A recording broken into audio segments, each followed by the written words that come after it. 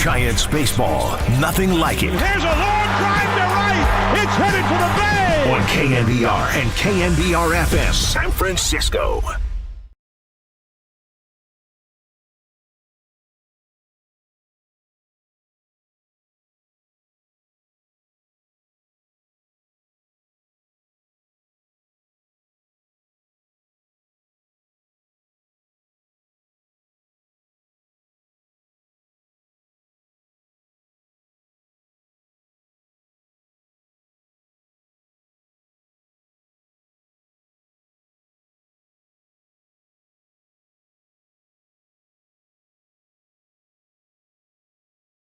Swing of the ground ball to shortstop. Nobody's there. Coming around third, Sable heading home, and he'll score easily. 1-0 Giants. Perfectly placed by Patrick Bailey. Andrew McCutchen lines this one to left, going back onto his Sable. He dives, and he can't catch it. He got his glove on the ball, but then couldn't squeeze it. And Bay, after he saw the ball pop away, breaks for third, racing around third. He'll come in to score. The game is tied at 1. Hayes, ground ball, and it's fair. Inside the bag at third, down the line. So that's going to score 2 more. And now the runner trying for third. There's nobody at third. It's 4-1. Now a pop fly in shallow left. This could be trouble. It's falling, and it drops in right along the foul line. Pirates have now had 7 hits in 16 at-bats with runners in scoring position today. Swing and a hard smash to second, could be 2. Castro to second for 1. Marcano back to first, and that puts an end to it. Double play, game over, and the Pirates come into San Francisco against an extremely hot Giants team, and they take 2 out of 3. And that should do it. Yes. The Pirates take 2 out of 3 and end the Giants series streak yesterday in San Francisco. What's up, everybody? Happy Thursday morning. It is Marcus Boucher, a.k.a. the Waterboy from the Murph and Mac Show, taking you up to 6 a.m. this morning with Overnight Dave behind the glass as always. And Dave, I got to tell you, it wasn't too fun yesterday being out on the ballpark and watching the Pittsburgh Pirates dancing on the field, kind of getting into a little bit of a huddle after winning the series yesterday in San Francisco in front of me, Copes, Triple E, and even Jacob the Vigilante. And so, no, it wasn't great vibes at the ballpark yesterday, but I think overall, when you are taking a big look at the big picture, you got to say it was a pretty good mustache May for the San Francisco Giants, led by one of the guys that had the most prominent mustache the entire year, Mike Yastrzemski, Lamont Wade Jr., Mitch Haniger grew out a mustache, so did Michael Conforto.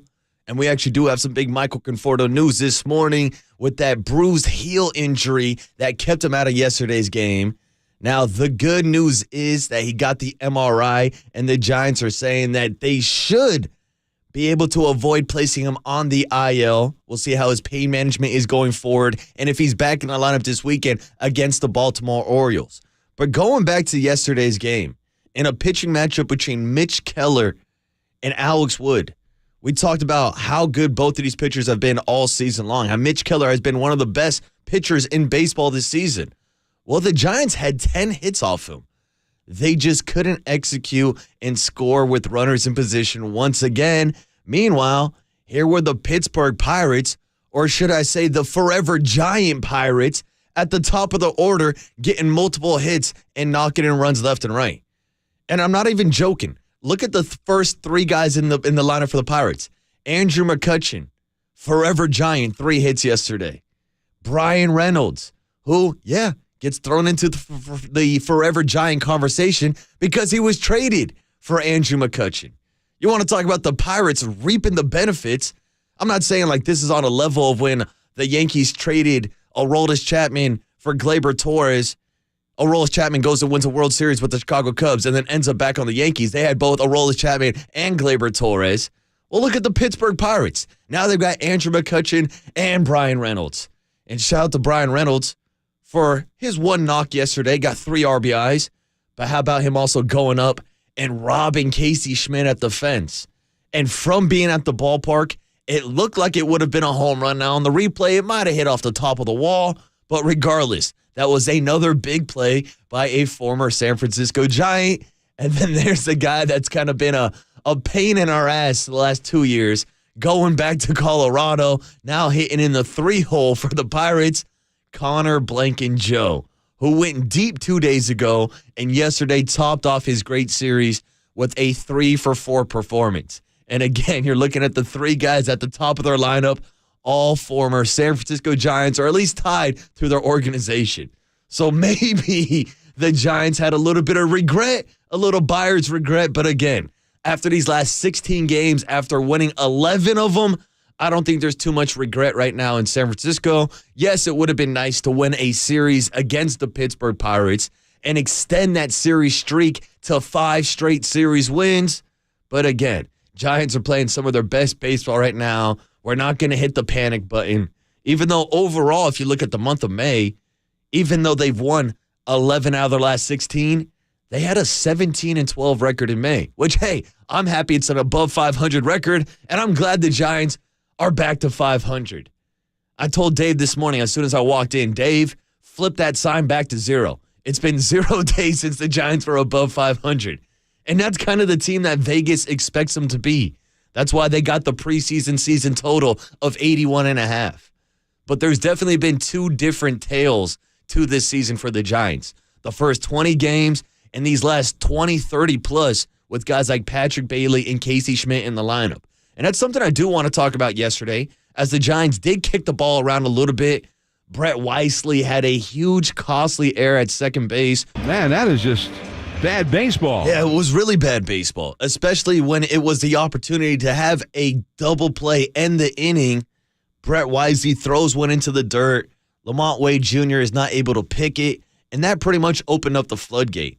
It allowed the game to go from 6-3 to 8-3. Now, I know Giants only scored 4 runs yesterday, so even if the Pirates stayed at 6, maybe it's not that big of a deal, but it's a big deal to someone like me, a degenerate gambler who took a live bet on the Giants at plus 3.5 yesterday, so I wasn't too happy, even after trying to get some good karma at the game yesterday, Dave, because for anybody that was watching on TV, you might have had a chance to see the water boy in the 9th inning as Rudolfo Castro hits a foul ball into the club level. The ball goes over my head. I'm not going to pretend like I was some superhero that made a dive-in play and laid out and caught the foul ball. But as it hit the ricochet, I see the ball kind of dropping down. And I see that it's lined up perfectly from where I'm sitting. So I'm looking at the row behind me, and I'm like, all right, this ball's going to drop. This ball's going to drop. As soon as the ball dropped, boxed out Triple E, grabbed the ball, and I smile and put it up for the cameras. Because as a guy that watches every single San Francisco Giants game, you know NBC Sports Bay Area is always looking for the guy that got the foul ball to get some extra TV time. And thank you, Dave. No, Triple E was not in a wheelchair. All right, he's perfectly healthy. He could have got the ball, but he wasn't quick enough. Instead, I got it, held it up to the crowd, showed it around, and then immediately started looking for a kid to give it to because I'm a good guy. Or maybe I was just looking for some karma so I could have covered those 3.5 runs, Dave. That's more like it. And it was actually pretty funny. As I'm looking around, they caught me on NBC Sports Bay Area, basically turning into an auctioneer. Because I turn around and I start looking for kids. I'm like, who wants a ball? Who wants a ball? You want a ball. And I see this like 13, 14-year-old kid with a City Connect hat on with big bright eyes. And he puts his glove up. And I'm about to throw him the ball. And then Copes goes, no. There's a younger kid over there. I'm like, all right, now Copes, now you're making this way too confusing. And he's like, oh, there's a baby in the back. I'm like, Copes, I'm not going to walk over 2 sections to go hand it to the baby. So I ended up giving it to the 13, 14-year-old kid. Hopefully I made his day, Dave. Hopefully that's something he remembers. And, hey, I'm just out here trying to grow the game. If ifs and buts were candies and nuts, we'd all have a Merry Christmas. Yeah, thank you, Copes. Classic Copes, heckling me to give it to a baby instead of a teenager. But regardless, Waterboy is for the children, just like the Wu-Tang Clan is. We handed out the ball, gave out some souvenirs. And, again, I do think a Major League Baseball is hands down the best souvenir you can get at any sporting event. It's the one sport where they actually let you keep the ball. And I remember getting a foul ball. Hell, I remember last year on opening day when Thairo Estrada hit that game-tying home run. And I jumped up, ran down 2 rows, and I had a 112-mile-per-hour home run almost break my hand. And I had to dive into like a fumble pile to try to get the ball. And at the same time, I gave it to like another 15, 16-year-old kid. So, hey, Dave, hopefully that grows the young demographic. Maybe we can get those kids some meters. And hopefully, good karma moving forward. It just would have been nice karma if I would have been able to cover those 3.5 runs. But overall, like I said, it was a great day down at the ballpark. Some positives, even though the Giants did lose 9-4. I did like seeing Luke Jackson make his debut yesterday for the Giants. That's something that we've been keeping an eye on. I'm always rooting for guys when they come back from Tommy John surgery. This is the first time he's thrown in a game at the big league levels since the 2021 World Series. And we know how good this bullpen has been over this last 15, 16 game stretch. Of course, they gave up a couple runs yesterday, but this is a team that continues to improve. And like I said, continues to play some of its best baseball. They're back to 28-28, but that's a lot better than they were about a month ago when we were complaining. There's nothing to do except try it again tomorrow. That's it. And they'll try again tomorrow against the Baltimore Orioles. No game today. They finally get an off day after it seems like they've been playing consistently for 9-10 games in a row. I believe Logan Webb is on the bump Friday night, and then they're giving away the Logan Head bobblehead on Saturday. Going to be a really good weekend against a Baltimore Orioles team that is, not your mom and dad's Baltimore Orioles. Or maybe they are. Maybe that's the last time they were good. Because right now they're 35-21. They're one of the best teams in baseball. That AL East is completely stacked. Huge series coming up this weekend between the Yankees and Dodgers, also Friday, Saturday, and Sunday Night Baseball. We'll be keeping an eye on that because it's always blank the Dodgers. Anyways, the Dodgers. That's one thing we can share about yesterday is that the Dodgers lost also. So, hey, Giants, enjoy your day off. They're back in action tomorrow, and it's actually nice that they cleared the schedule for tonight, the NBA Finals. The Denver Nuggets will be hosting Game 1 as they look to win their first ever Larry O'Brien trophy. And to be honest with you, I don't know who's going to stop Nikola Jokic, Jamal Murray, Bobby Porter Jr., and Aaron Gordon. I know Jimmy Butler and the Miami Heat have been a great story, but there's a big reason why the Denver Nuggets are nearly a -400 favorite to win the title. They're an 8-point favorite tonight. We'll break down the spread and some of the matchups on the other side. But I also did want to give a shout out to the San Francisco 49ers who are back in the news again. We've been watching the UCL recovery from Brock Purdy all offseason long, talking about Luke Jackson and Tommy John surgery. We all know Brock Purdy avoided Tommy John surgery, had the internal brace surgery, which led to a quicker recovery, which led to Brock Purdy throwing for the first time this week. So we'll dive into yesterday's 49ers OTAs. And yes, Dave, we'll talk about practice where Sam Darnold was taking snaps with the first roster yesterday. I mean, I don't even know if you can call it the first team roster. Half the guys aren't even there. But, hey, people on Twitter are talking about it. We'll talk about it, too. We've got some John Lynch sound on an injury update on Brock Purdy. But on the other side, I want to get into some sound from Jimmy Butler, from Nikola Jokic, from the Denver Nuggets and Mike Malone, talking about who's the favorite in this series and what the game plan is to kind of counteract two of the biggest superstars in the postseason right now. Miami Heat, Denver Nuggets, NBA Game 1 Finals preview for you on the other side. It's a Thursday. We're drinking at noon on KNBR 104.5 FM and 680 AM, the sports leader. Because it's Thursday and it's past noon. Thursday is one of my days off. On my off days, I start drinking at noon. You don't get to interrupt that.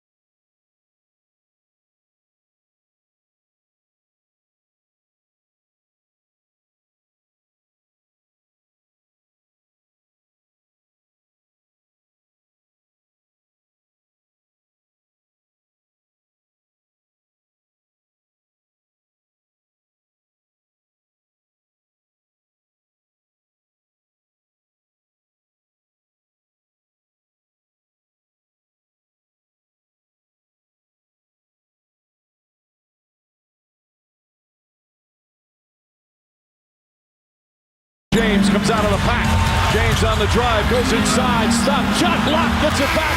It's over. It's over.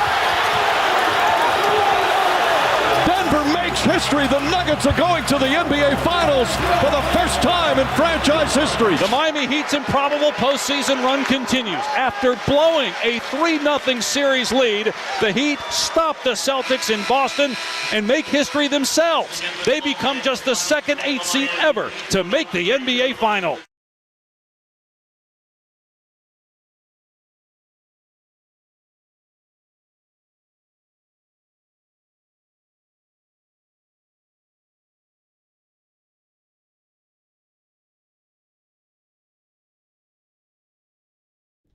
All right, it's finally time. The NBA Finals are set.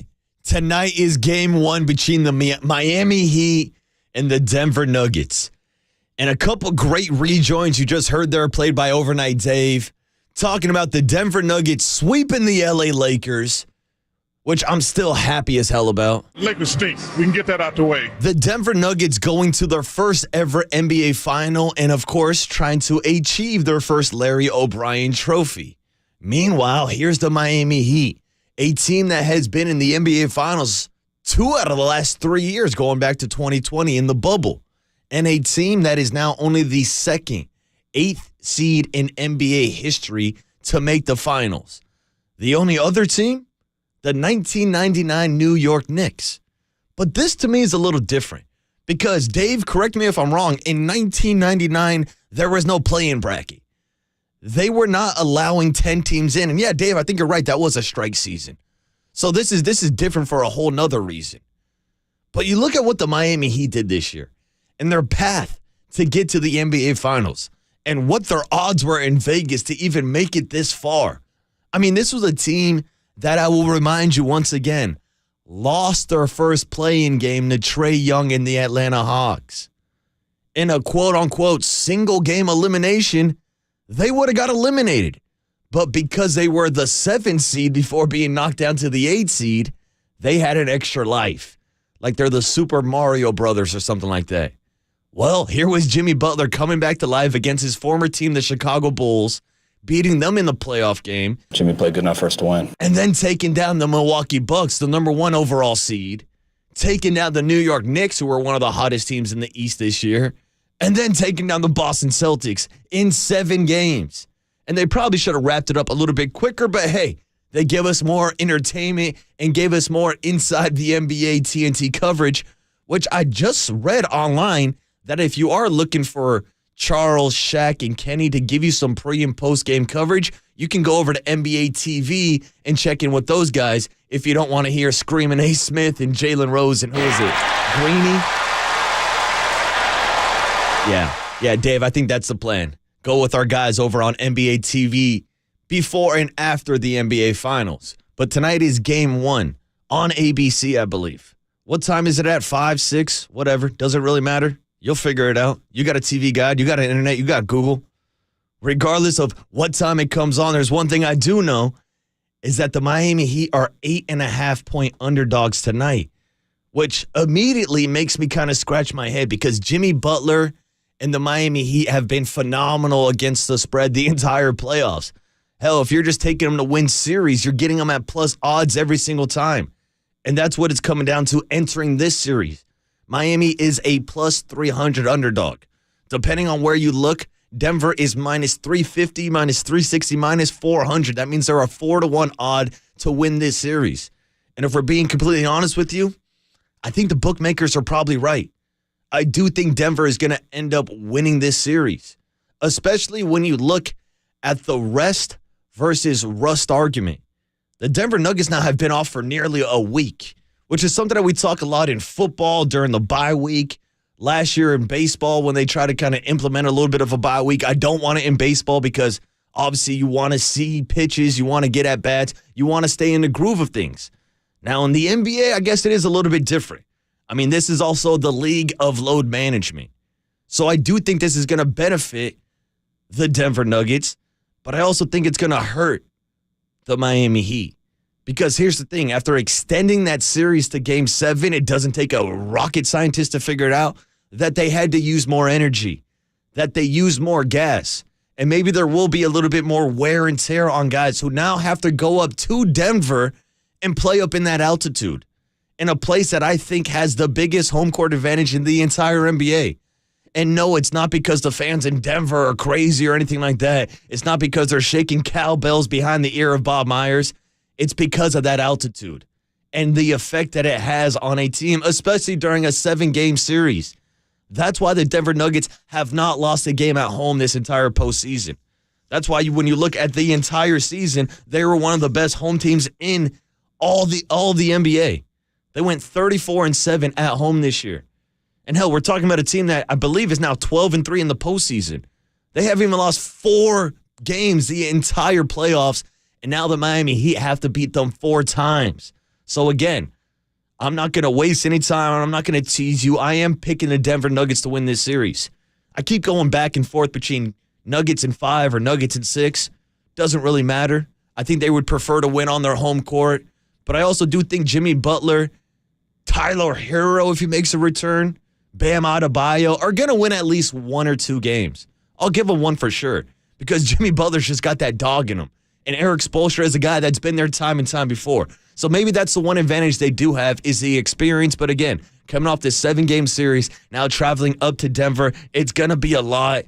And that's why the Denver Nuggets are a big favorite by a lot. But if you ask guys on the Denver Nuggets, they don't want to hear that narrative. They're a franchise that has never won an NBA title. So the other day when Mike Malone took the podium after telling the Lakers and the national media to put that in her pipe and smoke it, he talked about the Miami Heat being a number 8 seed and why he doesn't want to roll with that narrative going into these NBA finals. Well, as I told our team, man, like forget the 8 seed stuff. I mean, they beat Milwaukee 4-1, team that had the most wins in the NBA this year. They beat Boston 4-3, and they're up 3-0. Team with, I think, the second most wins in the NBA this year. So you get to the NBA Finals, it's not about seeding anymore. And for those that are thinking that this is going to be an easy series, I don't even know what to say to you people. I mean, like, this is going to be the biggest challenge of our lives. It's the NBA Finals. You know, this is, you're trying to win the first NBA championship in franchise history. And it's going to be the hardest thing that we've ever done, which is the way it should be. I love that attitude. I love that approach. And to be honest with you, I've been loving all these post-game pressers and pre-game pressers from Mike Malone. He's been absolutely phenomenal, and that's what I'm kind of excited about for these NBA Finals. There were a lot of people talking about the script and how the NBA was rigging it for the Lakers and the Celtics to make the NBA Finals. But as we had Draymond Green tell us a week ago, oh, burn the script, tear it up, it's over. The plan is over. And I'm sure Adam Silver and the NBA are crying and wiping their tears with $100 bills after missing out on a classic matchup between the Lakers and Celtics. But these were the 2 teams I was rooting for. These were the 2 teams I wanted to see in the NBA Finals, and that's why I do think it's going to be a good matchup, and I don't think it's going to be as easy as a lot of people are saying. Again, I'm the same guy that just picked the Nuggets to win in 5 or 6 games. I'll probably go with 6, put a little respect on the name of Jimmy Butler. But I also feel like people got to put some respect on the name of Nikola Jokic, a guy that won back-to-back MVPs. and is maybe one of the most underrated superstars in the league. Hell, this is when we're talking about the Denver Nuggets maybe being one of the most underrated, disrespected number 1 seeds of all time. I mean, every single series they were playing in, the focus was on the other team. Even going into this series, I feel like there's been more focus on Jimmy Butler and the Miami Heat being an A seed than the team that was number 1 in the West the entire year. And that's why I think Mike Malone has that chip on his shoulder. That's why he told the media to put it in their pipe and smoke it. That's when they played against the Phoenix Suns and their owner got into it with Nikola Jokic. Mike Malone said, I don't give a blank who he is. He's a fan. He's sitting in the crowd. I love that attitude and I love that approach. And I think it does trickle down to 2 guys on his team. And, of course, the guy that everybody pays attention to is the Joker himself, that 2-time MVP that has been highly criticized for his lack of playoff success. Well, now he's got an opportunity to end all those criticisms. Here was the Joker himself yesterday being asked about the Nuggets being the favorite and just having a classic response about Las Vegas, the bookies, and who determines who's the favorite in these kind of series. Who said that we are favorites? The media? Las Vegas. And Las Vegas told us that we were underdog before. It's not correct, I think. I mean, I think we are not the favorites. I think in the finals there is no favorites. This is going to be the hardest game of our life, and we know that, and we are prepared for that. We are preparing and prepare for that. So I think there is no favorites, and definitely I think we are not favorites in this series. I think they are not either. I think it's just the finals. You know, there is no favorites in the finals. My opinion. I'll tell you what. Nikola might not think there's any favorites in this series. He's one of my favorite players, and that was one of my favorite sound bites. Who said we're the favorites? The media? Las Vegas? Does it really matter? To a guy like the Joker, no, it does not. And also, shout out his brothers, who I'm sure will be sitting courtside the entire series. And shout out that altercation that Nikola got in a couple years ago with one of the Morris brothers, where he shoved him at half court, and then the Jokic brothers were in the crowd, like taunting him. Those guys are absolutely hilarious. It's a good thing the Morris brothers are not with the Miami Heat anymore. I think that's some smoke you don't want. But again, if you're Jimmy Butler, if you're Bam Adebayo, maybe you are looking for some of that smoke. And they're going to have to do everything they can to try to slow down Nikola, because this is a guy that literally can do everything. I don't need to break down his back-to-back MVP seasons. I don't need to break down how he's arguably maybe the greatest passing big man of all time. I mean, you see this guy throw up awkward shots with the ball behind his head off the wrong foot from 40 feet away. What can't this guy do? You double team and triple team him, he's going to make the correct pass. He's got that background in water polo where he's got that touch quick pass. He literally can do everything. So that's why we're asking Eric Spoelstra this morning what your game plan is to slow down the Joker, if there's any game plan at all. It is a challenge because, he's arguably the best player on the planet. He's big. He does things different than any other center in the league. He can play a rugged physical game, but he also can play a finesse game.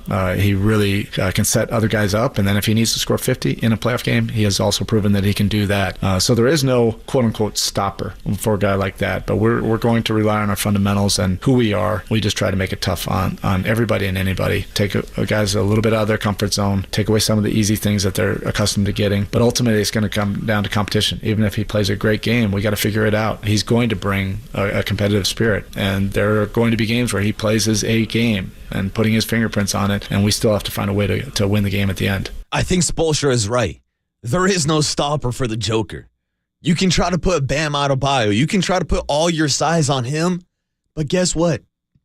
Jamal Murray is playing the best basketball of his career right now. You want to talk about a Batman needing his Robin? Jamal Murray has stepped up in these playoffs. And then even if you do want to adjust and put more size on the Joker, Bobby Porter is 6'10". Aaron Gordon, San Jose Zone, Midi High School, 6'8", 6'9". They're just a bigger, more athletic team than the Miami Heat. But again, Miami doesn't want to hear this. Jimmy Butler will tell you the same thing, that the Milwaukee Bucks were a bigger, more athletic team. The Boston Celtics, bigger, more athletic. And game after game after game, Jimmy Butler has just showed up and slayed. And we saw him win the Eastern Conference Finals MVP. We talked about the other day, maybe it could have gone to Caleb Martin. Maybe it could have just gone to the whole cast of characters. The Miami Heat have like 4 or 5 guys, or 3 or 4 that are undrafted. I mean, you want to talk about the difference of talent? Like, Nuggets got multiple guys who were first-round draft picks. Miami's out here getting the job done with undrafted dudes. And they're being the role players to fill in around Jimmy Butler. But again, all the attention's going to come down to Jimmy. If they want any chance to win, playoff Jimmy has got to show up. And here was Mike Malone's breakdown of Jimmy Butler, what he brings to the table, and the Denver Nuggets game plan to slow down the Miami Heat's number 1 superstar. Well, it's never one guy. One guy can't guard Jimmy Butler. So people are thinking that's just going to be on Aaron Gordon. When you guy guard like Jimmy Butler, it takes 5 guys defending as one. It starts in transition. He's one of the top players in the playoffs in terms of steals per game. That ignites their break. They, as a team, score over 19 points a game off turnovers they force. And Jimmy leads that charge. So eliminate the easy ones. The transition ones off turnovers. He gets to the foul line over 9 times a game, which is good for 3rd in the playoffs. So you have to be really disciplined, staying down on shot fakes, giving him room to land, not letting him get to the free throw line 10, 12, 15 times a game, and just make him work for everything. I mean, we know he's a warrior, and you look at his body of work against Milwaukee in round 1, New York in round 2, and now Boston in the 3rd round. It's going to be a challenge for every game that we play these guys, but I know this. We've been waiting so long. Our guys are tired of practicing. They can't wait for that jump ball to be thrown up and just to start competing at a high level once again. Yeah, and it's going to start tonight. Game 1 in Denver. We'll see what Jimmy Butler can do, but we'll also see the help that he's going to get from maybe Tyler Hero making his return. Maybe Gabe Vincent playing out of his mind again, Caleb Martin. All these guys. I mean, here's the thing about the Miami Heat. They are the number 1 3-point shooting team in these playoffs. So they'll have plenty of opportunity, and maybe they will have to rely more on the 3 if their legs are tired running up the court in that high altitude up in Denver. But I think if you ask Jimmy Butler himself, he doesn't give a damn about the altitude. Doesn't give a damn about the short rest. Doesn't really give a damn about anything except for winning an NBA championship. And that was probably my favorite part of watching Jimmy Butler and the Miami Heat move on and eliminate the Celtics on their home court in Game 7 was the trophy presentation. After Jimmy got the Eastern Conference Finals MVP, an award that didn't really look like he was interested in, they tried to hand him the trophy for winning the East. And he kind of just said, nah, I'll get the next one. I don't care about the Eastern Conference Finals. And that's exactly what he told the Bay's own Malika Andrews yesterday as he sat down for an ESPN interview. Check out this quote, 2-part question from Jimmy Butler about why he plays the game and why nothing else matters except for that Larry O'Brien trophy. That's how I view it. We don't play to, and it wasn't disrespectful because I love Bam, and I'm very grateful to be able to win the Eastern Conference. But I've done that before. I have. I want to win an NBA championship. That's the reason why they put this squad together. I don't play for the Eastern Conference Finals MVP. I won't play for the Finals MVP. Could care less. I play for Mr. O'Brien. So when did you decide? Was it in the moment or was it the day before about touching that? Every time I play basketball, it's the end goal, the end result that I want it to be is the championship trophy. That's it.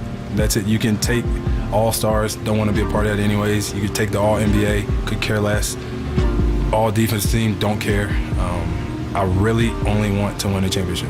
And this is what I love about Jimmy Butler.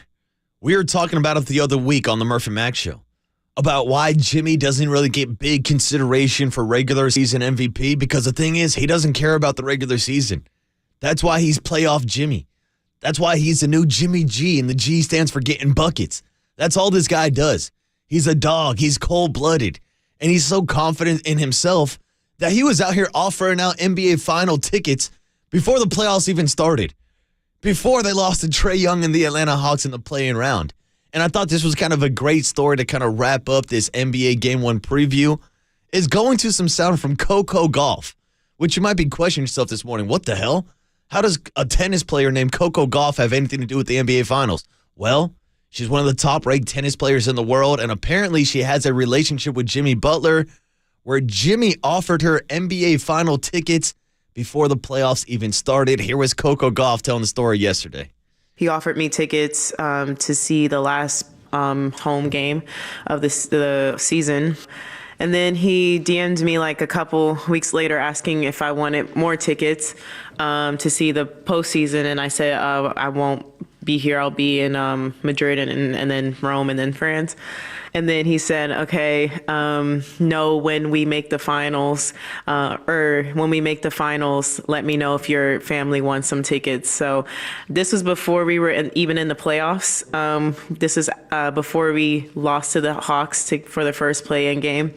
And I just felt like I knew that, everybody was like, we have a 3% chance of making the finals. But when he sent me that, I knew we were making the finals, because he didn't say if we make the finals. He said when we make the finals. So now that we're in the finals, I can say that story. But I remember screenshotting it and sending it to my family, and I was like, oh, we're going to the finals. So that's my Jimmy Butler story. He pretty much said that we were going to the finals before we even qualified for the playoffs, and I just really like that mentality of him. So that's the story. And there it is. That perfectly sums up the mentality of Jimmy Butler. Playoffs haven't even started yet. And I got you hooked up. I got you courtside tickets. What a guy. And this was Coco talking about the 3% chance of Miami Heat had to make it to the NBA Finals. Seems like a lot of people are only giving them a 3% chance to win. It starts tonight in Denver. Nuggets are an 8-point favorite. To be honest with you, I'll probably will be rooting for Miami, but I think the Nuggets are going to win. I'm just happy we didn't get a Lakers-Celtics finals, to be honest with you. And I'll probably be throwing down a few shekels for the Nuggets to win in 6. I just think it's the Joker's time. He's due. He's got to get that ring. I don't like betting against Jimmy Butler. But man, oh man, this is going to be one hell of an NBA Finals. And yes, we finally got the time for you. It starts at 5:30 tonight. So clear out your calendars. No Giants baseball tonight. That is, unless you're going down to San Jose to go check out the San Jose Giants, which I think I'm planning on doing on a beer batter Thursday. Rumors have it that Reggie Crawford is on the bump. I made it out to a San Jose Giants game earlier this year. Watched Carson Wisenhunt carve it up for the San Jose Giants before being called up to High A Eugene. Shout out to Carson Wisenhunt yesterday. I saw somebody on the text line checking in. Dude went 5 innings yesterday, struck out 7 straight batters. A guy that is going to rocket through the system in the minor league for the San Francisco Giants, and hopefully we get that same type of performance tonight from Reggie Crawford.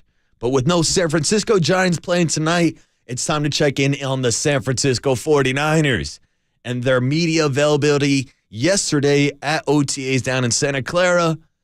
Brock Purdy's throwing a football, and apparently Sam Darnold's throwing with the starting roster, quote-unquote starting roster. We'll talk QB1s on the other side. It's the Water Boy on a Thursday morning on KNBR 104.5 FM and 680 AM, the sports leader.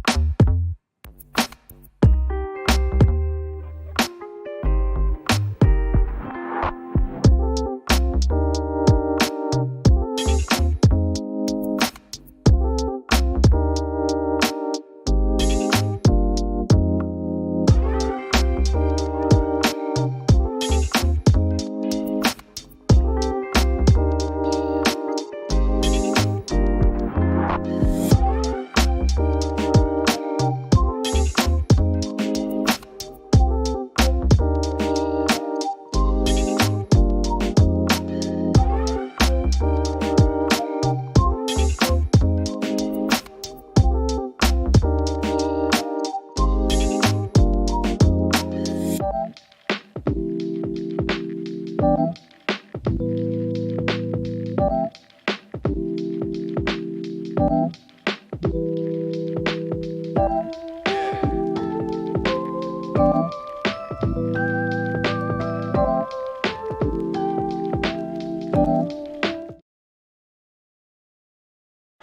the third pick in the 2021 NFL Draft, the San Francisco 49ers select Trey Lance, quarterback, North Dakota State.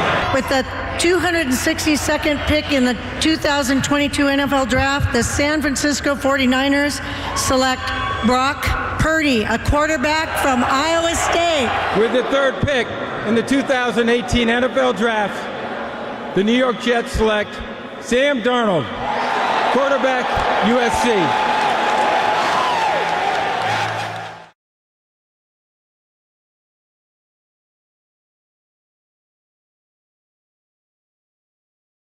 Welcome back to the leadoff spot on a Thursday morning. It is Marcus Boucher on the first day of June. Wake up, wake up, wake up. It's the first of the month. And it's also the first week of June, which is the expected timeline for Brock Purdy to start throwing a ball again after his internal brace surgery this offseason. And here we are checking the calendars. It was a little less than 3 months ago where Brock Purdy finally went underneath the knife, found out that he did not need Tommy John surgery, and instead went with the internal brace surgery that has an expected timeline recovery of 6 months. Now, the first 3 months was all rehab, all range of motion, all physical therapy, all violent throwing motions with a towel, kind of like the water boy in high school. But now Brock Purdy is actually picking up a ball. And yesterday, the 49ers had open OTAs available to the media. I was at the Giants game, so I didn't get a chance to go down there. And I'm not sure whether or not Brock Purdy was throwing on the field down in Santa Clara. We'll probably check in with Greg Pop on that later today, ask him all the more important questions. And hell, Matt Mayoko is going to come on with Murph and Mac this morning, usually around 9:15. So stay tuned for that for all the latest updates on Brock Purdy. And to be honest with you, if you want an update, why not just give you one right now from John Lynch, who did an interview yesterday with SiriusXM. And I should also tell you, stand by. I think I heard Papa say the 49ers are doing their State of the Franchise talk today. So we should hear more sound from Kyle Shanahan and John Lynch talking about Brock Purdy and the entire 49ers roster. But here was John Lynch yesterday, putting out the quotes yesterday that the 49ers are incredibly encouraged by Brock Purdy's first throwing session. I'll let you hear from the general manager himself. Here was John Lynch yesterday on Sirius XM breaking down Brock Purdy's first throwing session. There's certain markers that you hit. He was 12 weeks out, and that meant it was time to throw. He did so and responded really well. He's just had one session thus far, but, we're incredibly encouraged by that. We'll take it as it comes, as we're doing. He's working incredibly hard, and the early returns are really good. So hitting all the timelines. That's great news. Technically, I think this is actually a week before the timeline. The fact that he made his first throws at the end of the May instead of the first week of June does put him on track to come back for training camp and potentially week one. Now, again, I feel like I have to say this every time we talk about injuries. Not everybody recovers the same. Not everybody's Adrian Peterson coming back from an ACL injury in less than 6 months. There's different cases. And it's actually something that I think is pretty interesting. Another question we can ask Matt Mayoko. Were there reports that the 49ers actually bring in another quarterback that just had the internal brace surgery? Now, to me, I know the 49ers will tell you they're doing their due diligence. They want to see the talent. Maybe they need a practice squad quarterback behind Brandon Allen. But if you want to dig deeper, if you want to put on the tinfoil conspiracy hats, I believe that the 49ers might have brought this guy in to see how he recovered from internal brace surgery, or maybe even to be a resource for Brock Purdy as he's recovering. And why not? Because this is still a surgery that is not very popular. I've talked about my own experiences with having elbow surgery. How, 10 yeyears ago now, 11 years at the time? This internal brace surgery didn't even exist. This wasn't an option for guys like me. It was going under the knife and get Tommy John surgery. Now, in baseball, more people do lean towards the Tommy John than the internal brace surgery. We've seen Bryce Harper come back in 6 months, but he's not throwing a ball.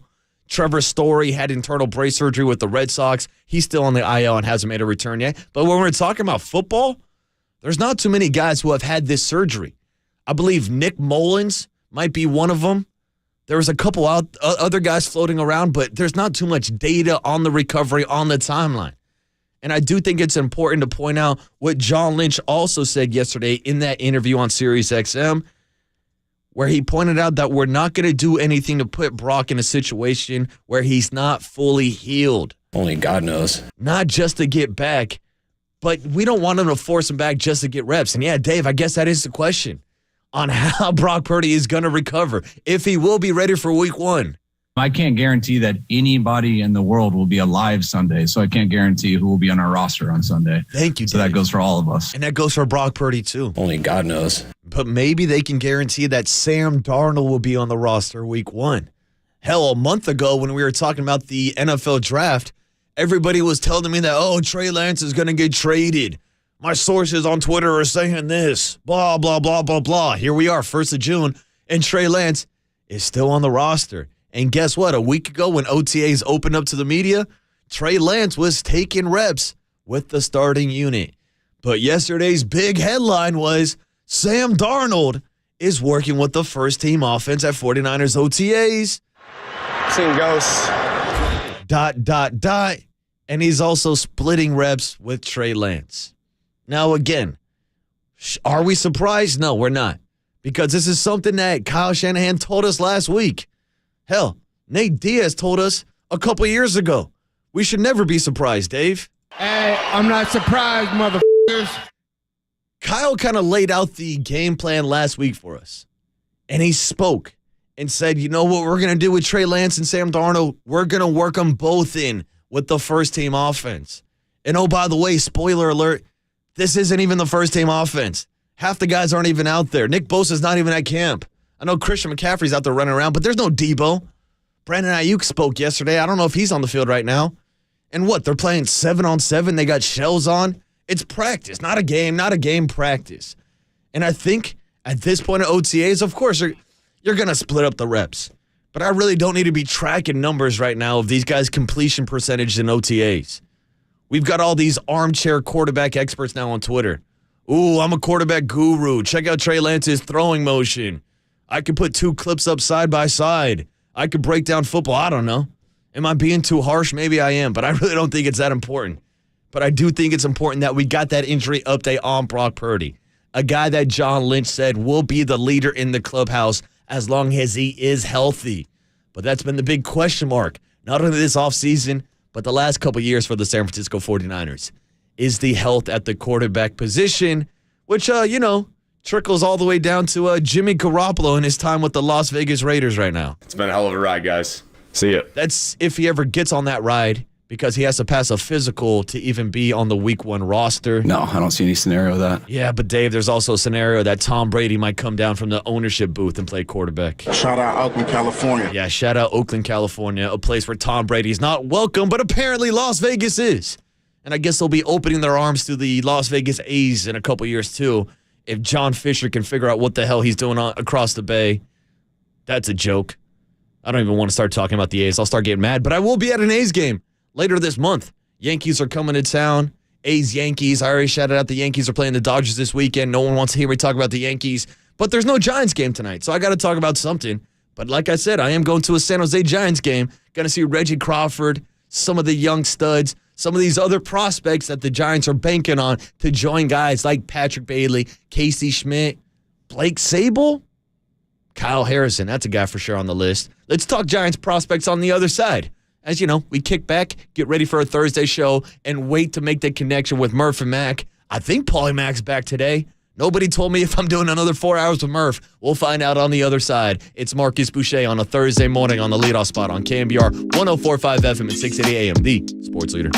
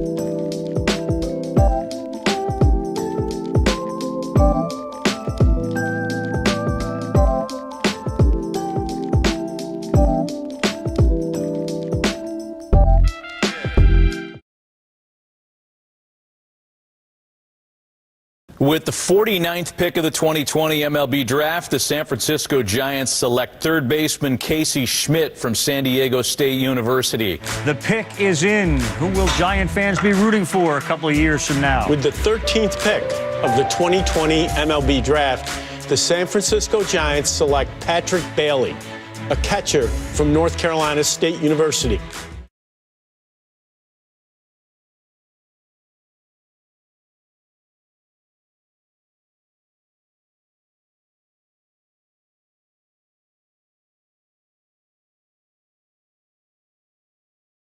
All right, wrapping up the leadoff spot on a Thursday morning. Great show as always, Overnight Dave.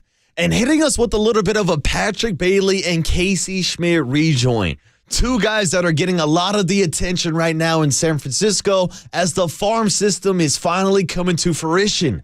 But I want to talk about the farm system that I'm going to go check out tonight, the San Jose Giants, who I believe will be having the home pitching debut tonight of Reggie Crawford, former first-round draft pick from just the last draft, a guy that is a two-way player, a guy that some people are hoping could be the Giants' Shohei Ohtani. Now, I don't want to put those expectations on him, but from what I'm reading so far, he's been pitching phenomenal and getting a few at-bats also. So I'm going to be down at San Jose Muni tonight checking out Reggie Crawford. Second time I'll go check out a San Jose Giants game tonight, or should I say this season, with the 30th pick of the 2022 MLB Draft, the San Francisco Giants select Reggie Crawford, a two-way player from the University of Connecticut. A two-way player. So we'll see if he does hit and pitch tonight. I'm not sure if he's doing both. I know he was in Giants extended spring training for a while, but this is cool, man. I always like going out and seeing some of these top prospects. I went out to the San Jose Giants home opener and watched Carson Whisenhunt make his debut for the San Jose Giants. This was a guy that only spent 2 weeks in San Jose before they promoted him up to Eugene, up to the high A level. And yesterday, Carson Whisenhunt goes 5 innings, strikes out 7 straight batters. That might be a guy that will be in Double-A Richmond in just a few weeks. And I've even heard guys like Andrew Bagley talk about bringing him up sometime this season in the bullpen late September. So I'll keep you updated on everything San Jose Giants. And as I told Murphy yesterday, I went on a Wednesday San Francisco Giants baseball, a Thursday night San Jose Giants baseball, and Friday I'm going to get down to Sunken Diamond, check out some Stanford baseball and some San Jose State baseball also. A lot of baseball on the agenda with the San Francisco Giants being off tonight before their series in Baltimore tomorrow. And now my guys Brian Murphy and Paulie Mack are back in the building. Good morning, boys. Good morning, Murph. So that makes you a three-way player. Reggie Crawford's a two-way player. You went San Francisco, San Jose, Stanford. I'll cover the entire Bay Area, Murph. You're a three-way player. I'm a three-way. Shout out Marcus's birthday. Yeah, thank you, Paulie Mack. This is why I need Paulie Mack back in my life. It's not the welcome first back after Paulie's brief absence. He's back today, and I need his Laker riffs. But anyway, God bless you for being young and free, my friend. Oh, God dude, bless you. What a life. No obligations, no responsibilities. Nothing. And people ask why I'm single. This is why, so I can go to baseball games every day. You have a nice sort of a post-morning sun glow from yesterday's game. Thank you. I put a little bit of sunscreen on, so I'm not as red as Triple E out there. And you got TV time fielding that foul ball. Dude, what a... I didn't get to see it live, unfortunately, so I'm on social or text or something, but I figured it was Copes texted us or somebody sent me the... Well, shout out to Raph, who was watching the game and took screenshots of the water boy holding up the foul ball and then pointing out for a kid to hand it off to him. Of course, Copes did not miss the opportunity to sabotage you on social. This is Copes. This is what he does. He comes in, takes you out the knees. I was telling the story earlier this morning, and I get the foul ball, and I'm trying to look for a kid to hand it to, and there's like this 13, 14-year-old kid, maybe like a couple Copes rows described over. him as a 17-year-old kid with 5 o'clock shadow. Yeah, Copes is lying. All right. This is what Copes does. Copes is a habitual line stepper. The way Copes described it was that there were needy children nearby, and Marcus Boucher deliberately snubbed them to hand the ball to a grown man with 5 o'clock shadow. See, this is Copes controlling the narrative. That's what he does. That's why he got on air at 2 o'clock before me. And he's changing the narrative with him about Reyes Moranta. So that's the thing. But so I grab the ball and I see this kid and I'm about to toss it to him, and Copes goes, no.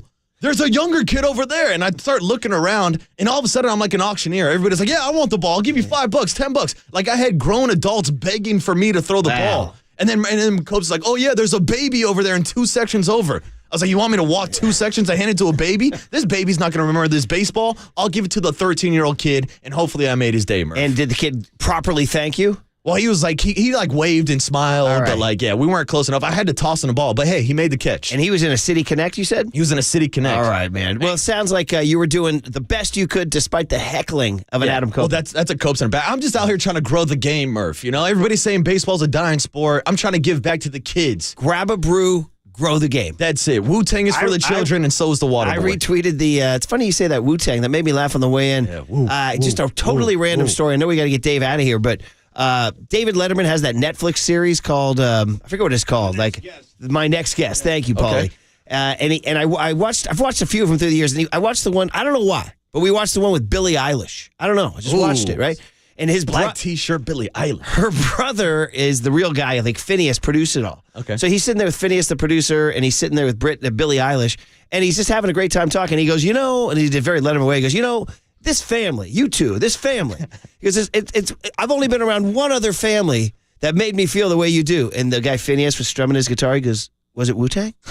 And it made me laugh. I got to say, I thought it was a pretty funny line from the guy.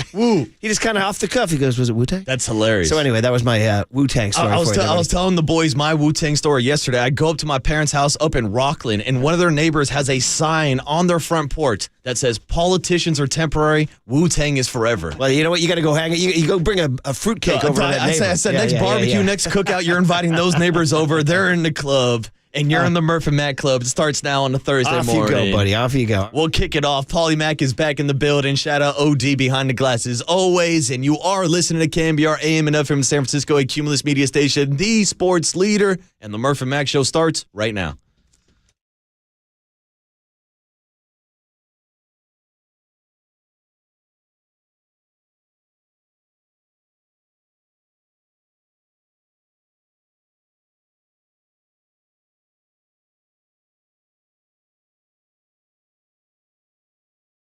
All right, Paulie Mac is back, overcoming a brief hiccup, and the Giants are back at 500. Oh, 500 is as 500 does. It's funny, I was talking to a guy yesterday, and he's like, yeah, just when the Giants brought me in, they shoved me back out. I'm like, that's it? 2 losses and you're done? My God, it's a tough crowd out there. But 500 is 500. Hey, listen, it's June 1st. It's a new beginning.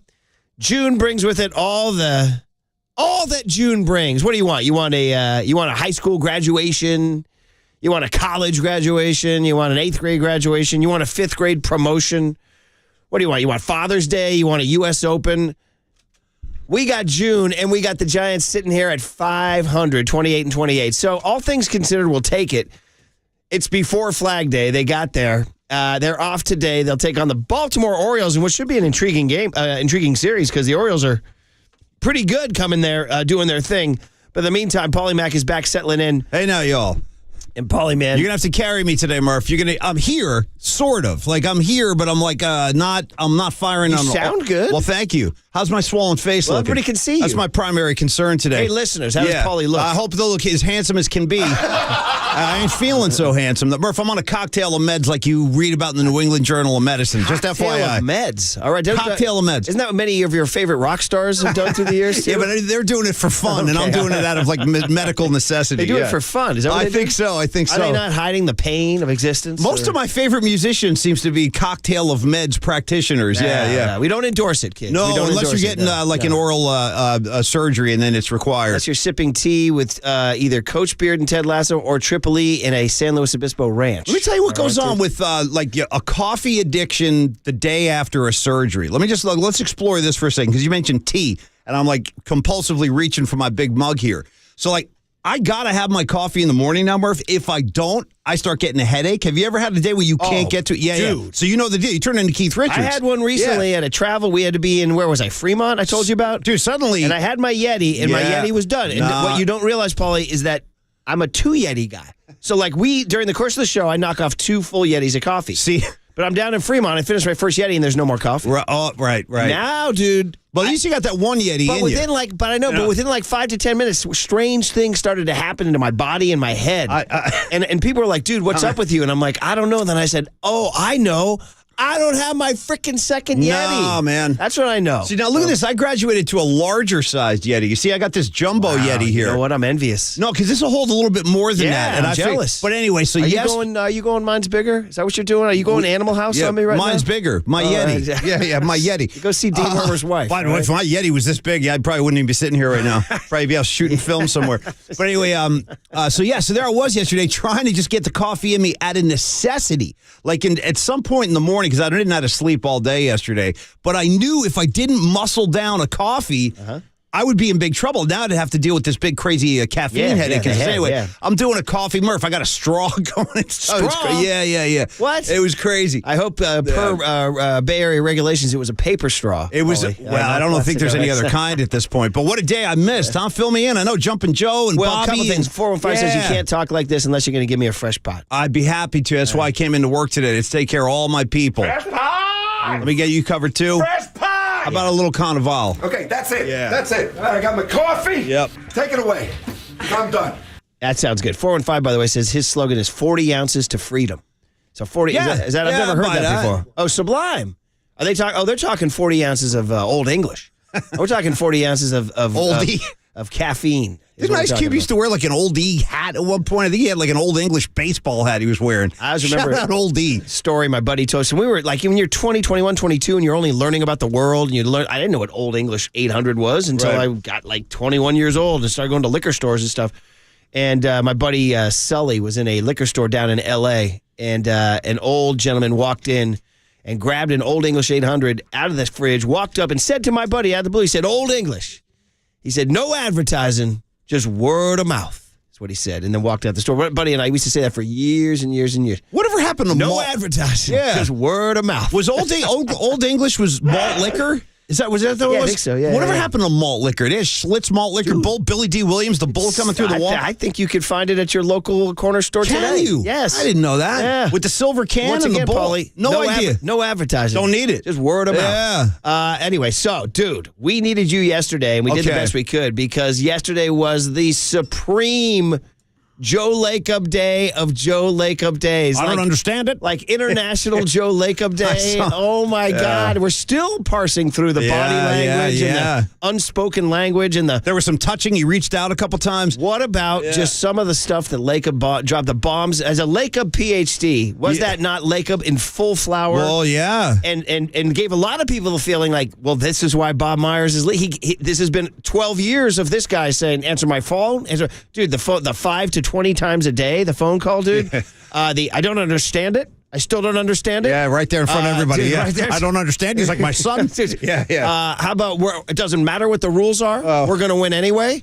I mean, dude, it was almost like he said, yeah, Bob's retiring, but today's my day to whip it out again. Because Bob's competitive. I'm very competitive myself. Man, it was just incredible, wasn't it? I mean, and it made me, it's everything we've ever wanted out of Lacob, but maybe everything Bob Myers didn't want it. Now, the things we were asking was, what's the real? I know, I'm telling you, buddy, it was incredible. I think I'll be studying that footage for years. Yeah. You know what I mean? Yeah. Because Myers got up there and gave his very heartfelt speech. Everybody loves Bob Myers. We love Bob. How about the head of hair on a Bob Myers, too? You know the trim physique. You know what I mean? I did compliment at one point yesterday his bicep. He was wearing a shirt that kind of cuffed the biceps, and he clearly been doing the curls. Right. And then Waterboy used that opening to praise the chest hair. Yeah. Well, it's not wrong with showing a little fur. Yeah. Paul Stanley does it. Why not Bob Myers? What's wrong with being sexy? Yeah, right? sure. But, yeah, it was Myers' day to a point. Because while he was telling take it from stories, here. when he got up there, Let me tell you what's really happening. It was incredible. Yeah. He's everything that Let me we translate want. that for He's you. everything you want, man. Yeah, He's the old school, big, gigantic American businessman. Win or die. We're going to win no matter what. There it is. I don't care what the rules are. There it is. Rules, schmools. I'm here to win. But this is the kind of guy you want running your team, a guy that cares. For, we were saying yesterday, but is he the kind of guy you want to work for? Well, listen, even if that's true, I'm sure he's incredibly demanding, but most people that run successful businesses are incredibly demanding. And Bob Myers, listen, he endured that or went along with that for a very long run. So listen, they had a real long, successful run together. I mean, you can't be anything but thrilled with the results that those two guys produced, right? And everything, listen, it came to an end. Bob Myers going to move on to his next thing. That's it. I got to stop you right there. One of the things I kept going back to yesterday was you're 48 years old. Yeah. You're in the prime of your career, even on the young part of the prime of your career. You're in your hometown, where you grew up, where your mom and dad are, your siblings, everything. You are incredibly handsomely compensated. Sometimes people feel like they got to go conquer something else. I don't know, They man. do. That's like a thing. Like, people get that successful. They're like, now I want to climb that mountain. Then I'm going to climb that. You know what I mean? Who? Like, give me another example. I'm not one of those guys. I can barely get through this thing. I mean, we're lucky to, like, totally. We're happy our key card works. You know what I mean? You ain't kidding. I got into the garage today. That's a win. That's a win right there. No, but a lot of those guys are that successful. They want to go conquer. But not Pat Riley. True. He's a lifer. Bill, Bill Belichick, Greg Popovich, Steve Kerr. I'm just saying, listen, I'm not suggesting anything sinister. I'm just thinking, like, what is the real... And a lot of people came to me in the text line. Some people had your attitude, which is like, you just have to let human beings kind of wander Ultimately, the earth and do their thing. I'm also a realist. Like, there's got to be something, and my realist was, you don't walk away from that job. That's like a dream. Like, he's in a fantastic scenario. Now, Marcus Thompson came on and said, well, what he wants to be is maybe, he didn't say this directly, but he wants to be Pat Riley. Maybe he's going to take you off, and then he said he can go be king somewhere.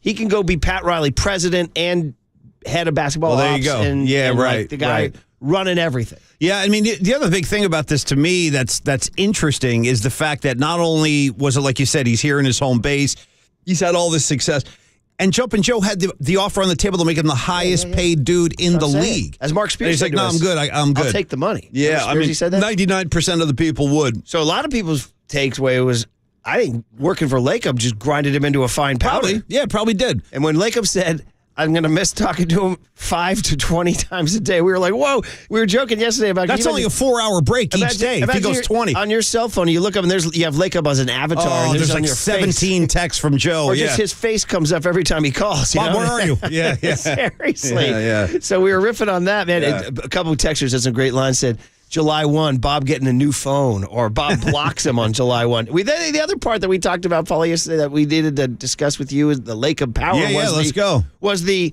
he's working till June 30th, and Lacob looks over at his wife like, I didn't know, She's like, he's like, I have him, and then and he actually you play it, Waterboard, and Bob kind of chuckles. He goes, yeah, that's the way it's going to be.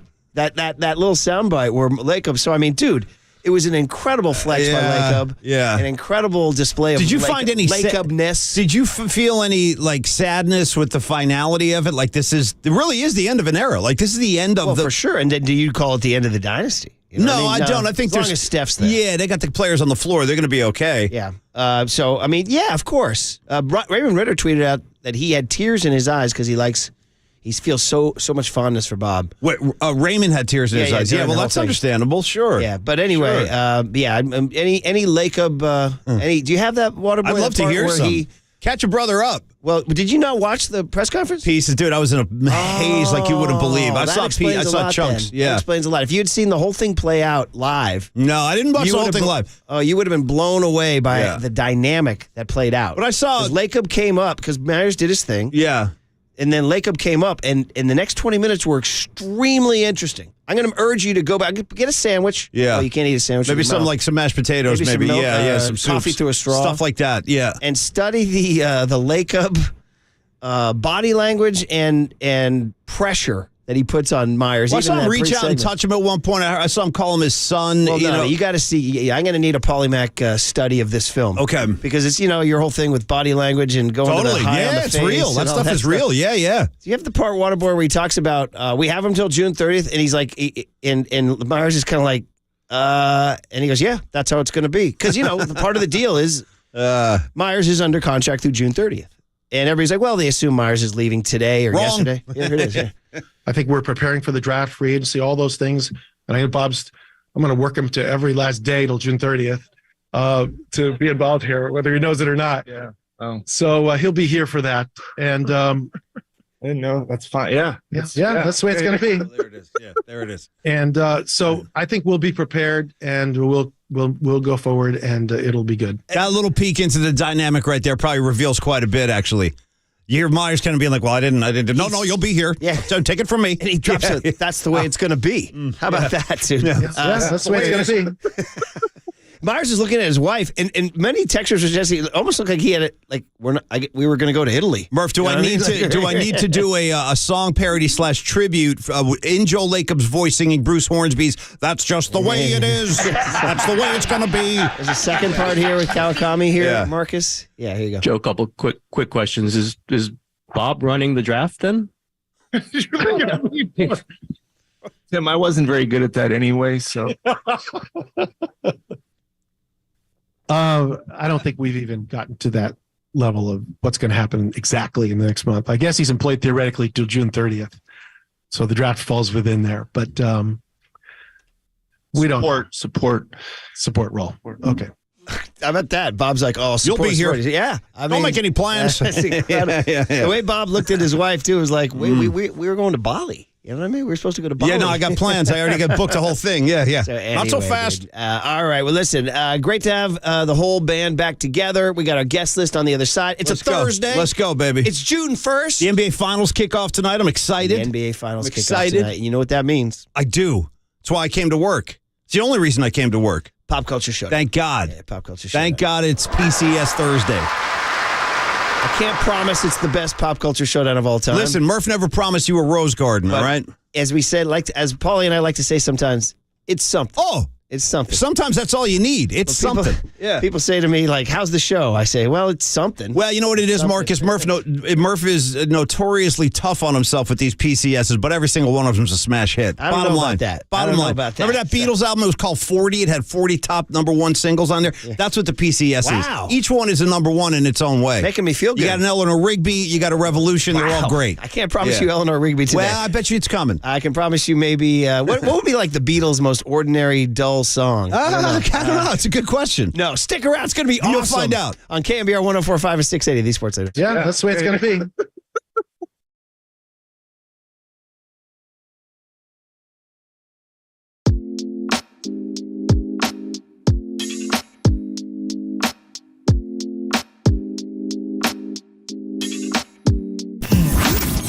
Here's what's trending now. On KNBR.com.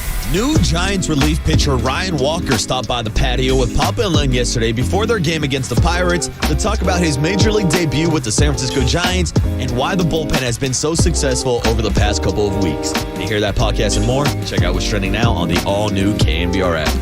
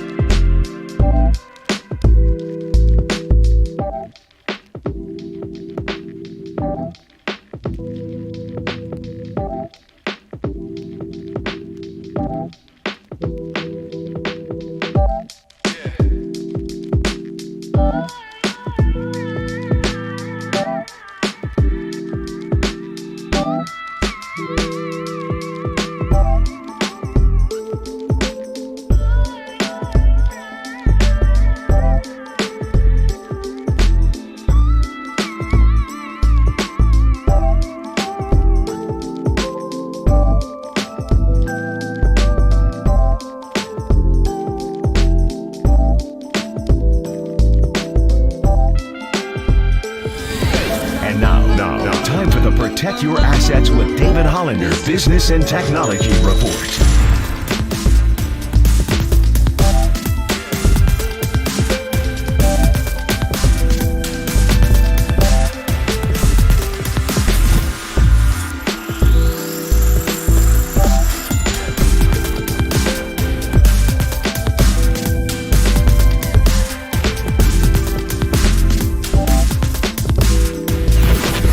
This has been the Protect Your Assets with David Hollander Business and Technology Report. Concerned inflation will ruin your dream retirement? Learn more. Listen to David's show every Saturday morning on KNBR or call 1-866-PROTECT. Follow the leader on Twitter at KNBR. For once again, we are the sports leader. KNBR 104.5 and 680. 3-2. Here it comes. Swing and a hard smash to second, could be 2. Castro to second for 1. Marcano back to first, and that puts an end to it. Double play, game over, and the Pirates come into San Francisco against an extremely hot Giants team, and they take 2 out of 3. Yeah, they lost the series to the Pirates. I'm not gonna. As my buddy Jim said yesterday, I played golf with Jim Young, the great Jim Young, and he's like, I don't have a football mentality. Look at the big picture. They had a good month. You can't go football mentality. Every game's a disaster, you know? But I will say, in terms of like connecting to the fan base and keeping them going, I had that anecdote yesterday where I was talking to a buddy and he said, yeah, man, he was serious. He goes, just when the Giants brought me back in, they're shoving me back out. I'm like, you're giving up for 2 in a row? He's like, well, you know. I'm like, well, geez, man, that's kind of... I mean, but it would have been nice to win that game. We talked about it yesterday, Paulie, before the show, like, because they'd won 5 straight. They'd won 5 straight series. It had been Philadelphia, Miami, or it was going to be 5 straight series. Philadelphia, Miami, Minnesota, and Milwaukee. When I left you last, I recall using the word poppin'. Yeah, about Oracle Park. I said, Murph, it's popping over there, man. Well, Waterboy was there yesterday. Marcus Boucher, good making morning to you, barehanded brother. plays, no less. What's up, boys? Was it popping yesterday? It was a pretty good crowd for a day game. The bleachers were pretty packed, left center field. I thought it was a decent turnout for a day game. Well, Paulie, what it was Tuesday. What's today? Wednesday? Yeah, we came in Tuesday after Memorial Day. I think it's Thursday. Isn't it Thursday today? Yeah. I hope so. We came in after that Memorial Day where they had 39,000. Yeah, no, that was awesome. I love that. It looked great. And they won. Yeah. It was like, the Giants. And then, since then, they've lost 2 in a row. You know what I mean? Yeah, well, that's, So they're back to 500. That's that magnetic pull of 500 you speak of. You wonder, in Waterboy, you brought this up during your opening segment. The Vegas thing? Yeah, Vegas I put heard them at that. 81. It was kind of haunting when you said that. I'm like, God damn it. You just burst my bubble. But let's get the bright side. They're at 500 on June 1. Go win like, how many games you have in June? 29 You know what the toughest thing about 16 and 13. So I was in and out of like a coma kind of for the last 48 hours, and like I would come out for a minute, and there's Connor Joe. I got hair. He's got his David Lee Roth hairdo going now. He's jacking balls all over there. I'm like, what's going on out here? And he was out there damaging the Giants yesterday, too. How about that hair? He's got some flow now, this Crazy kid. hair. Yeah. And it's like almost like I thought it was like a bandana. I'm not even kidding, because I was so medicated, I was like kind of hallucinating. I'm like, what's he got, like a black... No, that's his hair. I'm like, damn. Look at this guy. He's coming with major swag. Don't forget, I sat at that Junior Giants table with him, and he had like sort of the table manners now. In the short pants where you show some ankle. Yeah, yeah. By the way, what are you going to do when I walk in with those one day? You could actually pull that off. No, I could. I think he could. Not? No, I think he could. Not in a million years. Murph has not. You know why? Because Murph has nice tan ankles. My ankles are very pale. No, it wouldn't look I'm good. saying, how about the comedy if I walked in with those pants? And I didn't even riff on them. I was like, hey, guys, here's today's show.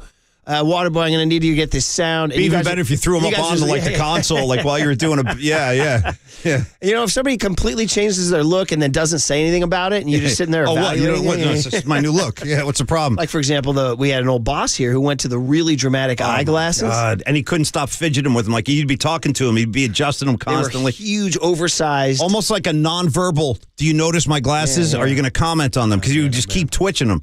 Shout out, what was his name? Jay something. Jay Dubs, I don't know, something. The actual... Yeah, I forget his last name. It was a J. No need to go there. Who? So there. He's around. But anyway, so it was mildly popping out there yesterday? Yeah, it was a good day at the ballpark. I mean, every day is a good day at the ballpark, for me at least. Yeah, and for that 13-year-old kid, you gave the... Good on you. I'm just out here trying to grow the game, boys. Just trying to grow the game. And I was trying to... I actually pinched and zoomed on the picture to see what beer it was. I couldn't tell. Oh, fuzzy. That was the space dust. Space dust. Yeah. Now, this was like a ricochet ball? I was up in club level level, which is probably my number one piece of advice. If you're looking to get a foul ball at a Giants game, go sit in club level. Yeah. There were at least a dozen of them scattered all over the place yesterday. And yeah, Paulie, it was hit right behind me. Ricochets off the back. But of course, I'm tracking the ball. I see the path it's going down. I'm already predicting it's going to drop underneath the seat right behind me. Well, you got that kind of antenna, and that's the thing. I can track a ball, You Paulie. can, obviously. You know, You've done it before. I did it last year on I opening remember. day for Tyro You got Estrada. a magnet in your hand, man. Exactly. So I know in Paulie, in the baseball world, we kind of call it an ugly finder. Sure. Like if you're in the dugout, you get hit by the ball. Hey, Well, there's an ugly finder. in your case, it'd be a handsome it's finder. a handsome finder. Yeah. So the ball found me. I pick it up and I start looking around immediately for a kid. And there's a kid about 13, 14 years old in a City Connect hat with big, bright eyes, Paulie Mac. This one's for you, I'm like, kid. that's my kid. This one's for you. I'm going to give it to him. That, if it's all right with Adam Copeland, of course. Yeah, he's definitely offering unsolicited Well, you didn't want him advice. to intervene. Yes, You had the situation handled. Well, Copes is like, go 2 rows over, 2 sections over. There's a dad with a baby. I was like, well, then who am I the giving baby the don't ball even know for? what's going on. Exactly. What's am I the giving baby? the ball to the baby or to the baby, dad? He'll get his Come on, down the Copes, road. Let me do my with you, thing. Marcus. I Thank got your you. back. Thank you, Paul. Yeah. So, by the way, I went from like 0 to 20, never getting a foul ball in my life, and then I had a stretch where I got like 5 or 6 in a few years span. I don't know what happened. Balls just started seeking me out, and you never get them on the. I've never caught one on the fly. It's always on a ricochet. Always on a catching one on a fly is a ballsy move. I've never had the chance to catch one on a fly, so I've never dropped one. I probably would drop one if I had the chance. Well, I'll put my hand up. I dropped the one last year from Tyro Estrada because he hit it like 111 miles per hour on the line. I don't trust my hands enough to catch the 110 mile an hour exit velocity. I like to play that off the bounce. I'm going to play that off the bounce. That's smart. Like high-a-lie. But I will say one of my favorite childhood memories was that actually sunken diamond at a Stanford baseball game. We're hanging out down the third baseline. My dad's just there drinking a couple beers. A line drive comes down the line. He sticks out one hand, grabs it, and I thought my dad was the coolest guy ever. That is one of the most incredibly cool. manly things you can do. I was like, how do you do that? Well, that's Ken Boucher. Not many more manly acts than just bare-handed one. Yeah. And I wait for the ricochet. If he somehow drops it, I'll go scoop it up off the ground. See, I would be the guy that it would ricochet off. I'd try to make a play doink, and it would like fall off my hands. You would grab it. My best one ever was sitting in 108. So we had our seats for a long time behind the visitors' dugout, about 30 rows up, and one went up into the club level, and I anticipated that it might come down, and it came dropping down, and I caught it. It was a Buster Posey foul ball. Came up, turned around, it came flying down, just caught it. I had the kids with me. They were young. They're like 6.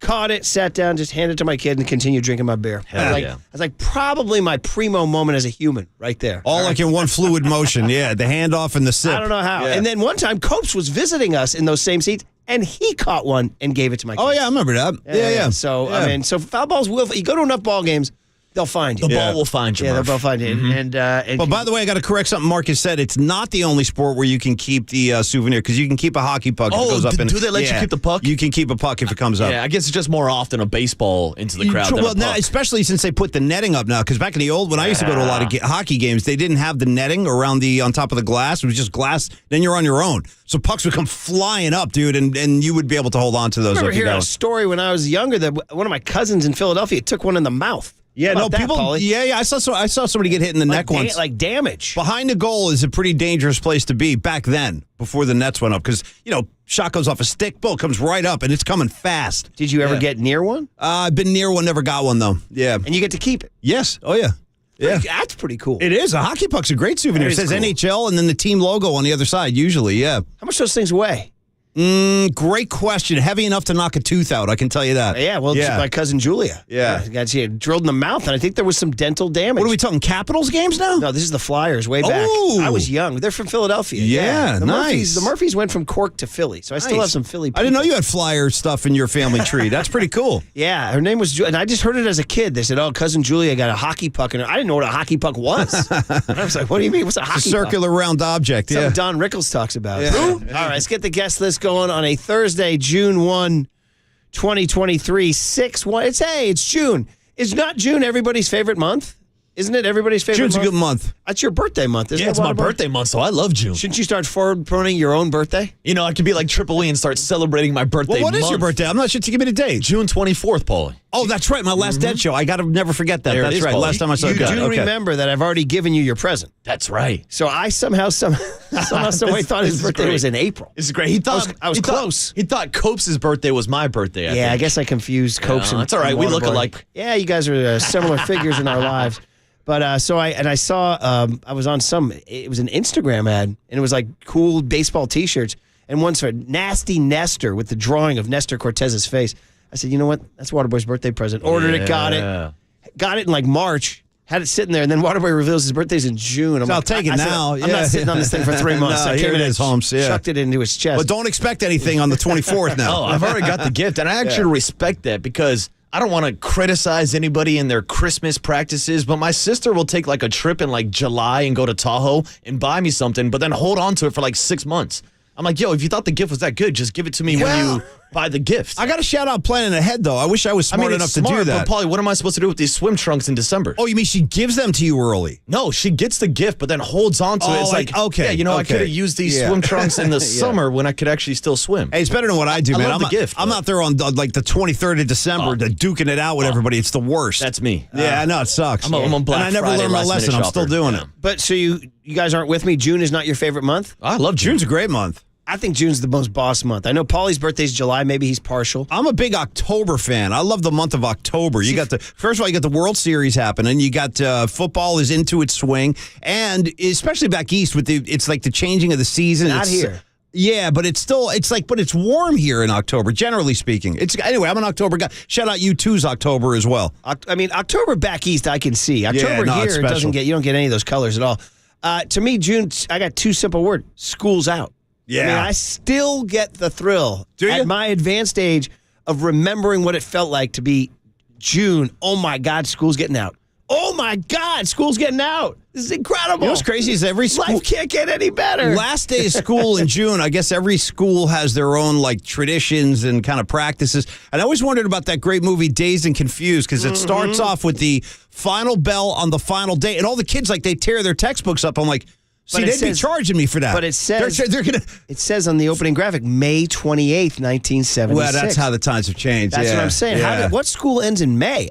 That's why kids who go to semester schools. Was Curry a semester college? Yeah. So you graduate like May 10th or whatever? No, it was later than that, but Okay. yeah. Some kids are like, Cal graduates like May 3rd. I'm like, what? Get your ass back in school. A lot of What are you schools are doing doing that on now. May Yeah. 3rd? Yeah. What do you mean, man? So we were a quarter system. We didn't get out till like June 18th or something. So, but anyway, I just to get the whiff of end of school and all that means. So happy June, everybody. Yeah, What do we man. got, Waterboy? All right, starting off at 7:15, we're going to get you ready for the NBA Finals tonight. Checking in with national basketball writer from GQ now. We're going to check in with Howard Beck, 7:15 That's this morning. an NBA veteran right there.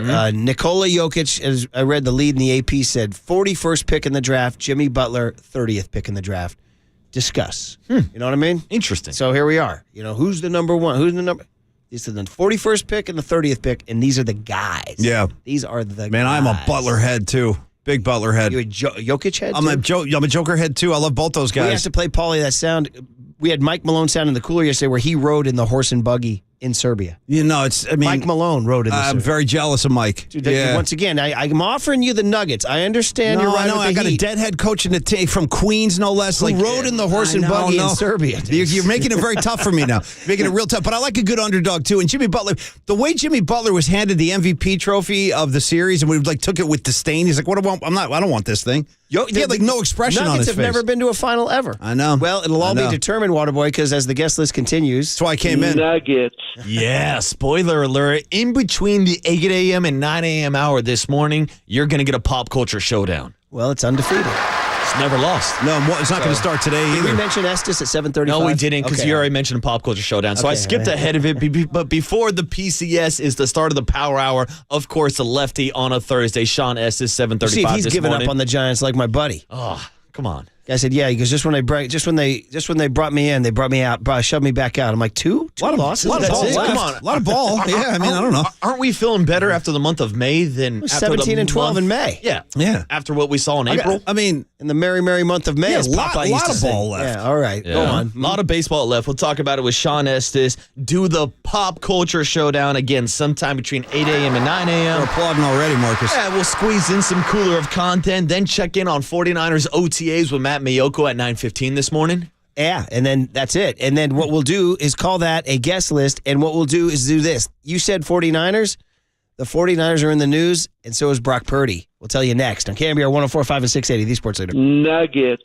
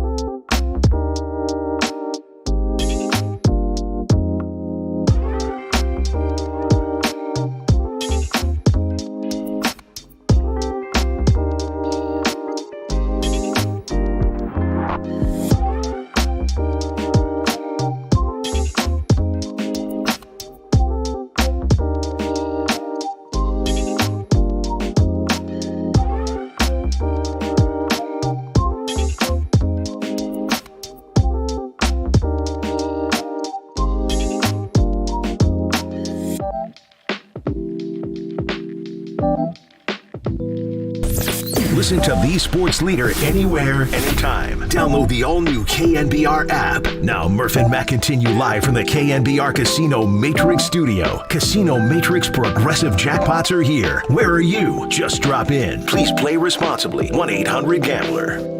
You know, there's certain markers that you hit. He was 12 weeks out, and that meant it was time to throw. He did so and responded really well. He's just had one session thus far, but, we're incredibly encouraged by that. We'll take it as it comes, as we're doing. He's working incredibly hard, and the early returns are really good. So hitting all the timelines. He said, quote, incredibly encouraged. Wow. When have you ever been incredibly encouraged about anything in life? It's been a while. Yeah, right, exactly. So that was John Lynch, 49er GM, obviously, talking about Brock Purdy. I will also remind you that the Bob Myers news continues to rattle, and Dalton Johnson will join Papa and Lund at 11:30 today. That's my boy. To discuss what's next for the Warriors. I saw a special edition of what's it called? Dubs Talk, Warriors Talk, whatever it is on NBC Sports Bay Area. I was watching that sometime yesterday afternoon. I saw my main man Dalton up in the wings up there, that little perch those guys sit up at.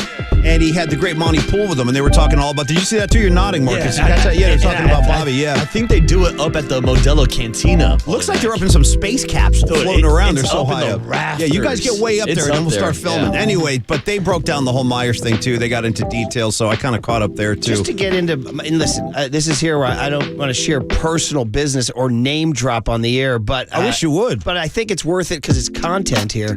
But Bob Myers. So, we all have each other's contact info, and I leave these people alone for the most part, I leave them alone. Unless there's something like, hey, can you come on the show or whatever like that. So I just wanted to send him a well wish, and I waited till the next day because I knew I figured he wouldn't even respond. But my joke, guys, was, incredible. Congratulations. You've done pretty well for a local kid. I said, but I can't believe you went to all this trouble just to execute the end game of joining Mick Cronin's coaching staff in Westwood. Whatever. Stupid joke, right? He writes back. He wrote back, which shocked me. Well, that's Bob. He's the best. Mick reached out, period. I can sit behind his bench, period.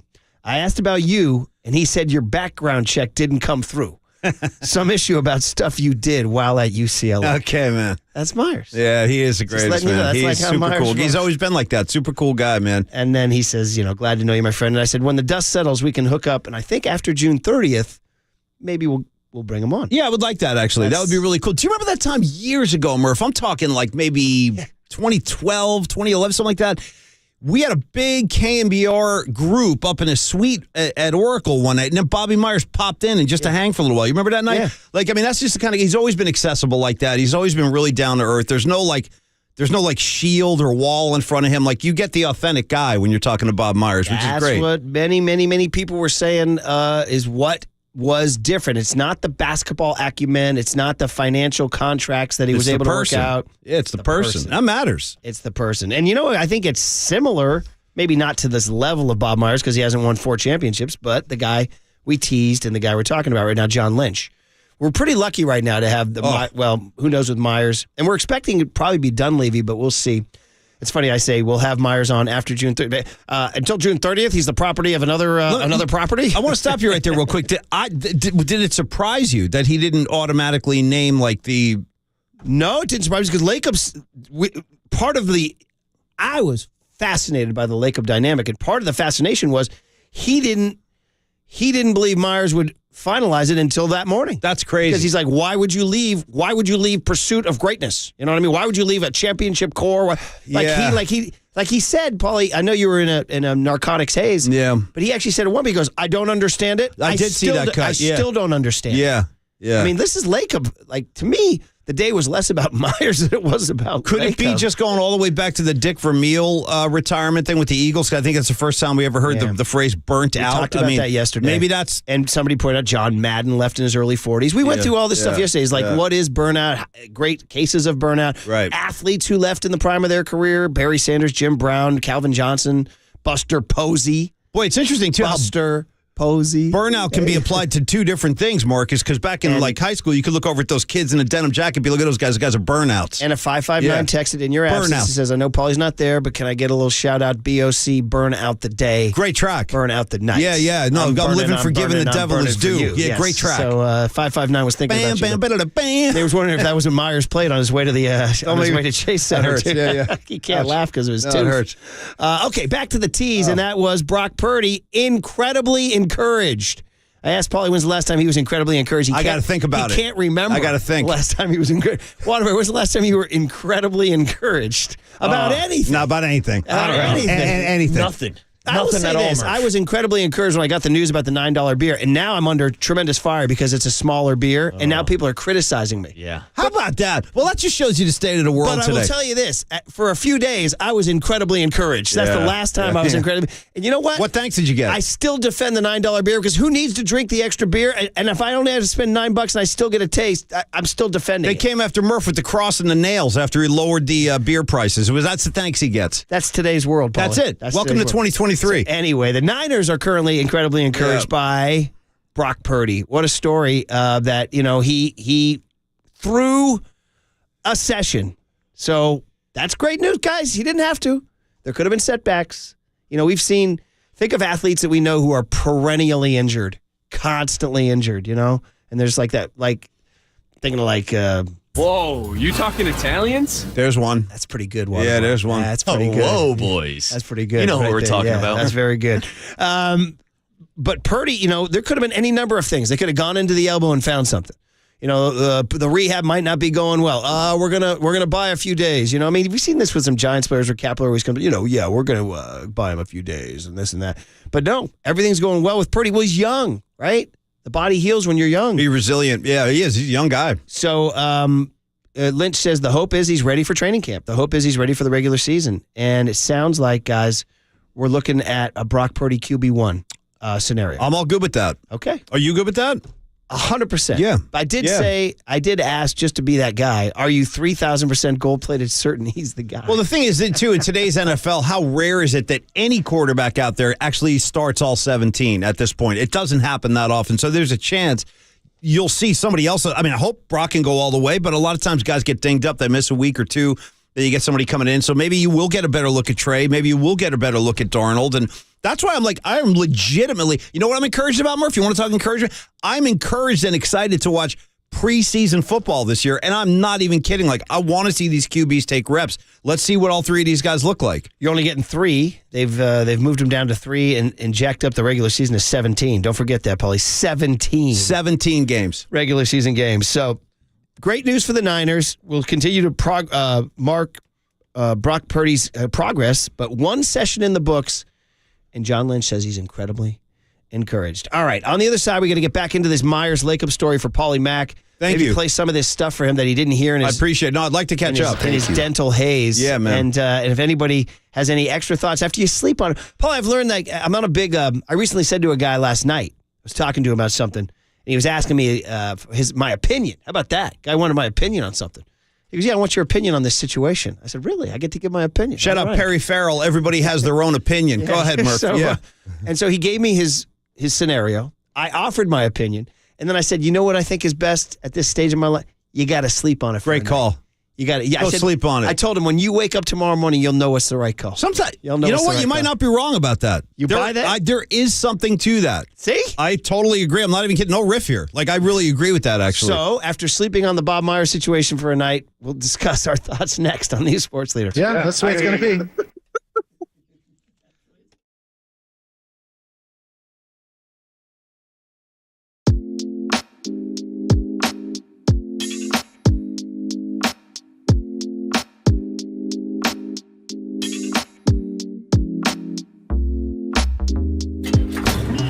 From the Chilton Auto Body Traffic Desk.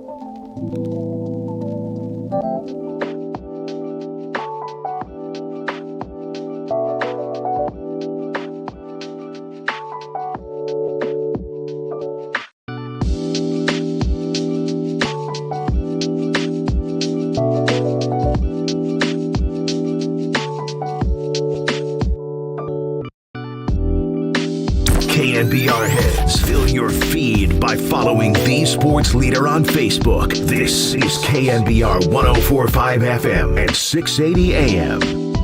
This is hard. I have, so many different things, emotions that I'm still processing. But the bottom line is this job, the one I'm in, and I would say this for any professional general manager or coach, requires complete engagement, complete effort, 1,000%. And if you can't do it, then you shouldn't do it. And so that's the answer to the question of why.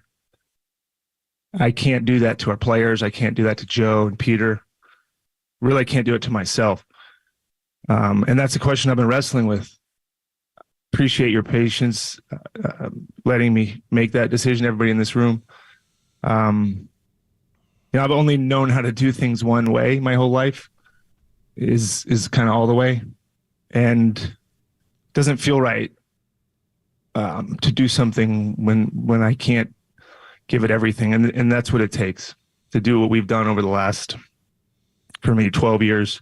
There it was. As we continue to recap, Paulie was off yesterday, and we're continuing. We slept on it for a night and thinking about this big moment in Warriors history here. But more important, it's set to Blue Oyster Cult's, shall we say, detour into top 40 land, Paulie, where they didn't go album rock on this one. They said, we need a hit. My guy's on it, man. I can't even add to that. By the way, ... for those curious parties out there, I've seen them. Well, 415 says you can see him again because they're playing the Marin County Fair in a few weeks. Bro, you know what? Let me just tell you a couple things about the from your home, Paulie. I've been over there. So when I used to work over at 107.7 The Bone before I hooked up with Murph in the early 2000s, I used to go out there and MC some of those things. So I introduced such acts as Grand Funk Railroad. Okay. Your Joan Jets. I would be a guy up there being like, ladies and gentlemen, thanks for coming out.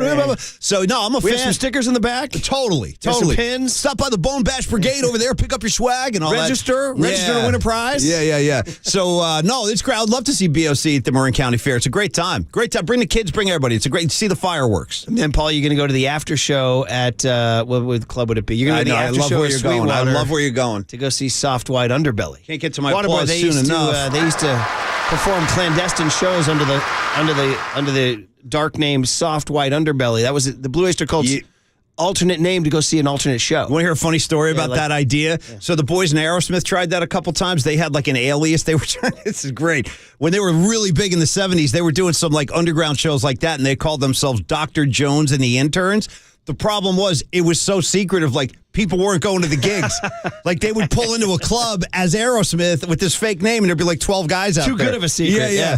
You're listening to KNBR and KNBR FM San Francisco, the sports leader, a Cumulus media station. So many things to catch Paulie up on Myers, and for us to continue to kick around. Yeah, fill me in, man. I feel sad about the loss of Bobby. I'm not going to lie. Like we got to start with the most important thing, Waterboy, and that's 559's text, who said, hey, guys, I mean, I listen to your show. I know what's going on in the world of basketball. When I say world, I mean even in the Far East.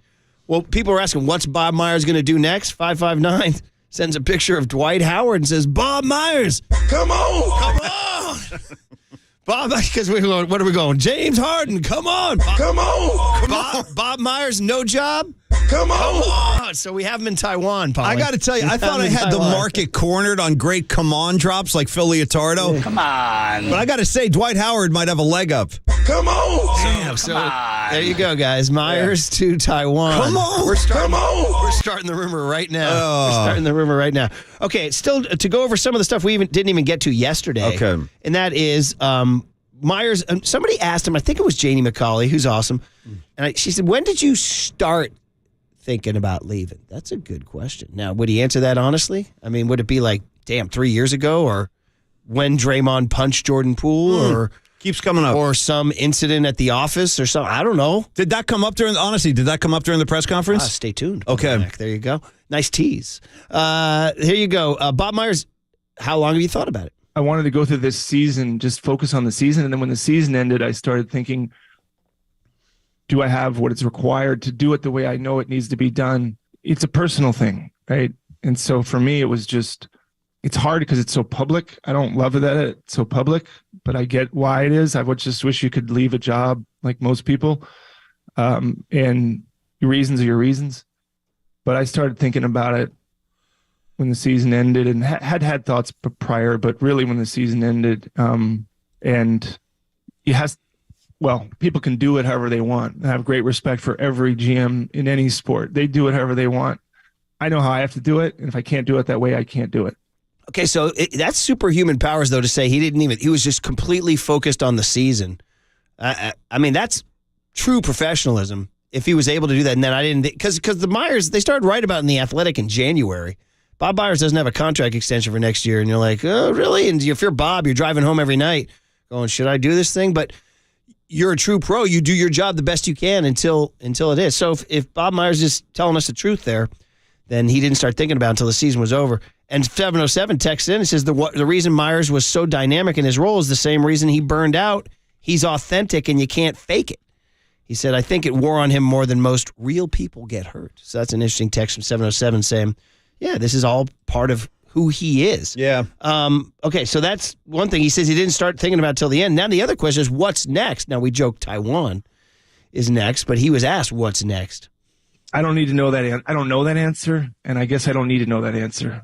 I'm in a narrow lane. Because I love basketball so much, but I don't know. I've never really stopped going. I went right from an agent to this. I went to law school at night after college. I just my whole life it's been like, maybe it'll be good for me to sit still. I don't know how good I'll be at it, but I've actually never done it, and maybe figure some things out. And I don't know what's coming. How about that, Paulie? Just I don't know. I don't need to know. Maybe I need to sit still. Can you sit still? No, I suck at that.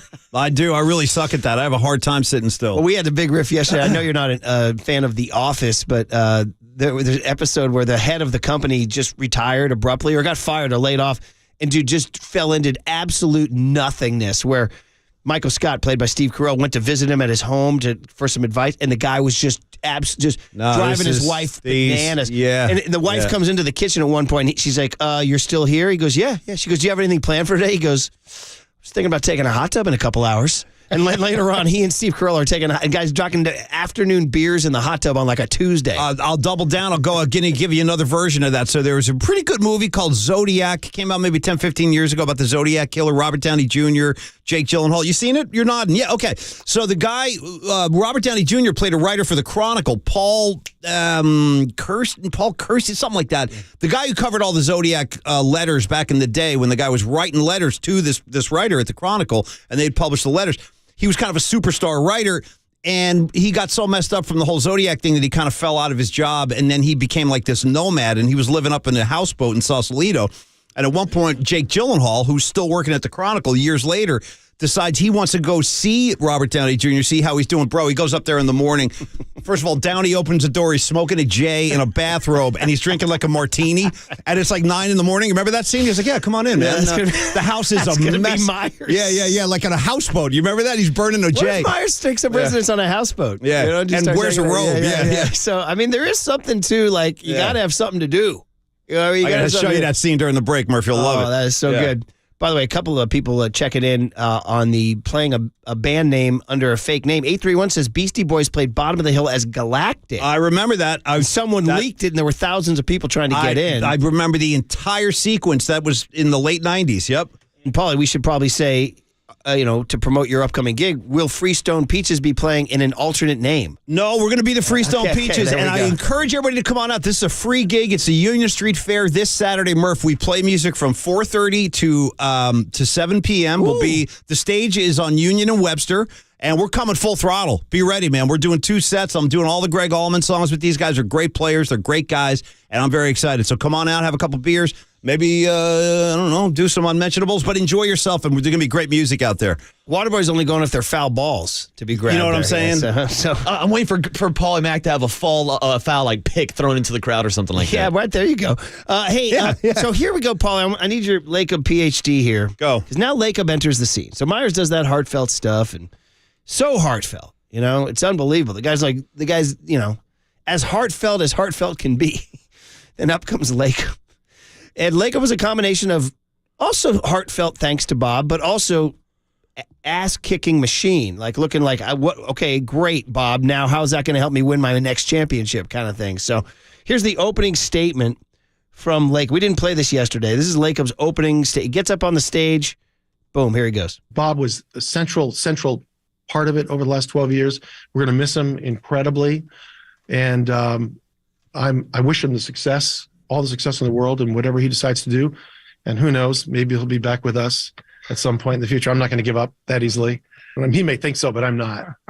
I've always said that success is, you have to have talent, but you have to have the management involved in these organizations on the business side, on the basketball side. Management makes a huge difference.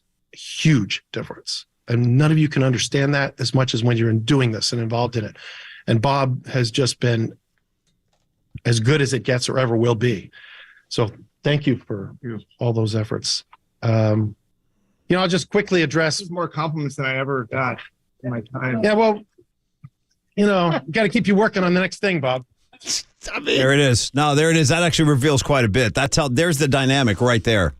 I mean, the fact that Bobby, because he's like, you never complimented me ever. Well, there won't be any more after this. It's like it's all business with Jumpin' Joe. And I get it. Look, the guy, how much money is this guy invested into this endeavor, man? He's throwing his everything, including the luxury taxes, all the penalties he's paid, hundreds of millions of dollars, and the success. I mean, you got to be half crazed like that to run a ship like that and to continue to succeed. So I get it. I mean, that's the personality type. Murph, you've met guys like that. You know how they are. I told the story yesterday. I said, certain things are in your brain forever. This had the vibe of the Simon and Garfunkel reunion on SNL where there was like tension in the air. There's some tension, but a lot of times that tension will also lead to great results, really. Like tension can be a good thing sometimes. When they open it up and before he starts playing the boxer, he says, "So, Artie, you've come crawling back." Yeah. He's like, "Oh, ha, ha, ha." He says, "You done with the movie?" I was like, "Oh," you know what I mean? So it's like there was love there, but there was also, this is how it is, So that's the way it's going to be. You can hear the nervous laugh from Bob. No question. Too, no question. Here's Lacob more. Here's more Lacob praising Bob Myers. So he was hard on him, but he also acknowledged he went through Paulie the move specifically, and we asked Marcus Thompson yesterday. We said mount Bob Myers' move more. Like we gave the 4 biggest moves. Which one's the best? Stealing Andre Iguodala from the Denver Nuggets on a free agent deal when the Warriors were nothing. Yeah. And he legitimized the franchise. Yep. Drafting Draymond Green. Nothing wrong with that. Somehow, some way convincing Kevin Durant to come to the Warriors.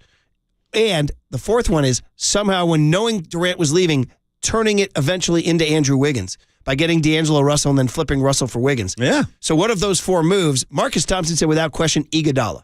He said that legitimized That's what started the whole thing. Franchise. Yep. I actually said to me, getting Wiggins for KD's departure. Because that got that last time. I know Curry won the last title, but I don't think they win the last title without Wiggins. No, they don't. They definitely don't. But I do. But the Iguodala thing, though, is you got to remember like the context that he was an all-star player who willingly wanted to come and be a part of this thing, which was just on the ground level. I mean, they were just starting to build not a it. destination. No, Not that's even why close. it was such a big deal. It's like, wow, we got an all-star. I mean, and then David Lee kind of had that feeling too. Those early guys, but Iguodala was a big piece, man. Yeah. So anyway, Myers goes through and Lacob praises him for all those moves. He said, "We don't get Iguodala without Bob." No, We don't get totally. KD." So here it is, praising him at the end, and Bob comments. Here. Okay. Yeah, Zebra 2, Waterboy. Zebra 2. Oh, that's what we just played. So we got to do the. Okay, well then we move on to the next one, which is Lacob. This is the part about work until June 30. So Paulie's got a contract through June 30, but I think Bob might have felt like, hey, I'm hanging it up. I just resigned. I guess I'm gonna. No. Well, here's Lacob. I think we're preparing for the draft, free agency, all those things.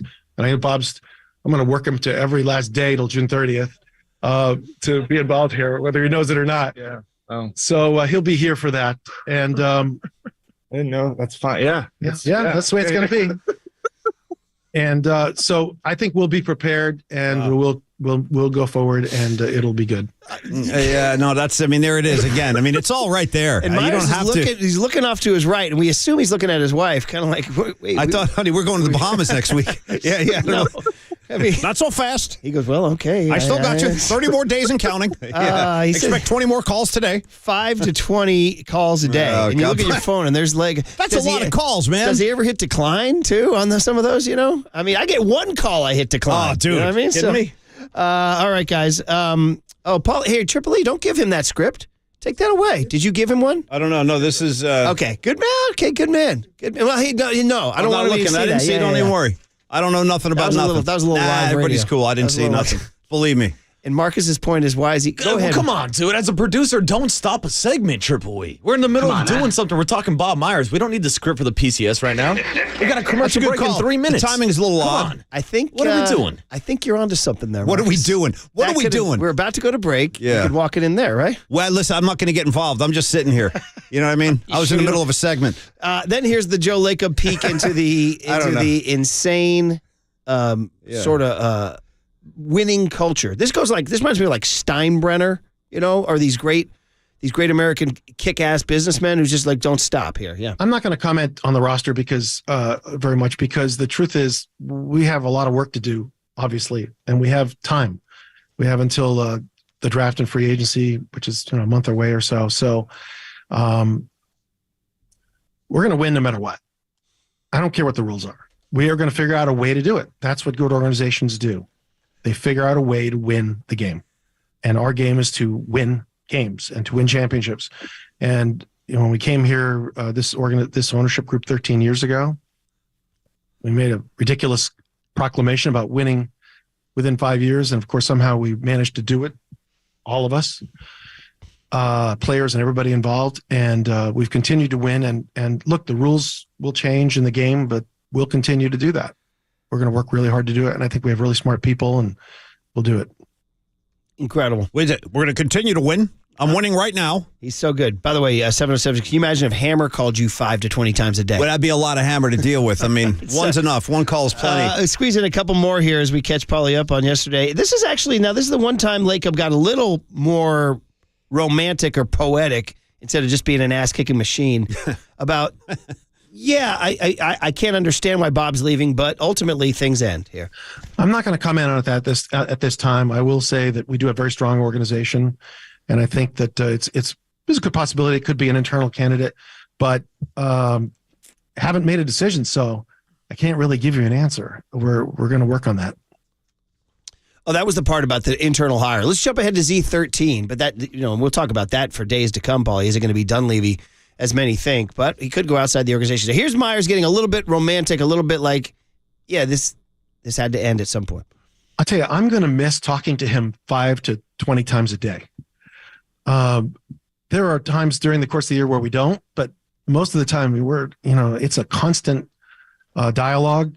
I'm going to miss that. Probably the thing I'm going to miss the most is that because Bob is such a great person. So smart, and I don't mean to keep giving you more accolades here today, but might as well. Yeah. That's going to be hard. We've all worked together for a long time. And I mean, that's going to be a very difficult thing to adjust to. But, life goes on and nothing is forever. We all know that. Owners don't own teams forever. Players don't play forever. We'd like to think they do. New players come along and get better, and all of a sudden they emerge. Maybe Bob has something else great in his future that he wants to do. These things do change, and as much as we'd like them to last forever, they just don't. How about that, Paulie? Well, that was pretty deep. That's about as deep as I got to say, though. I hear some comedy in there in my brain because Lacob's out here going like, I call Joe, I call Bob 5 to 20 times a day, and frankly, I'm going to miss that. And I bet you inside of Bob Meyer's head, he's like, well, you're going to miss that. That's the reason I'm leaving, Holmes. Those 20 calls a day is a little much. Incredible. So we cut you up on that and still think about it. And Bob Myers is gone. All right, man. Well, it was a great run. Actually, I shouldn't say he's gone. He's got 30 more days. Yeah, 30 more starting days. today, he's on the clock. And I'd say the Vegas betting odds are Mike Dunleavy. Those are the Vegas betting odds. How do you feel about that? Well, I mean, I don't know a lot about Mike. I mean, I know who he is and everything, but I don't know. On our show, remember? Yeah, When we put him no, on of the course. show? I just don't know how he'll do in that role. I don't know. Bob went on and on, but Bob's the one who brought him in. Yeah. Like, Bob brought him in. Bob said he knows more about basketball than I do. Right. Does he have the relationships? Does he have that's those? huge. Former Warrior, wore the jersey. Oh, yeah. He That with the matters. Thunder era, bro. Yeah. He was out there with Thunder. So that stuff will all follow quite closely. Okay, NBA Finals preview with David Beck. Pardon me, David Beck. That's my wife's old editor at the Mercury News. Wrong David guy. Beck. Yeah, no. This is Howard Beck. It's My different God. dude. Yeah. Glad I didn't say that with him on the line. Howard Beck, who's a great NBA writer and has been for years, and he'll have thoughts on Myers. Could you drum up a guest hit for Barry Beck, former captain of the New York Rangers? I'll take Barry Beck if as you well. told me that Barry Beck was in Motley Crue, I would have believed you. Barry Beck was such a badass. He was a captain of the Rangers, didn't wear a helmet, used to knock guys out with one punch. I'll show you footage. Well, who was that guy with the name that laid me out that one day? Nicky Fatiou? No. In either Poison or there's so many. What do you want? No, Rick Frenchie. JJ French. JJ French on guitar, Twisted City, because I did the I Want a Brock. And you're like, give me some names. I go, well, D. Snyder on the mic. You got JJ French on guitar. Murph lost his mind. Isn't that a great name? JJ French. Yeah, it is money. Yeah, I know. I'm glad you see it. Howard Beck and then Sean Estes, and then the big hit is the Pop Culture Showdown determining your NBA champ next on the Sports Leader. We're going to win no matter what. I don't care what the rules are.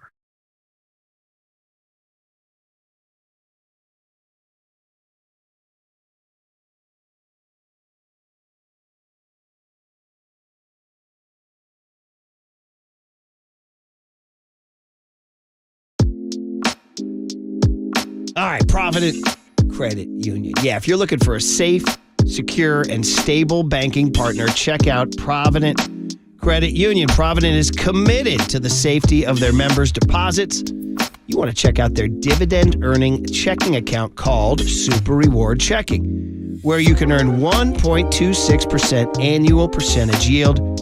Super Reward Checking has no monthly or annual fees and includes free access to ATMs nationwide. So with over $3.5 billion in assets, Provident has earned a name for safety and soundness. Start earning 1.26% annual percentage yield with a Super Reward Checking account. Visit providentcu.org. That's providentcu.org, or stop by any of their 21 Bay Area branches. That rate is effective May 1st, 2023. Federally insured by the NCUA. Rate may change at any time.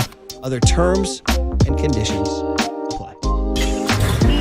From the Chilton Auto Body Traffic Desk.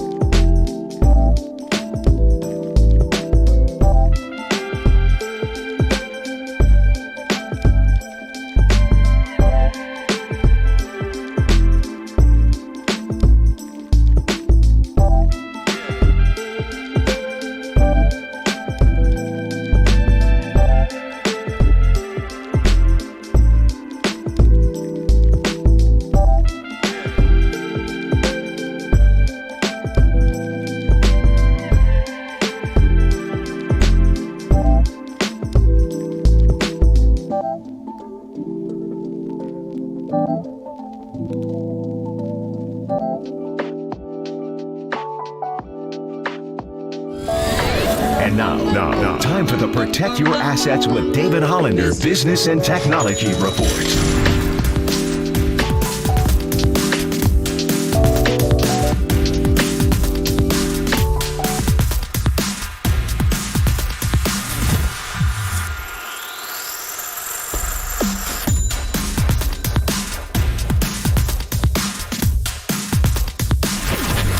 This has been the Protect Your Assets with David Hollander Business and Technology Report. Do you want to pay less taxes this year? Learn more. Listen to David's show every Saturday morning on KNBR or call 1-866-PROTECT. Listen to the sports leader anywhere, anytime. Download the all-new KNBR app. Now, Murph and Matt continue live from the KNBR Casino Matrix Studio. Casino Matrix Progressive Jackpots are here. Where are you? Just drop in. Please play responsibly. 1-800-GAMBLER. Well, as I told our team, man, like, forget the 8-seed stuff. I mean, they beat Milwaukee 4-1. Team had the most wins in the NBA this year. They beat Boston 4-3, and they're up 3-0. Team with, I think, the second most wins in the NBA this year. So you get to the NBA Finals, it's not about seeding anymore. And for those that are thinking that this is going to be an easy series, I don't even know what to say to you people. I mean, like, this is going to be the biggest challenge of our lives. It's the NBA Finals. You know, this is, you're trying to win the first NBA championship in franchise history. And it's going to be the hardest thing that we've ever done, which is the way it should be. There it is. Mike Malone, who we love, has that Brian Sabian vibe to him. And yeah, the 8-seed Heat, in theory, no, they are the Eastern Conference champions, taking on the 1-seed Denver Nuggets, who fulfilled their role. We're all excited about it. I wonder if the country is. I wonder if this is good for the NBA in general. Let's ask Howard Beck, who's covered the league for years and years. You can read him at GQ sports, and of course, Howard, we're happy to have you on the Murphy Mac Show. Brian Murphy, Paul McCaffrey. Happy NBA Finals Game 1. How you doing, Howard? Good morning, gentlemen. Good to be with you. Yeah, let's talk. I'll start with that. One of those dreaded sort of like media questions, which is it good for the NBA? You know, you cover this league a long time, and they always want Lakers Celtics no matter what, right? And instead you got Heat Nuggets. How do you think the league feels about this? Are they dreading a low-profile finals? Depends on what you consider, quote-unquote, the league. Because I think when people have these kinds of discussions or float that kind of premise, it's always, what the league office wants or what their TV partners want because it's good for, their bottom line, revenue, ratings, all this. First of all, the TV contract that involves ABC and ESPN, who will be broadcasting the finals, that was signed years ago. Nothing changes. It doesn't matter.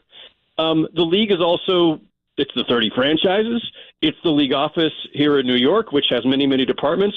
I guess there's probably somebody on the marketing side who's sitting there going, I wish we got Lakers Celtics or Warriors Celtics. I guess that's maybe. But there's all these other people who work in the league office who have nothing to do with any of that and who are looking at things like, hey, how do people in Milwaukee feel about their chances of making the finals? Oh, cool. A couple of years ago, they actually made it and won a championship. That's good for a small market team that hadn't had a lot of success. And you can go through that for all kinds of different iterations of that.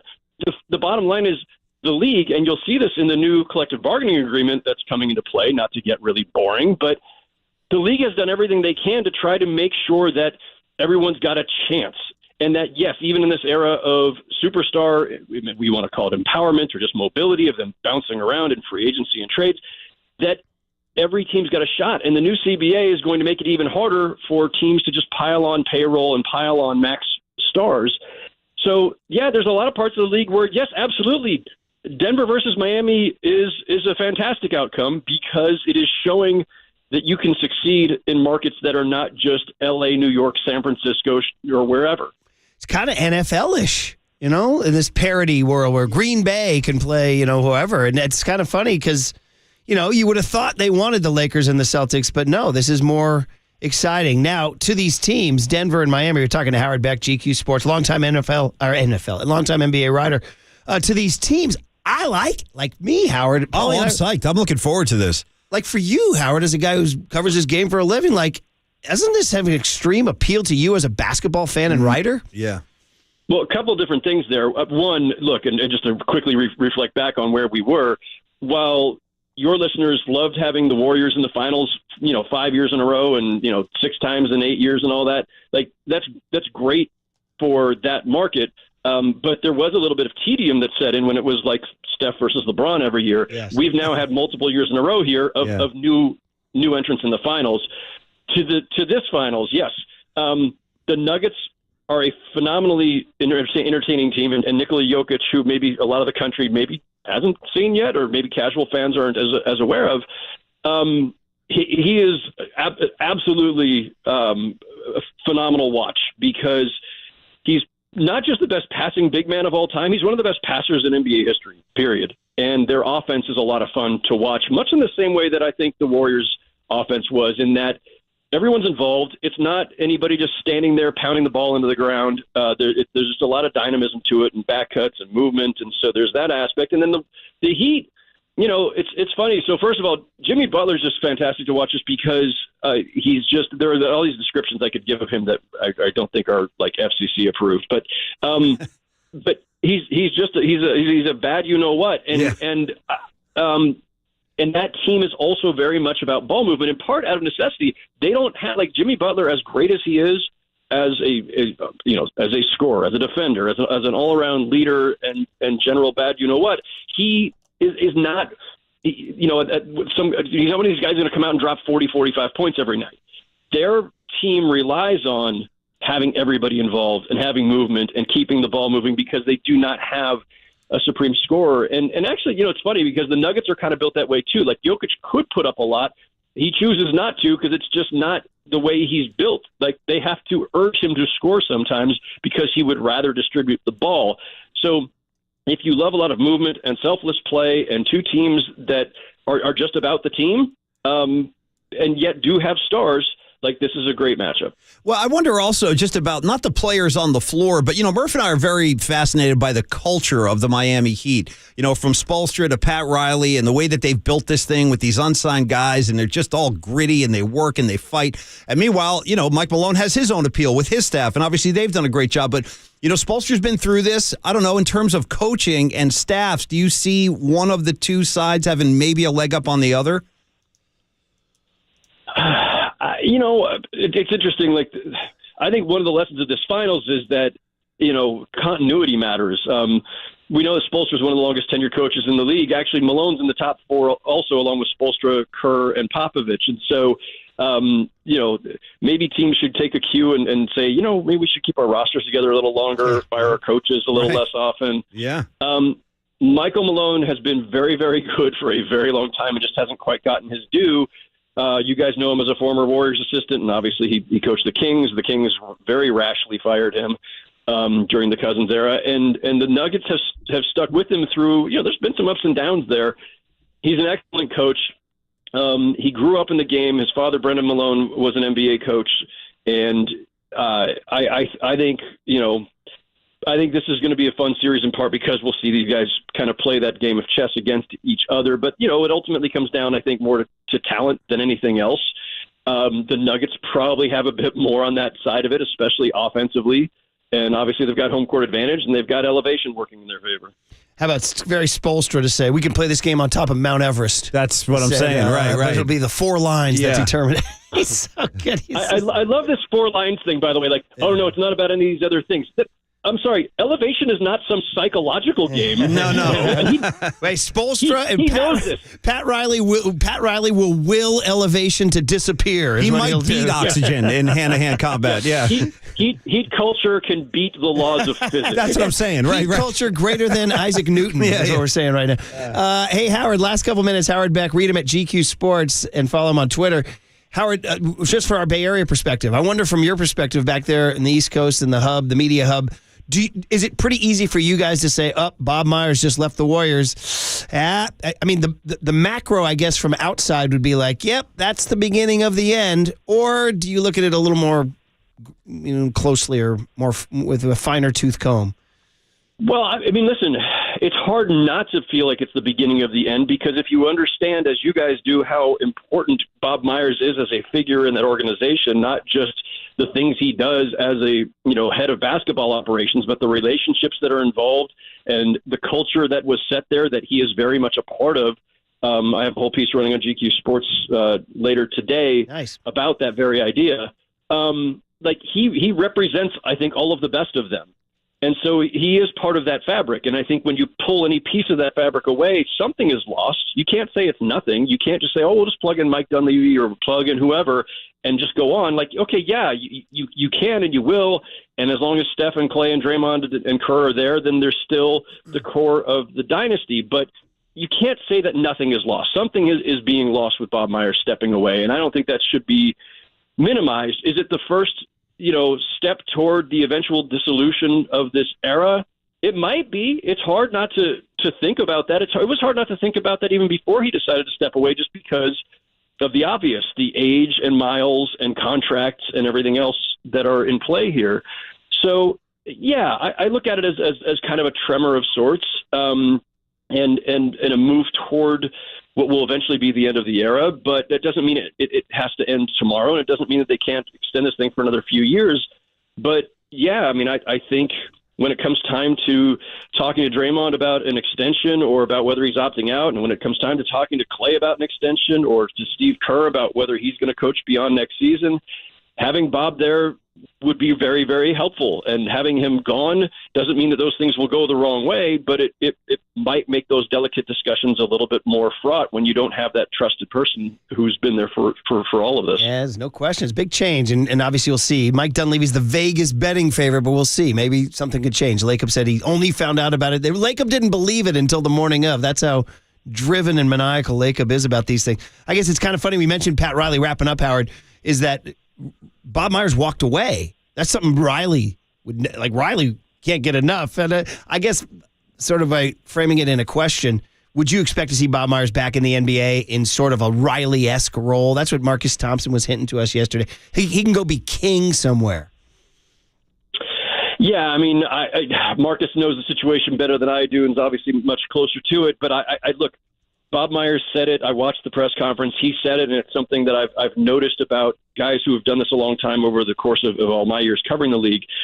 It's an addiction. He used that word, and it's hard to step away from the competition. It's hard not to miss it, and I know he wants to spend time with his family, and it's a really demanding job, and there's a lot of stress, and he can afford to kind of step away, and if he wants to do other things with his life that are even outside of basketball, there'll be all kinds of opportunities open to Bob Myers. He'd be great in broadcasting if you wanted to go that route.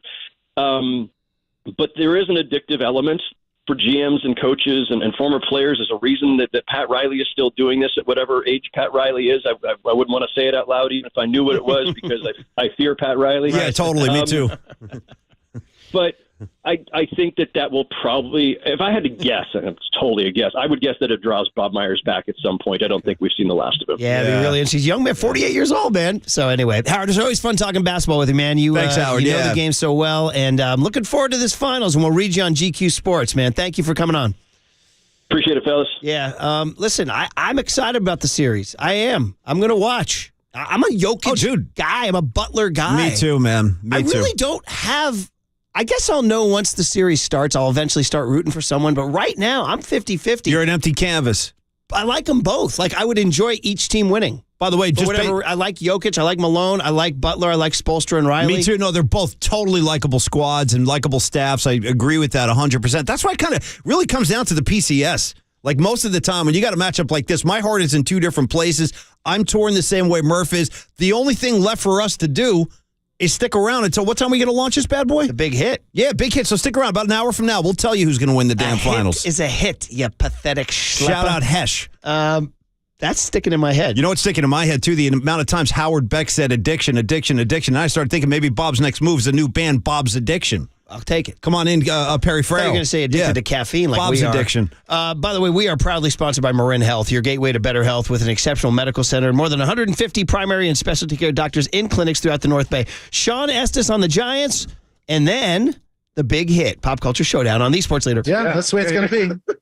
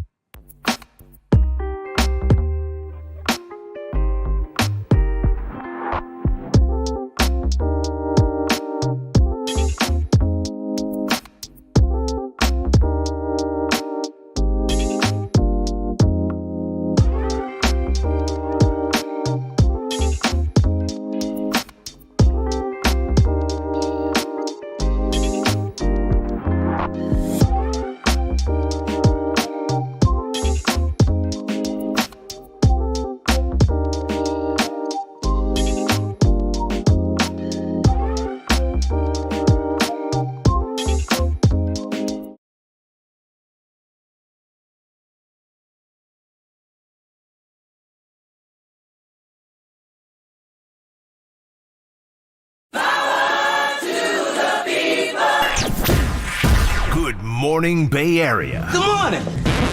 Good morning. Brace yourselves for KNBR's Power Surge. The sports leader welcomes you to Murph and Max Power Hour. On the mound, he broke hitters down. And this one secures the shutout for Sean Estes. And now on the mic, he breaks down the Giants. It's former All-Star lefty Sean Estes with Murph and Mac. Sponsored by River Islands. Come home to River Islands in Lathrop and discover the San Joaquin River lifestyle with its lakes, parks, and schools. Start your tour today at riverislands.com. And by Dolan Law Firm, the best lawyers we hope you never need. DolanLawFirm.com. On KNBR 104.5 FM and 680 AM, the sports leader. All right, 2 losses. Have you given up? Have you given up? I'm kidding. It's June 1st. Giants has finished a good May, and we'll talk about it with Sean Estes, and so will Eric Burns talk about it with Tolbert and Copes today at 3:50. But first, we got the lefty Sean Estes on the hill. It's always great to talk to Sean.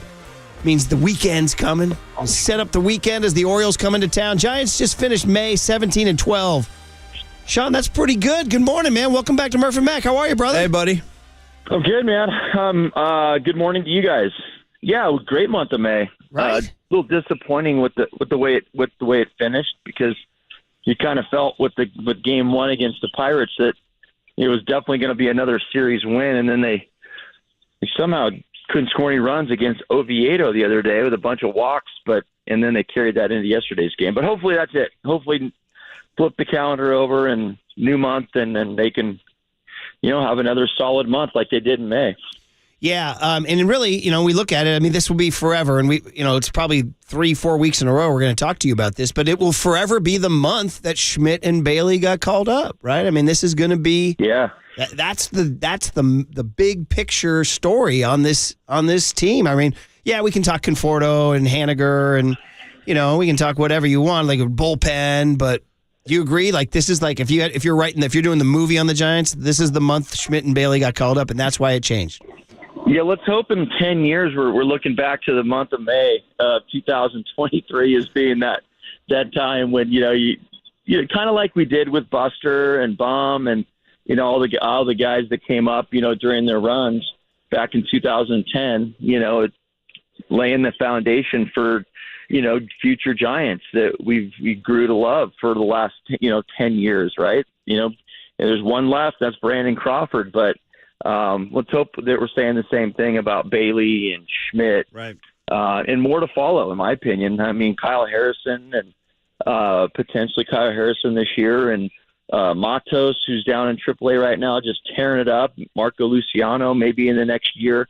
So, yeah, I think that the future's bright. I really do. From what I've seen so far of the guys that have called, the rookies that are on this team right now, hey, Blake Sable may even be in that mix as well. Rule 5 guy, Blake Sable, remember him? And having a great career in 10 years. So, it's fun to watch, guys. I mean, there's a lot to be said about, you talk about the youthful, the enthusiasm, the energy they bring. I mean, that could be overstated at times. I can't be overstated too much, but the fact is that, when you get called up as a rookie, that's great.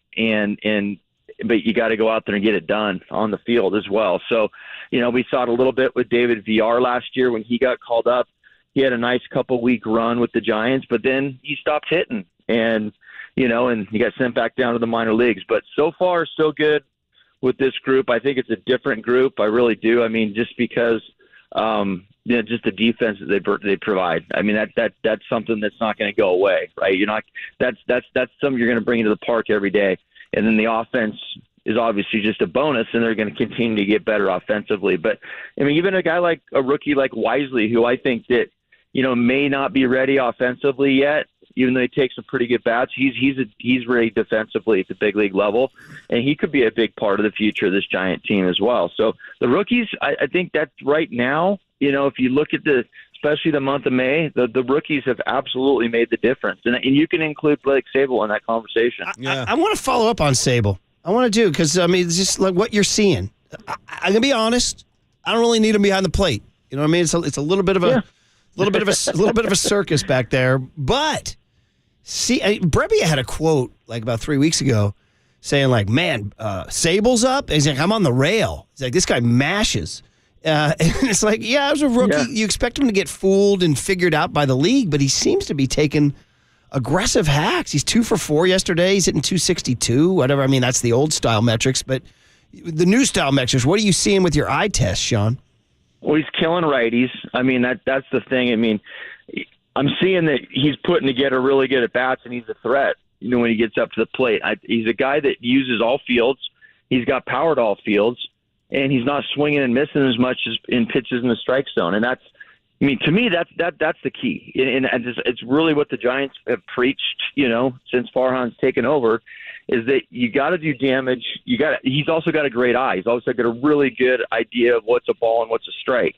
And that takes a while. I mean, as we're seeing with Casey Schmidt, obviously a much more aggressive hitter, but it takes a while to have a really good idea of the strike zone and swing at pitches that you can drive. And he's done that. And I just think the biggest thing with him is that the first day he stepped foot in a Giants clubhouse, he believed he belonged in the big leagues. And this is a Rule 5 guy that, hadn't played above Double-A, and a guy that hadn't had a lot of reps behind the plate, and he was expected to be a guy that was supposed to catch, right? He was going to be in the rotation. But as far as offensively, he believed he belonged in the big leagues. And regardless of maybe some struggles early in the year with strikeouts, I think at one point he almost had struck out half of his at-bats. He still believed that he was going to make the adjustments necessary through hard work and, just confidence that he was going to turn the corner, and he did. And I think he's just a guy that's going to continue to get better as a big league hitter, because I think the biggest thing is that he's already failed a little bit, and he's gotten through that, and he's had some success, and he's got a great eye. I think that's one thing that will keep guys in the big leagues for a long time is just their knowledge of the strike zone, and then their ability to hit the baseball hard when they get a strike. And so, yeah, I love what I see out of Blake Sable. I think he kind of gets forgotten in the mix of these rookies because Schmidt and Bailey have made such a big impact. They're organizational guys. We've been waiting a long time for a couple guys like that, from the organization, to build that future foundation. But he's a Rule 5 guy. I consider him still kind of an organizational guy, even though he didn't get drafted by the Giants. Rule 5 guys, they don't come around very often and make an impact. So, let's talk a lot about Blake Sable. Hopefully we're still talking about Blake Sable in September, right? I mean, defensively, it's a work in progress. And I think what happens is with a guy like Blake, and I talked to Cap about him the other day, he still thinks he's doing a great job behind the plate. Yeah, it doesn't look pretty, is what he said.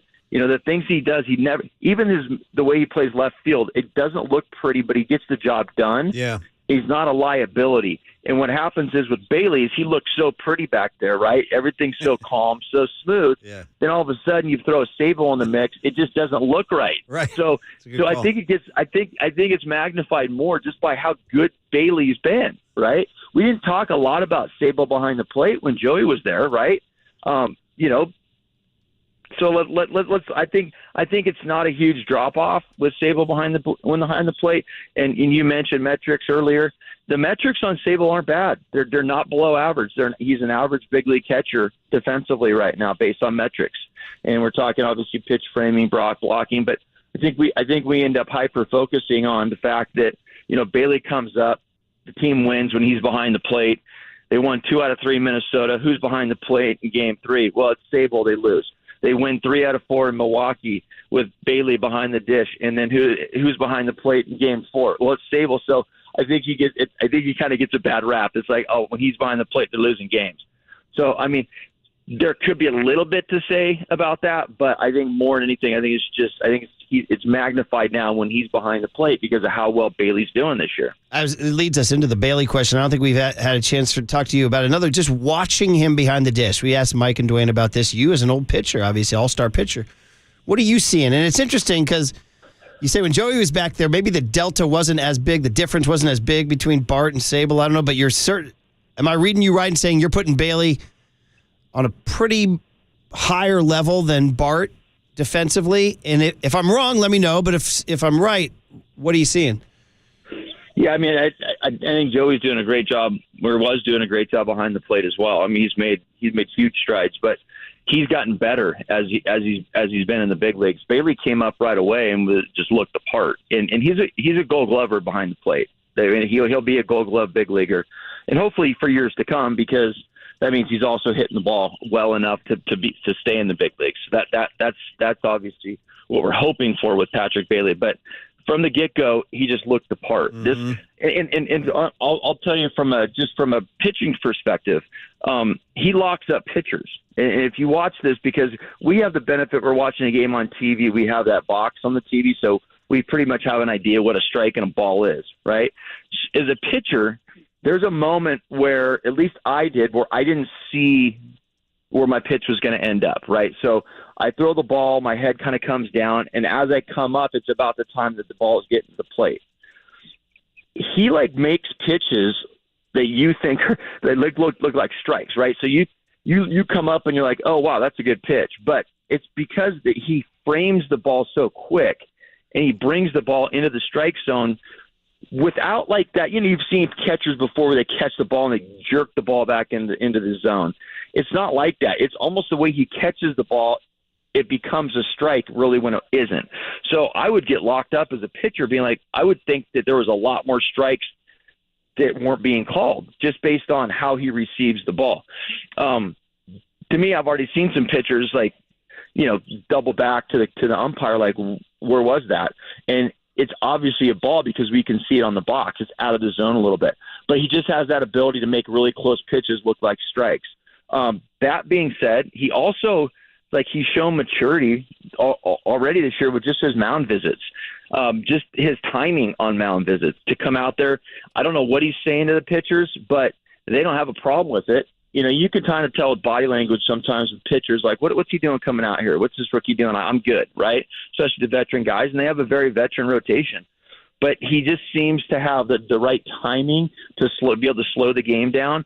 And then, probably going out there and saying the right things, just being kind of a voice of reason and calm in those situations. He doesn't he seems like he's just not, there's never any jumpiness. There's never nerves. I don't know how to explain it. He just looks like the part, you know what I mean?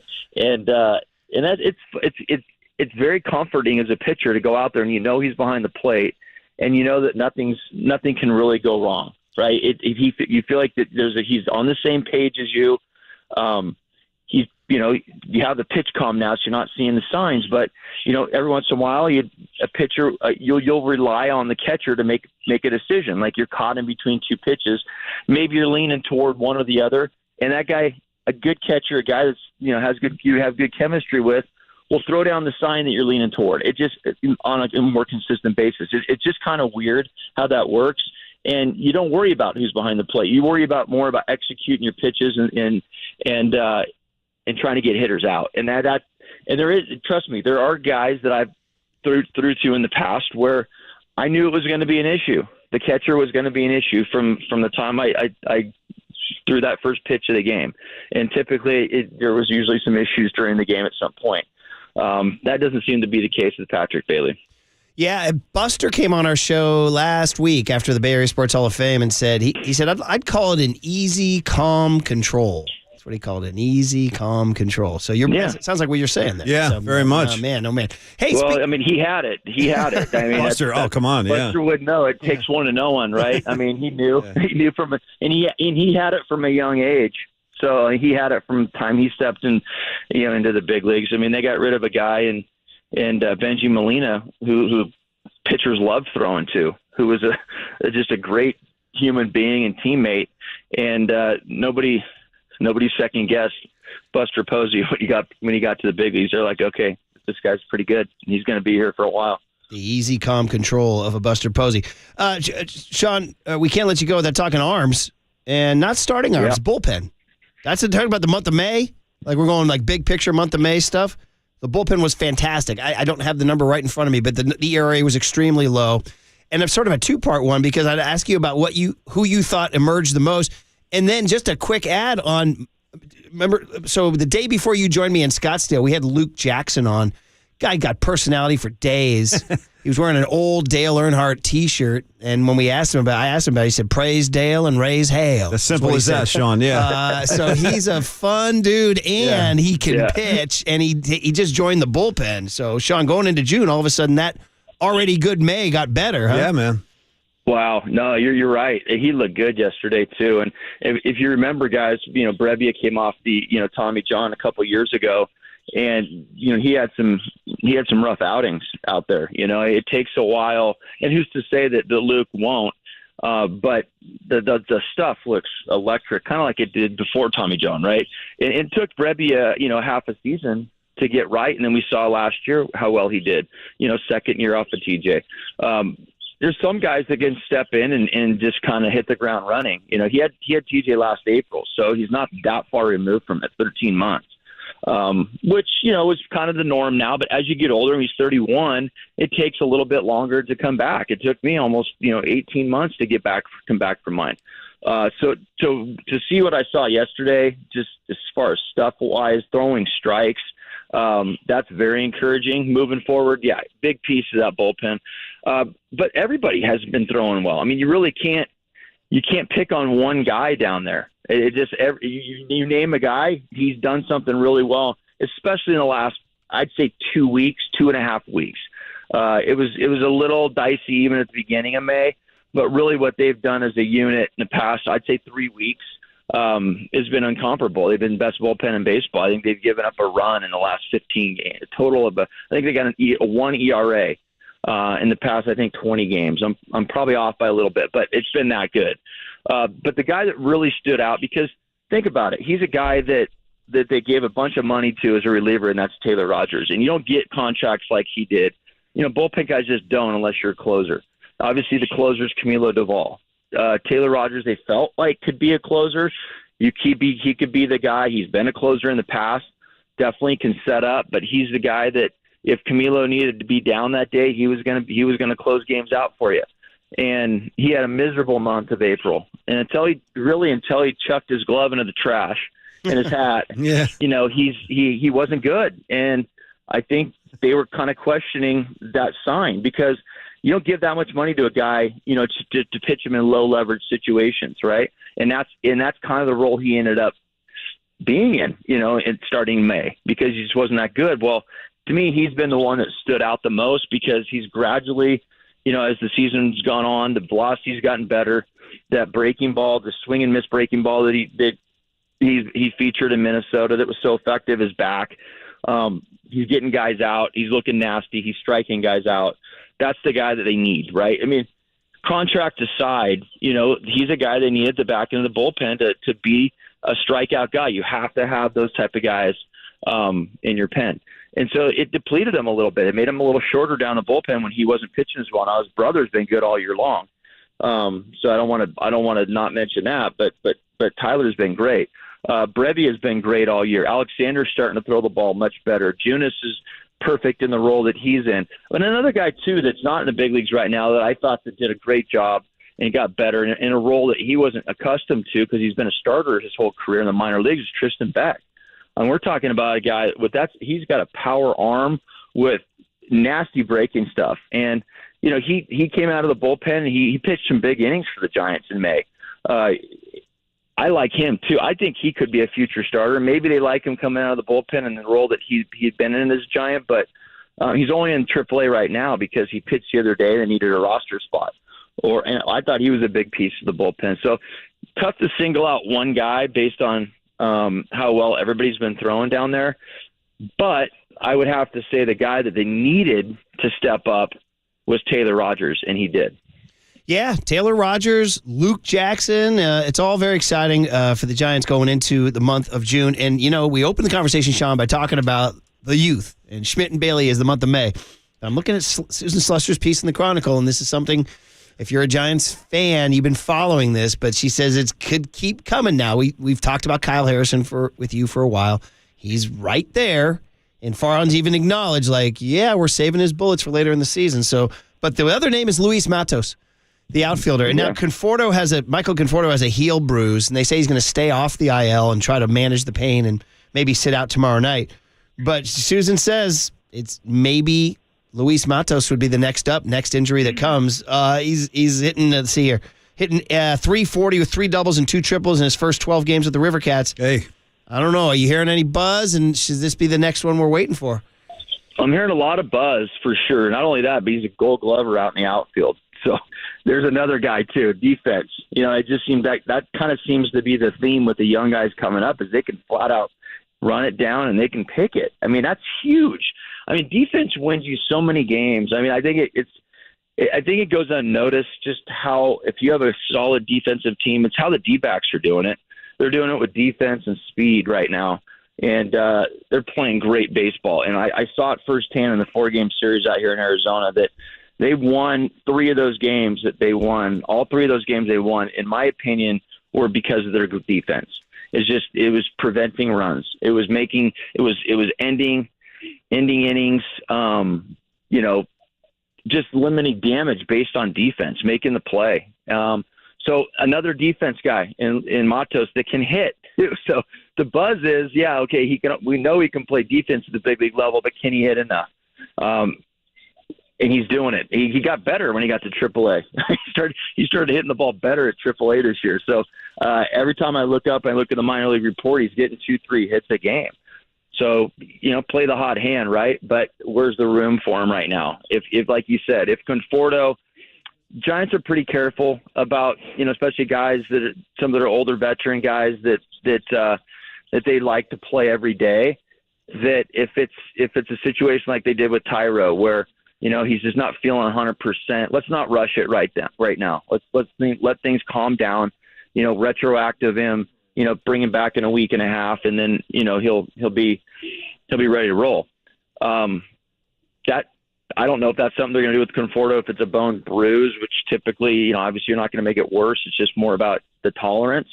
But if he was a guy that they decided to IL, we'd see Luis Matos in the big leagues, I think. So another exciting player too. So we might have to be a little bit more patient with him. Kind of hope we have to be more patient with him because that means there is an injury, and I like the team that they're featuring right now. So, but I wouldn't be surprised in September if we're talking about Luis Matos being a part of this Giants roster. Guy's 21 years old, man. 21 years old. And there you go, another young stud. I love it. I know. I mean, I mentioned him earlier in our segment, but he's a guy that they. Well, Pat Burrell, works in the minor leagues for the Giants, sees all these guys, and this was a couple years ago. He said he liked him better than anybody down there. Wow. Yeah, yeah. I'm with you, man. All right, man. I need my Estes. We'll let you go. I need my Estes schedule though. So it's June. When are we getting you on TV or radio anytime soon? When are we getting this? I'm going St. Louis, LA series. Okay, that's that week. That'll be a fun one. Nice. That's 12 days from now, June 12 through 18. A little Cardinal action, a little Dodger action. Cardinals actually trying to piece it together after their brutal start. They're still 7 under. Dodgers trying to fight off your Diamondbacks, Sean. I mean, Diamondbacks just knocking on the door, man. Yeah, my Diamondbacks, I love it. Yeah, well, that's down Sean's D-back. That's your turf, buddy. No. Hey, and then when are we road tripping to Michigan? When do we get you with the dog and the Funyuns and the Mountain Dew? Because we're going to need that. Yeah. Yeah, I know. Marley and me, actually it's Bowie and me. Yeah. Bowie and me will be making the road trip late June. Yeah. I need my Estes You'll catch me on the road at some point. I'm looking forward to that, man. It always feels like a summer roadie with Sean. So we'll get you. I want you to be on the road when we're driving. I want you to be describing like the Nebraska farmland to us. All right. I will, absolutely. That'll be all there is to talk about at that point. I know, dude. All right. You're the man, we'll Sean. Look forward Thank to you. our next chat, and it'll be next Thursday. And you're the man, and have a good weekend. Okay, guys. You too. Yeah. Talk Sean next Estes. week. The good cheer of a Sean Estes ball. You ain't kidding, bro. I'm a big fan of his hits on our show. He's really developed as a broadcaster, too. Like, when he's doing games, I think he's really come a long way. Totally agree. I love his insights, man. He'll never remember this, but about 5 years ago, we brought the kids down to Scottsdale. We finished up our broadcast on Friday. I had check with Candace and the kids come down and spend the weekend. We went to a couple games, and saw Arizona. And so the Friday night, I said, what do you do with your family on a Friday night? You take them to Shake Shack, right, in the Scottsdale Mall. Oh, this is a good one, yeah. And there he was in line in front of me, Sean That's all. Estes. Just like a regular guy. I walked. At that time, we weren't doing the weekly hits with him, so we only Former had Major League Baseball All-Star Sean I said, Estes. "Hey, Sean, Brian Murphy, KNBR." He's like, "Yeah, Murph, of course. How you doing, man?" I said, Just a cool dude. I said, "Good to see you, man." Yeah. He goes, "What are you doing here?" He said, "Don't you go home?" I said, "No, the family's down here." I He come goes, for "Yeah." the strudel. It's I said, great. "What you doing?" He goes, Yeah. "Oh, Friday night." He goes, "My wife and I." He goes, "We got a nice little tradition." He goes, "We come to Shake Shack, then we go see a movie." That's how you settle into life. After a big league career, What Marcus. more do you need out of life, It's all Paulie? about shakes and settling in. Yeah.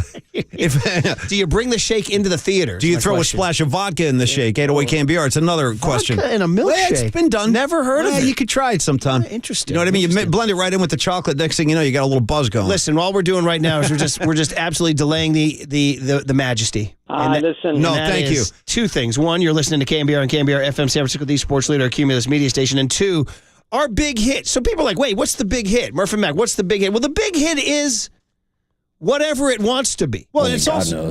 Well, no, it's also the big hit is also a lifestyle. I mean, we've talked about it. The big hit provides its own energy. You know, the refresher, I got you covered right here. You down with BAG? Yep. You down with BAG? You down with BAG? Who down with BAG? Every last homie. That's all you need to know. Say every last homie. Every last homie. Okay, so the big hit, sometimes it's the Bob Myers dissection. Sometimes it's Brock Purdy is throwing. And sometimes it's the NBA Finals Pop Culture See Showdown. what I'm saying, dude? Which is your big hit. Listen. Next on KNBR 104.5 and 680, the Sports Leader. Praise Dale or raise hell. You're listening to Murph and Max Power Hour. Now on 104.5 FM and 680. This is KNBR, the sports leader. Here's what's trending now. Trending now. On KNBR.com. George Conto stopped by KNBR tonight last night with FP Santangelo to talk about Patrick Bailey behind home plate and the effect that it's had on the Giants pitching staff. To hear that podcast and more, check out what's trending now on the all-new KNBR app.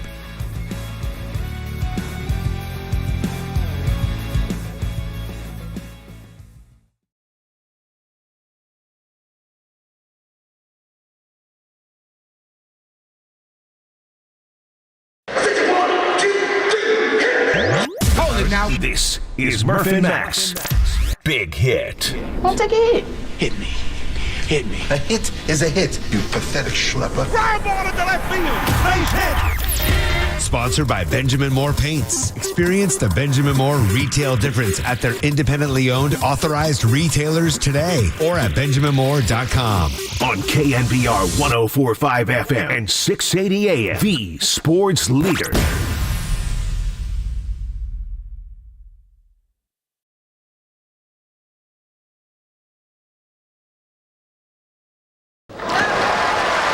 It's a brand new world. It's a whole new world. And by the way, don't kid yourself. If either Denver or Miami was associated with the movie Aladdin, I would put a whole new world in the pop culture showdown somehow, some way. Shout out Disney songs that would never make the pop culture showdown. All right, hey. This is it. What is the big hit? Somebody wrote in on the text line, and they said, 510 said, the big hit is a boozy milkshake at 8 a.m. Well, see, listen, I can applaud that. Is a boozy I'll tell you the truth, I can use one right now. It'll help me with the pain I'm dealing with. 760 showing deep knowledge, saying, will the big hit be the Friday football forecast in September? Well, you keep listening, you'll find out. Who All those knows? questions. The big hit is a living, breathing organism, kind of like the pop culture showdown. It's kind of like the shore, the tide. It comes in, it ebbs, it flows. It has its own kind of agenda. God bless the tide that comes in and out. It's sort of a metaphor, isn't it? The Totally. tide, yeah, just like the pop culture showdown is a metaphor for undefeated triumph. That's right. So if you're new to the show, you're like, wait, what the hell's going on? I just came here for the big hit. I wanted to hear what's going on with Brock Purdy's arm. Oh, well, yeah, we'll get to that. Matt Mayoko at 9:15. And then said, hey, I wanted to hear about, Jokic versus Butler. Well, we'll get to that maybe at some point in the show. But really what it is the Murph and Max show decided a long time ago, if you want X's and O's, man, you're in the wrong spot. All right? You're Larry Krueger. He's got that on lockdown. All right? So shout out Krugs. And I love Krugs, but he's out here, drawing up better plays than Spoelstra is what he's doing. I understand. I understand. So what do? We default to what we know, which is pop culture, and we've determined that whether a big event comes along, whether it's the Final Four or the NBA Finals or the World Series or the World Cup in soccer, Waterboy, or the Super Bowl, of course. Sure. We pit the two cultures against each other, and then two voters, Marcus and Paulie. It works every time. Determined, and guys, I just need to tell you before getting too long into this, it's undefeated. Thank you. It's never lost. Well, that's it what most recently was seen picking the Kansas City Chiefs to win the Super Bowl, correct? So just for you trivia heads, they say, whoa, I was around for the 2010 World Cup. That is correct. It was defeated once. What about the 2010 World Cup? But there is a thing that happened there. Spain played Holland in the World Cup, and on the strength of Van Gogh's tragic life trumping Picasso's perverted life. Well, listen. Holland was chosen as the winner. About an hour later, an octopus in a German aquarium had been picking, kind of like that corgi from the NBA Finals that was picking the games. They dropped 2 soccer balls into the octopus's tank, and whichever ball it grabbed would win. The octopus, Paul was his name, grabbed Spain. See what I mean? And then Spain won. Yeah. And the octopus died the next day. Paid the ultimate price. That is 100% a true story, and that is the only time that pop culture shows have ever been defeated. Therefore, it has never been defeated by a living creature. Nor was it going to start today. I expect it to continue. Here we go. Interesting. Miami versus Denver. Okay. Miami, South Florida versus the Rocky Mountains. Real culture kind of clash there. Contrast. Oh, Murph, I stay ready so I don't got to get ready for the pop culture showdown. Lonnie Walker? Lonnie Walker? Yeah. You ready, Paulie Mac? Totally ready. You know how we do it. We walk in, hey, any home you go to, whatever home you go to, do they not try to make you feel at home with a nice offering? Sit down, let me feed you.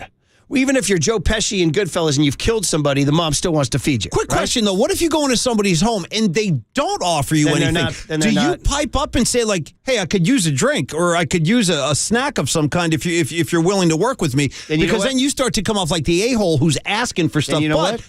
That person never makes a pop culture showdown. Fair enough. All right. Fair enough. Here we go. Better food offering. So you're walking into the home in Denver, and here it is, right there on the plate in front of you. It's been skinned.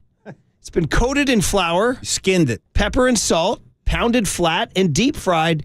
Yes, I am talking about a plate of bull testicles, Waterboy. Whoa. Come on. We call them Rocky Mountain oysters. That's where we're going. We take the bull testicles. I don't know. We skin them. Well, listen. We coat them in flour. Oh, you're skinning them? We put pepper and salt. We pound them flat, and then we deep fry them. Congratulations, you have a nice plate of Rocky Mountain oysters right in front of you. Okay, so there you go. That's on one plate. Talk about making the ultimate sacrifice. Skinning, pounding, salting. Damn, dude. Skinning, pounding, and salting. Wow. Okay. On the other hand, you're walking into a home in Miami. We got a little different situation here. Oh, look what's on the plate in front of you. The treasure of the Western North Atlantic, the stone crab. The stone crab. We got a bib for you. We got some butter. Yeah. And oh, by the way, we're offering you off to the side a little dessert for you, a little slice of key lime pie.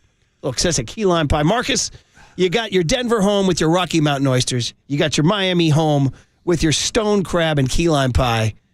What do you got? Well, first, Murph, we got to start it off. You're inviting me into your home and you're offering me Rocky Mountain oysters? Offering you a delicacy. A delicacy. Wow. Offering you a delicacy. Is that what we're calling it? A delicacy. I think this one's pretty easy, Paulie Mac. You can keep the key lime pie. I'll go with the stone crab. No way in hell am I going with the Rocky Mountain oysters. You sure about that? 100%, Murph. Okay, all right. Well, this is what we ask. This is why we ask. Go ahead. Yes? Well, listen, Murph. Listen, I'm a man of many tastes. I'm a very adventurous human being. I'll try this, that, and the other thing just to say I've done it. Hey, I've tried this and I didn't like it, or I tried that and I loved it. However, I do draw the line at testicles being skinned, pounded, and salted. Not to mention the fact that this might surprise you, Murph. Never shared this on the air before. Here's a true story. Another strange but true story, Paulie Mac, Tales of the Sea. When I was a young kid, I would go out to my grandmother's house on Long Island. This is the Italian now, and she taught me how to go crabbing. True story. She would take chicken bones, there's like a little box. You lower it off the dock into the water. The doors open up. The crabs come in. They start eating the chicken bones in the trap. Boom, you pull it up. Now you got a nice fresh crab dinner. So, true story. I used to crab as a kid, like 7, 8 years old, before we moved to San Francisco. I got a soft spot in my heart for the crab. I'm going stone crab. Okay, all right. Bug, strong statement by the two of you. Paulie Mac, every word the is true. Paulie Mac, the crabber, by the way, 707 run said, I get a little sad every time I hear the Paul the Octopus story. But you know, this is life. You know what I mean? That's what I'm saying. Did Joe Lacob say nothing lasts forever? Nothing lasts forever? Even cold November rain. And by the way, I lost the area code, but somebody said, oh, here it is, 707. Or is it 707? No, 559. You mess with the bull, you get the balls?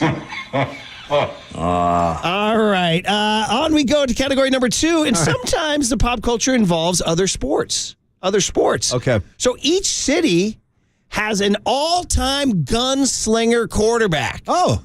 Each city has an all-time gunslinger quarterback, and you know the one from Denver. Come on, baby. Number 7 is back and rocking and firing, Johnny Elway. For years, John Elway played quarterback with more bravado than precision.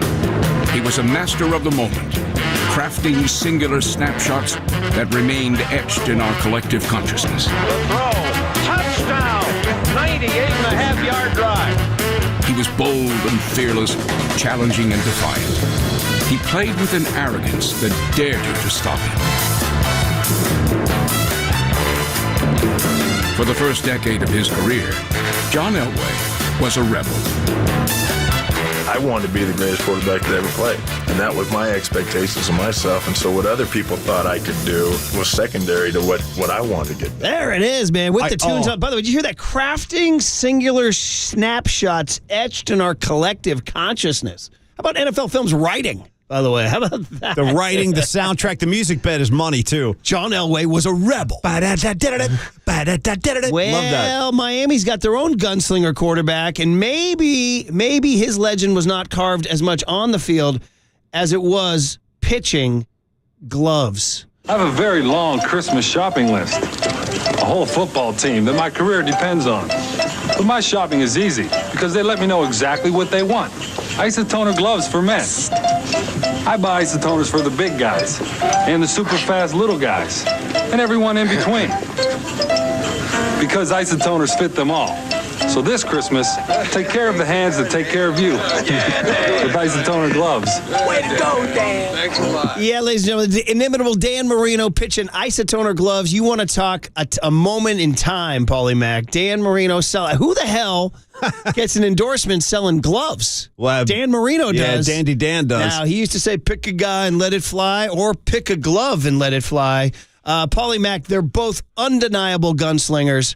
They're both rocket-armed, right-handed quarterbacks, but only one can win, John Elway or Dan Marino. Great category, 2 of the all-time greats. Murph, I'm not so much concerned with what they did or didn't accomplish on the football field as I am concerned with how do they relate to me in my personal life, if I could get selfish for a second right here. Dan Marino, never met him, but my friend Braggs drank with him one night down in New Orleans. He's a super cool guy. Yeah, right. But I will give you this. One time up at Edgewood, 5-6 years ago, Murph and I are up there doing our show. We're hanging out. There's Michael Jordan. I go, Murph, stand by. I'm going to go see if I can get Mike on the show. I go walking over to Michael Jordan. True story. Looks over at me and goes, don't even think about it. So I turned around and I walked back to the show and sat down and talked to Murph. But a couple of breaks later, I look over to my left. There's John Elway. He's like putting balls. He's hanging around. I go up to try the same routine again. I walk up to John Elway. Hey, John, Paulie Mac, KNBR San Francisco Niner flagship. Wonder if you got a couple minutes for us. He goes, sure, I'd be glad to. That alone gets my vote. Well, John Elway. This is what we're here for, buddy. Yep. This is what we're here for. True story once again. Waterboy. I know both were maybe a little before your time. By the way, that's the entire pop culture showdown a little before your time. But John Elway or Danny Marino, you know the legends. Of course I do, Murph. And I'll give John Elway a shout-out for what he did at Stanford on the football field and on the Sunken Diamond, and give him a shout-out for being drafted by the New York Yankees. But as soon as he put on that orange and blue, I wanted no part of it. Hell, I'll take a quote from him himself. No, I'm not going into that. I did not go into it. One of my first memories is watching John Elway win the Super Bowl and seeing how pissed off my dad was. And I'll also give my dad another shout out. One of his best friends was named Dan Marino in college, and they'd go out to a bar. Are you serious? And they would get free beers by saying, hey, my buddy Dan Marino's over there. Hilarious. And they'd be like, oh, I don't believe you. And then they'd show up with this fake Dan Marino and get free beers. I'm going with Dan Marino, a man who I believe might be involved in the culture, the cannabis culture, Paulie Mac. Oh, interesting. Listen, yeah, I think he's part of the community. That. Well, that's good. He's always welcome. Would you buy the isotoners? I just bought them right now. They're on my Amazon wish list. When's the last time you bought gloves? Well, you don't live on the East Coast, Final question for Marcus, though. Final thought of consideration. Can Dan Marino do this? Because John Elway can, my friends. I don't think he wants to. The irony of a quarterback from Miami selling gloves where it never gets below 80 degrees. That's a great call right there. So talk about advertising. I got to tell you, I was slightly baffled by the whole isotoner movement, and it was his go-to. The same way like you associate take care of the hands that take care of you. That was the line. I can still remember it. Yeah. I mean, who do you associate like a product with that person? I don't know. Me and Amici's and Provident Credit Union. Bro, right, this is me and Steve Moskowitz. Paulie Mack We're and like this. Moskowitz. Yeah. Yeah, Dan Marino and Isotoner was like a thing. Yeah, no question. Yeah. And that was his Christmas ad from 87, by the way. Okay, on we go to the next category, guys. Dan Marino, John Elway doing their thing. All right, this one I was just like, I was sort of flummoxed because Denver's a little bit of a strange culture. There's not a ton going on. Right. But they do lay claim to this guy, and they're very proud of this guy. Okay. And I was like, well, I got to get him in here somehow. And so I just created a category called Who's the Better Entertainer? That's it. That's the category. Miami's entertainer or Denver's entertainer. Now, these guys may have nothing in common, but they're both entertainers. Okay. And Denver's very, very proud of the fact that comedian and actor Tim Allen is from Denver. Now, yeah, I could have gone Buzz Lightyear, but I said Paulie's not a Pixar guy. Nah, I mean, I try to avoid it if possible. He's probably not a home improvement guy either. Well, but that was where Tim Allen reached his claim to fame, and I was not a home improvement guy. Right. I just learned by doing my research. Apparently, he was famous for grunting every show. Shit, I didn't know that. And if you go online, I do Paulie, like a good grunt. I won't lie. You can find his grunt. Okay. And this is representing the great Denver entertainment culture. Tim Allen's home improvement grunt. That's it. That's the sound. I'll need that again to review for myself. Wow. And I think we're going to need it a couple more times because I was playing it at home last night like 10 times. Little Rory starts laughing. Right. There it is. Now, I don't even know when he would do this in the show, but I guess there would be some point in the show where he was flummoxed and would go. See, in my head, I think he might incorporate that into his lovemaking. That kind of sound. Yeah. Then hear it again. Right. I've heard that before. There it is. Once again, representing the great Denver culture entertainment style. Yes. Tim Allen's home improvement grunts. I didn't expect this at all, and I'm laughing. Why do you know the one? Hey, again, this is why I show up I'm to telling work. you, it gets funnier every time. Maybe Tim Allen's onto something. You're making me laugh. I mean, Maybe it's he making me- knows what's funny. He's like, you know Got what? that upswing. He came to the set one day and was like, I got something, guys. When is the nearest hip hop guy going to sample that in a track? I need it. The only way I could answer was, well, what's Miami's premium entertainment? What is Miami's? What's the best Miami can offer? Vanilla Ice. Oh, yeah. Okay, man. Just.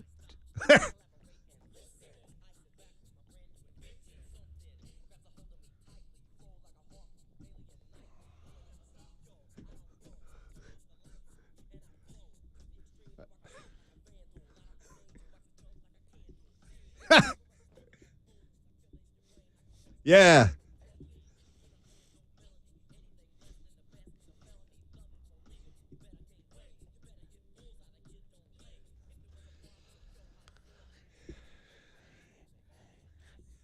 Come on.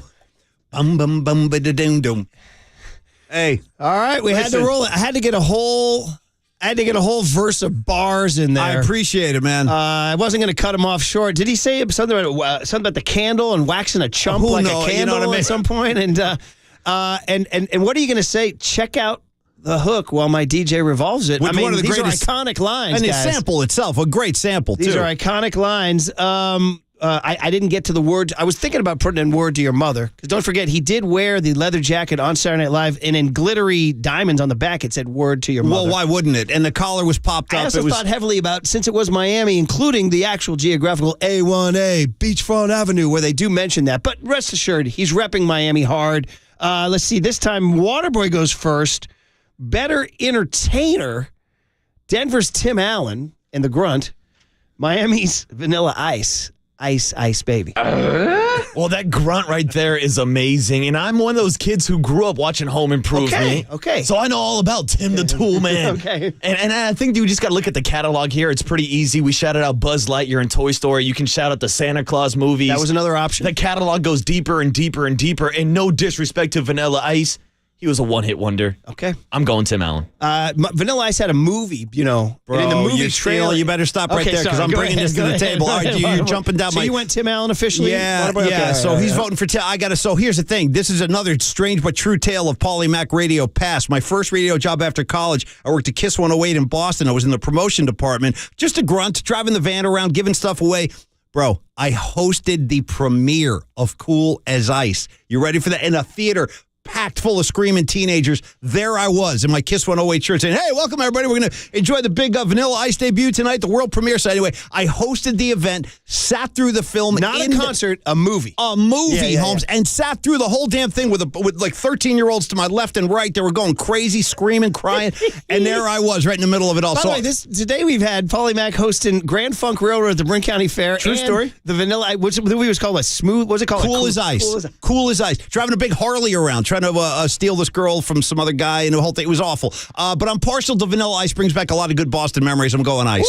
Ooh, okay. Stop, all right. Collaborate and listen, Marcus. Yeah, by the way, multiple people checking in on the home improvement saying, did Tim Allen just bite Scooby-Doo's act? That's something to consider now. Is there copyright infringement? Something to Speaking consider. of copyright infringement, I believe Vanilla Ice came under fire in lawsuits for the sample of Queen's. Of course. He did not credit it. Now it's common to just sample something and credit him. But back in the early days in the Wild West, I think he tried to get away with it. He did. He tried to, and he actually one time was on MTV defending it. He said, actually, the beat is different. I remember that because mine goes dum dum dum dum dum dum dum. You sound like such a tool. Yeah, the great. I remember the interview, Murph. You're on it. Okay, we do have to take a quick momentary break in the Pop Culture Showdown. This is the big hit, guys. Hey, the big hit can be anything. Last week it was our Bay Area Sports Hall of Fame. Sometimes it's Bob Myers. Sometimes it's the big questions about Brock Purdy. But today, it's the Miami-Denver Pop Culture Showdown with 3 down, 2 to go. It continues in a moment on KNBR 104.5 and 680, the Sports Leader. You're listening to Murph and Max Power Hour. Now on 104.5 FM and 680. This is KNBR, the Sports Leader. Here's what's trending now. On KNBR.com. New Giants relief pitcher Ryan Walker stopped by the patio with Papa and Lynn yesterday before their game against the Pirates to talk about his Major League debut with the San Francisco Giants and why the bullpen has been so successful over the past couple of weeks. To hear that podcast and more, check out what's trending now on the all-new KNBR app.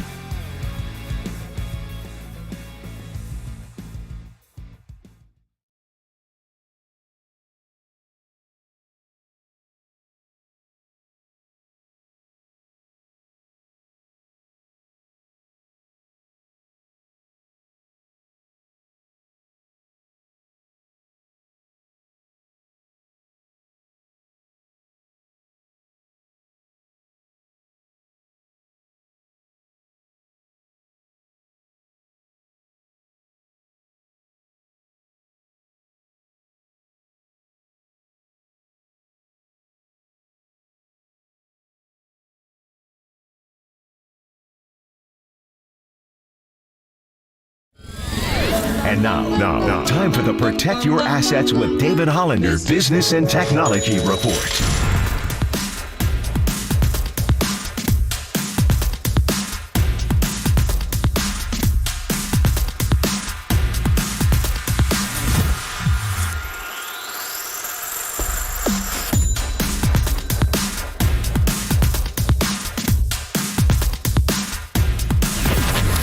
This has been the Protect Your Assets with David Hollander Business and Technology Report. Concerned inflation will ruin your dream retirement? Learn more. Listen to David's show every Saturday morning on KNBR or call 1-866-PROTECT.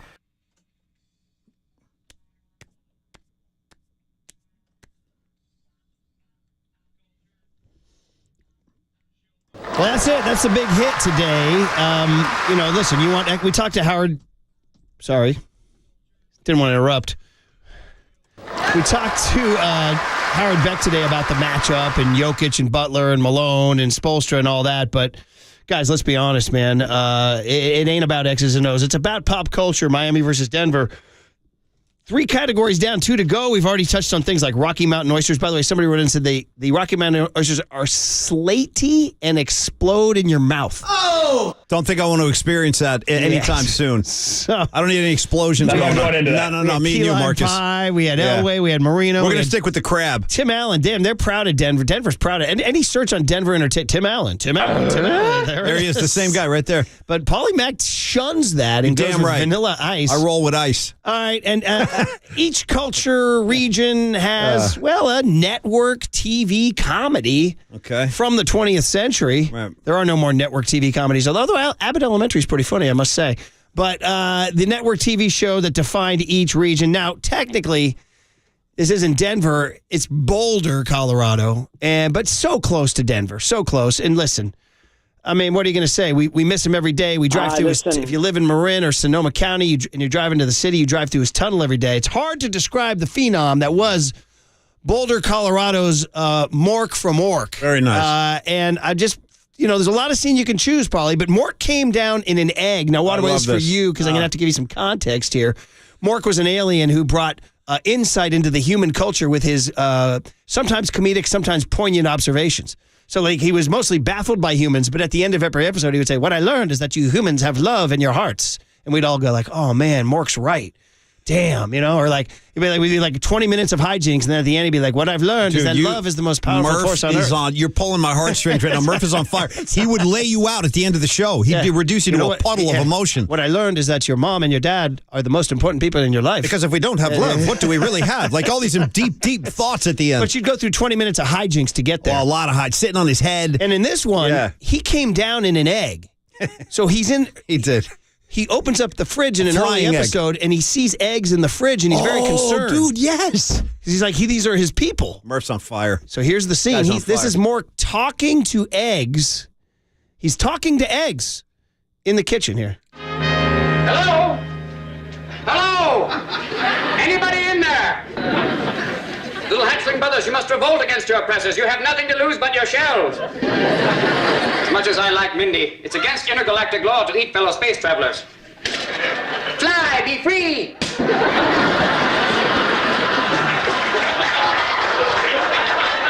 Well, I guess we'll have to have a quick burial at sea, then.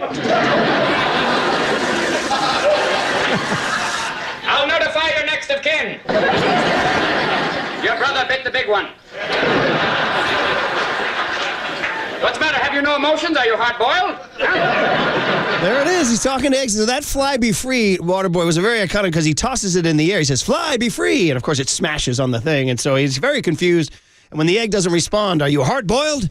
So anyway, there it is. Tremendous. That's Denver. It's a great pull. I mean, he might have been a Nuggets fan at some point. You know what I mean, Mork? Yeah.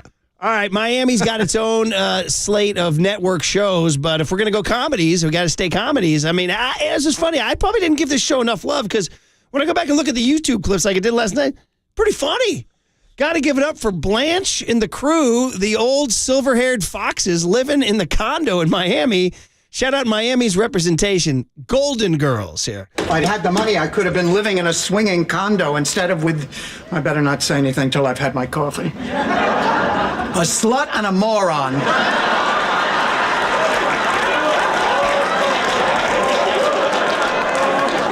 I'm sorry, it must be decaf. Oh, come on, Ma. That superstitious nonsense. Step on a crack, break your mother's back. It doesn't work. I know.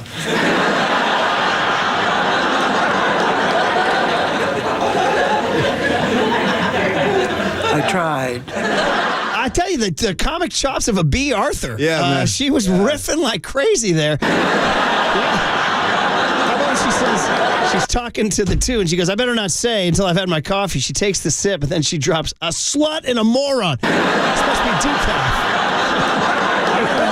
I believe Paulie goes first here. Holy smokes! So you guys are laying me out over here. Oh my God! Better network comedy from each region. Denver's Mork, Mindy, Miami's Golden Girls. With all due respect to the Golden Girls of Miami, I got to be totally honest and just admit that was a show I never watched. I think it was on when I was in college. I don't even think I turned on a TV unless I was watching a Niner game. Boat, yeah, so I never really saw the show. However, Mork and Mindy, big part of my childhood. And for extra credit, bonus points, just remember this: the last AC/DC record that ever had Bon Scott, "The Great Highway to Hell," it's a classic. The last words Bon Scott ever spoke or sang on the AC/DC album, Highway to Hell, Nanu Nanu. As the final track fades out, if you let it play for like 5 seconds, it's quiet, and all of a sudden Bon Scott comes back on. He goes, Nanu, Nanu, and that's the end. So I got to go Mork. I got to go the late Bon Scott on this one. All right, Waterboy, the vote is in. Paulie goes It's a true Mork. story. And don't forget Mork's place on our show in the Matt Damon soundbite, the Bill Simmons, Matt Damon story. Who Totally. you think you're better than us, more? No I think question. you're better than me, more. Anyway, who you got? That's the first thing I thought of. But I got to say, first of all, Murph, you blew my mind. I had no idea that Golden Girls was based in Miami. Oh, where else would you find, 4 old silver-haired foxes living in a condo? I just never made the connection. And you're right, both these shows are past my demographic. I didn't grow up watching these. So I'm interested in your evaluation. Your evaluation matters because you have a totally clear-eyed view. Like, wait, I'm getting the feeling on each of these shows. Which one is that's superior? why I usually react to the soundbite we play. Well, there you go. And as encouraging as that studio audience was, It's out of hand. It's off the charts. That is out of hand. That makes this seem like by the way, go ahead, Ron. That's nothing compared to that one. dude, I don't know. You're not catching me in that studio audience. I'm going Mork and Mindy. Give a shout out to our guy, Robin Williams. Very well done, Waterman. By the way, over the weekend in Tripoli, I sent into you, Biden had a moment. I sent it to the cooler of content. You got to put it in. Biden had a moment where, okay, it's in. Incredible White House laugh the other day when Biden tried to riff. The overlaugh, The overlaugh.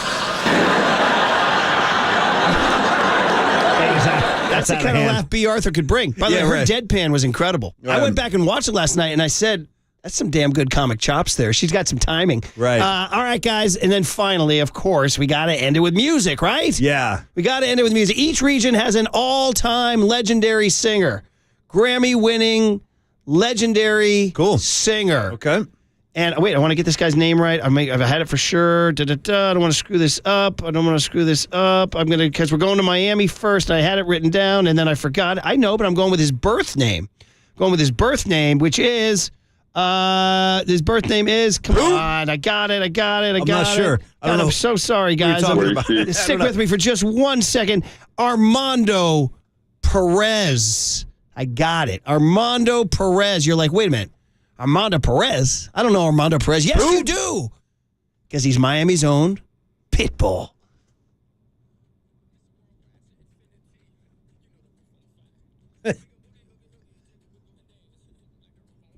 Come on.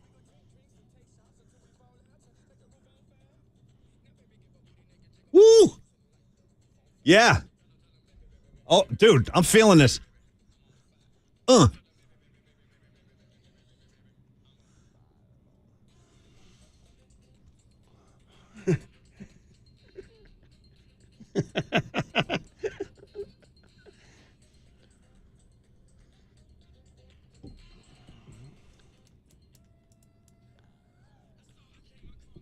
Let this go.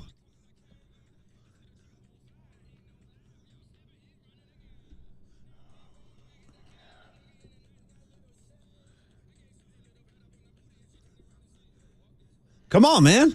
Okay. Is it too late for me to have some Freestone Peaches and do this at the Union Street Fair Saturday? I am feeling that track. By the way, if you look at the live stream, Tripoli getting his groove on in the background in the chair. Damn right. Don't blame him. I got to tell you, some questions abound. My lovely, talented bride was asking me last night. She said, is it possible to say baby, baby, baby that fast? She says, is that talent or is that sped up by a producer? Great question. He goes, baby, baby, baby, baby, baby, baby, baby. Like, that's really... You just did pretty good right there yourself. No. If you can find that in there. But anyway, Paul, there's also a little racy lyrics in there. Well, you got racy lyrics. You got the brass coming in with the horns. There's a lot going on in that track. Well, he said, I came, I saw, I conquered. Or should I say, I saw, I conquered.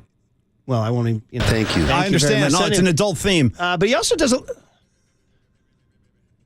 I think that's live. That's him? I do. I think he's doing that. Is that talent? Yeah, big time. Is that Wish talent? I could. If I could do that, I wouldn't be sitting here. That's talent. Baby, baby, baby, baby, baby, baby, baby. I can't. Woo-wee. Come on. Also, how about his Aerosmith tribute? Give me the last 10 seconds there. Did you catch that? Mm-hmm. I did. I wanted to know if you're okay with Pitbull. Oh, 100%. Paying homage. 100%. To Aerosmith. Okay. All right. Because I thought you'd reject the white suit. I actually was really... No, I enjoed that track quite a bit. That was good. Well, then but don't worry. You want to get to it?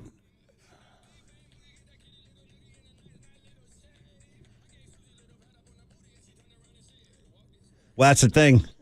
Okay, all right. Yeah, well, walk I guess this way. And you know, guys, we work the comedy here because how do you follow Pitbull, guys? How do you follow Pitbull? You go to Denver, you land your plane, and you say, is there anybody here named Denver? Oh, yeah. I want you to get your 1970s light acoustic guitar. Please, right now, play it. John Denver. I need this. I want you to go to every wedding in the 1970s right now. Wow. I deliberately chose this, by the way. I want you guys to get into your feelings right now. I want you to get it. Shh. I want you to dive deep into your softer side here. Like a walk in the You guys rain. are killing me. Come on, listen to this. Now, Paulie, you're a music guy. Hey. There has to be a profound respect here. And by the way, remember Pitbull before this, too. I know. This is tough. There it is. Okay, they're in. Wow. Keep playing this here. I want this in your head all day today. Shout out my late, great Uncle Tony, who sang this at a family wedding once. Are you kidding? I was like young. And I was Was like, he on Axe, too? No.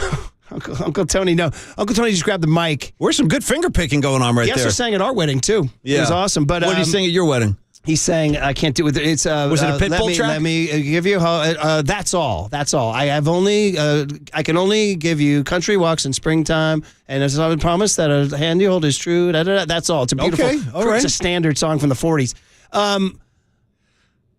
Waterboy. Better legendary singer from the region, Miami's Pitbull, or this crooner. And I did not go Rocky Mountain High. That would have been too obvious. I wanted you guys to get into Annie's song. It's one of those songs where you never hear the name of the song in the title. It's different. You ain't kidding. I didn't even know that's what it was called. Annie's song. You didn't. I did not. Waterboy. Well, Murph, I need you to clarify the category one more time for It me. is, who is the more legendary singer? The keyword, singer. Yes. Nothing against Pitbull. He can get a party started, but he ain't singing like my guy Johnny Denver is over here. I'm going John Denver dropping the hammer. Listen, he's on the ballot for a reason. I mean, I support Denver. All right, Paulie Mack. Well, listen, I mean, I can hear the finger picking. The vocal is just velvety smooth. The strings are swelling at the end. Here come the cellos and the violins. But again, it ain't moving me the way Pitbull was moving me with the brass, with the racy lyrics, with that whole Miami flavor that surprisingly I became a big fan of when we went down there a couple of years ago. I never thought I'd say this. I got to roll with Pitbull on this one. That's what I was feeling. Was not expecting that. No, but that's how things go. Ladies and gentlemen, we're going to a Game 7. Oh. A Game 7. Okay. In the Pop Culture Showdown. Because we got ourselves a dead heat. Oh, this happens once in a while now. This is when it gets tough. Every now and then, we either ask one of you to change your votes on food offering, all-time gunslinger, better entertainer, better TV show, legendary singer, or we sometimes go to the tiebreaker, and that is Triple E. Oh, my God. Triple E, out of It's those in his five categories, you pick one. Is that what I'm reading right here? The tie-breaking vote has been cast. This kid who blew up his knee snowboarding.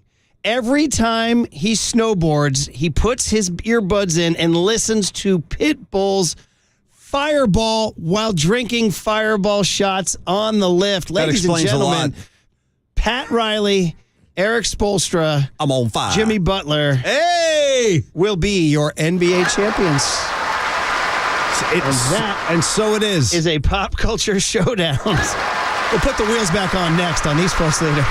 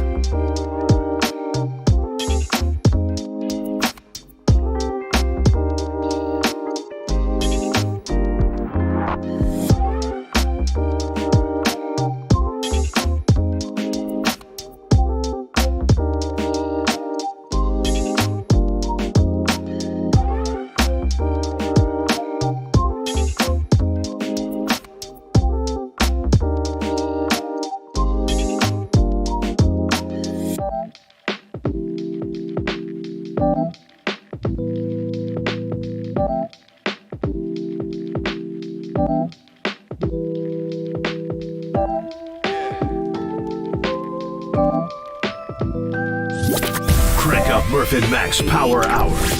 All right, everyone, chill. This is the cooler. You're not sending me to the cooler of content. Murph and Max Cooler of Content is sponsored by Mancini Sleep World. Sleep better, live better. Visit sleepworld.com. And by Marin Health. Marin Health Medical Center and Marin Health Medical Network world-class care. Closer than you think. On KNBR, the sports leader. Thank you all for your passionate reactions to the Pop Culture Showdown. And we see, I know every time I do one, there's like, you didn't do this, you didn't do that. It's a thankless endeavor for Murph. The guy. We appreciate your passion, and hopefully at the next Pop Culture Showdown, your faith will be rewarded. Now, by the way, we have some people skeptical about the heat, and they say two different textures said, some octopus is about to die. Well, it's Triple E in this case, yeah. And by the way, forward teasing, Eric Burns going to join Tolbert and Copes today at 3:50 to talk Giants baseball. Nice. Burnsy always entertaining, fresh off his kids' epic 12U baseball run for Team USA. But let's dive into the cooler of content. And we played it yesterday, Paul. If people missed it, Mike Malone, the Nuggets head coach, wait till he hears about the Pop Culture Showdown. That Jokic horse and buggy that tripped you out forever. Well, it's not. It's one of my favorite pieces of film I've ever seen. So when Jokic won his first MVP, the Denver Nuggets front office flew out to Serbia to surprise him with the news. And don't forget that not only were his legs thrown over the side because they couldn't fit underneath the footrest area, he's wearing a crash helmet. The guy's wearing a crash helmet. So Mike Malone was given the ultimate compliment from Jokic, which was to take the reins of his horse and buggy. Has he gotten you on a horse when you gone to Serbia? Yeah, I was. Well, first off, his brothers were pissed off because he's never given his brothers the opportunity to go on the horse. Wow. And so they were really like insulted that he allowed me to go and not them. But it was like a practice day for the horse. And so we went to the track. It was me, Nicole, the horse, and their trainer. And obviously, I'm sitting in, I don't know what you call it, the buggy, the thing behind it. That's that kind of a horse. You don't sit on the horse. And he goes, all right, coach, just take it nice and easy. This is like a warm-up. I'm like, okay. And I get on the horse, and all of a sudden, I think I'm like Ben-Hur. I'm like whipping the reins. Let's go. So we come around the first time. He's yelling at me, Coach, slow down. You're going too fast. And then I went one more lap even faster, and he was really mad because, Coach, you're never riding my horse again. So I did it one time. You got it. You can't take it away from me. What do you think, Paul? Is this bringing you over to Malone and Denver? Bro, it is really tough to root against these guys. And by the way, did I hear a Ben-Hur reference in there? Did he drop a Ben-Hur? That sounds like ripe for a pop culture showdown. A big piece of my heart is with Mike Malone out of Queens, the deadhead of the coaching world. That is too good. Okay, so now this just came about this morning. Yeah. I didn't know this. So Josh Hart, who's he playing for now? He's with the New York Knicks. Knicks, all right. He tweeted out, he said, has anybody out there enjoyed their, no, that's all right. Has anybody out there enjoyed their partner's breast milk? Hold on. He said, has anyone, and he said he enjoys his partner's breast milk. Well, that's pretty adventurous. Well, I guess women get pregnant, they lactate, and then you nurse. Well, you gotta, yeah. You know what I mean? I do. Well, if you really want to have the conversation, I actually know people who have done that. I do. You're friends with Josh Hart? We might work with somebody down here who's done that, I think. Okay, get out of here. I'm not kidding. Yeah. Okay, well, Stephen A. Smith checked in on this. Mm-hmm. Stephen A. checked in on nice, this. nice. Here we go. Josh Hart sent out some kind of tweet or whatever asking folks if we'd ever taste breast milk. Oh, boy. Breast milk. That's what he said. Now, I've never been inclined to taste breast milk. I like breast. You don't have to be a baby to like breast. Matter of fact, one could easily argue there are adults who like breast more than babies. However, breast milk is a different matter. He asked that question. I'm like, damn, Josh, what the hell? And then I started laughing because I thought about a clip from Dave Chappelle that I thought was hysterical from years ago. And that made me chuckle.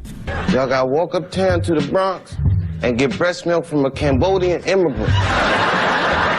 I only drink the finest breast milks. It's 100% Cambodian. Breast milk, you made my day. That was Josh Smith of the New York Knicks. No wonder why Jalen Brunson said lose the number. Wow. Josh Hart is a weird one but he is somebody I hope remains a New York Knick. It's very personal. Well, very personal. You shouldn't be that surprised, though. Let me just remind all of y'all that, you young kids in there wouldn't know anything about this. You guys are single. You don't have kids. But, Murph, I mean, like, this new agey world that we live in where they're drinking breast milk, let's not forget some people bring the placenta home, cook it up and eat it. This is true. And I'm not making that up, bro. So, look, don't be too shocked. This is people now overthinking human existence. Here's what I'll do. Why don't we share the placenta? I think I'm good. All right. Well, there it is. So you're saying somebody in this building. I'm pretty sure we know somebody who's gone down that road. Do yeah. I you go down know who I'm talking about. Do I go down even farther and ask, does this person appear on the Polly's podcast? I can give you a hint. I'll give you one hint. Okay, I'll leave it there. There was only one guess. Well, I didn't say his name. That's 415 says, I made a white Russian with my wife's breast milk. How was for it? Our first child. How was that drink? 209 says it tastes like milk after cereal. Shout out LL Cool J, milky cereal. And 541 says it's kind of erotic, guys. What is what they say, too? It's like an aphrodisiac, they say. I don't know. I like breast. You don't have to be a baby to like breast. Stephen A. Oh, boy. Hey, listen, I'm just commenting. This is what's happening. Well, now you find Mike Malone winning you over, right? So maybe you need to get back on Miami's side with Jimmy Butler. I don't like to stray too far Here from he is Jimmy. making his way through a large cloud of mostly clamoring kids saying, how are you guys out of school? There we go. There's no way all of y'all have a class. Hey, come on, let's go. It's kind of hard to hear. He says, there's no way all y'all are out of blank in class. There's no way all of y'all have a class. Wait, and give me the context again. Where was this? Yeah, what's happening? This is him like walking through like a high school or a college, and there's a bunch of kids just milling around. Like present day? Yeah, this was pretty recent, I believe, from Triple Okay, E. Yeah. interesting piece of sound, but we'll accept it. Senior, I don't know what to make of that. I'm not. There's those days. How many of you cut school back in the day? Well, I mean, yeah, my hands I up. might have done that once or twice. Yeah. Shout out to New Jersey Shore. Are you shocked to know that your boy here did not cut school? Well, that's why they got. Listen, that's why Murph and I are together. You can't have two guys doing a show that cut school. You're only gonna have one, and that would be me. On senior cut day, I did. Does that count? No, you should have done it We all, freshman. we all went to Stinson Beach. Not really. All right. Did you guys have a couple beers up there? Not me, Paul. Not even you on cut day. I didn't drink until I was 21. Boy, see, I was ready that's for a lie. rehab at 21. 3 months shy of my 21st birthday. I was already trying to dry out at 21. I just have a distinct I'm memory not kidding. I'm dead serious. Neil Winterling running out to the car singing Girls Just Want to Have Fun, which was the hot hit at the time. Well, shout out Cyndi Lauper now. All right, so, another Queens girl. Kevin Garnett, how would you guard Nikola Jokic? Kevin Garnett, how would you guard him? If I'm having to guard Joker right now, bro, the first thing I'm finna do, I'm finna initiate the fight early. Soon as you take it out and you're trailing, man, I'm waiting on you. I'm at the free throw line at that end waiting on you. And guess what I'm gonna do? I'm gonna bump you a little bit. We're gonna run up together. I'm gonna bump you a little bit. I'm gonna be able to smell your cologne, your hairspray. I'm gonna bump you a little bit. By the time we get to the three-point line, I'm gonna run back because I got some responsibilities. As you go in the pick and roll, boom, we're gonna go in the pick and roll together. I'm gonna walk you there. Hey, go, I'm calling it, hey, go under us. The guard go come under. If I got a show, I'm gonna show early. But I'm not. I got to switch it up. Next time I come down, I may let him run. Give him some, but foul, take one. Like, that's okay. You cannot give him the same thing because guess what he's doing? Joker's so smart, he letting you come down, he letting you initiate. He's like a counterpuncher. He letting you swing for boom, bam, then he adjusted. So in that, either you got to mix it up, initiate, and then on the offensive end, oh, nah, we finna run. I'm finna see how good of a shape you are. I'm finna, Okay. Great sound. I love that. And screaming and yelling and finna this and finna that. Would you be the truth? Once again, I'll take Jokic against Garnett. I will. That's I'd love to see that matchup. Too bad we can't watch it. So yesterday when I was recovering and I was in and out of sleep and all this, one of the shows I watched for a little while was the movie Uncut Gems, which is a good movie with Adam Sandler. He plays a degenerate gambler. He's hooked on the NBA. And Kevin Garnett has a big role in that movie. Marcus, you're nodding. You've seen the film. He's good. Not since Ray Allen, dude, with Spike Lee, and he's got game. Have I seen an NBA guy play himself and really do a good job? Like Garnett, thumbs up from Paulie Mack. Well, there he is delighting podcast people, too. So. And I agree with his take, too. You got to get in Joker's shorts, man. I wonder how Jokic would feel about a Garnett bowing up on him, man. All right. Hey, and then the last one, I just wanted to get this in there because we promised it. Okay. Joe Biden, Grandpa Joe had the LSU, was it the LSU women's team? Was that who was there? Women's basketball team? Anyway, and a baby starts crying. And he goes off script, which is always a problem. You know, the eagle is loose. The eagle is loose. Totally. They're a little freaked out. You know, who knows what he's going to say. Right. Check out this White House laugh. I just feel like he gets in. You grade this White House laugh here as Biden riffs on a baby crying. All right. When I was in school, That's okay. Look, she's allowed to do anything you want. Kids rule in my house, okay? What's the matter? What's the matter? I don't blame you. I'm bored with me, too. Hey, that's a pretty good laugh. Little now. self-effacing comedy never hurt anybody. Give me that last 5 seconds there, Water, but don't blame me. And listen to the. I want this one on the soundboard here. Check it out. I don't blame you. I'm bored with me, too. I'm like, dude, network audiences would kill for a laugh like that. No, it's that release of tension. Yeah, we had another White House laugh, right? The White House produced incredible laughs. I believe this is from the Obama administration, but I put this on the board years ago because it was so over the top, and it was a response to hardly anything funny at all. He just made some offhanded comment, and the room exploded. I was like, wow, I should start doing my routine at the White House. Now, boys, those are some great White House laughs. Yeah. But it's got nothing on the Golden Girls studio audience. That's almost violent. I mean, that's all right. We just finished a wacky, Murph, you did wacky 50 You made minutes. me help my recovery. You did a great job. All right, back on the horse. Not Jokic's horse, but back on the horse on the other side. Let's talk a little Giants baseball when we return. The month of May, what happened? Good things happened, and what could happen in the month of June? And then Matt Mayoko at 9:15. All coming up on KNBR 104.5 and 680, the Sports Leader. I like breast. You don't have to be a baby to like breast.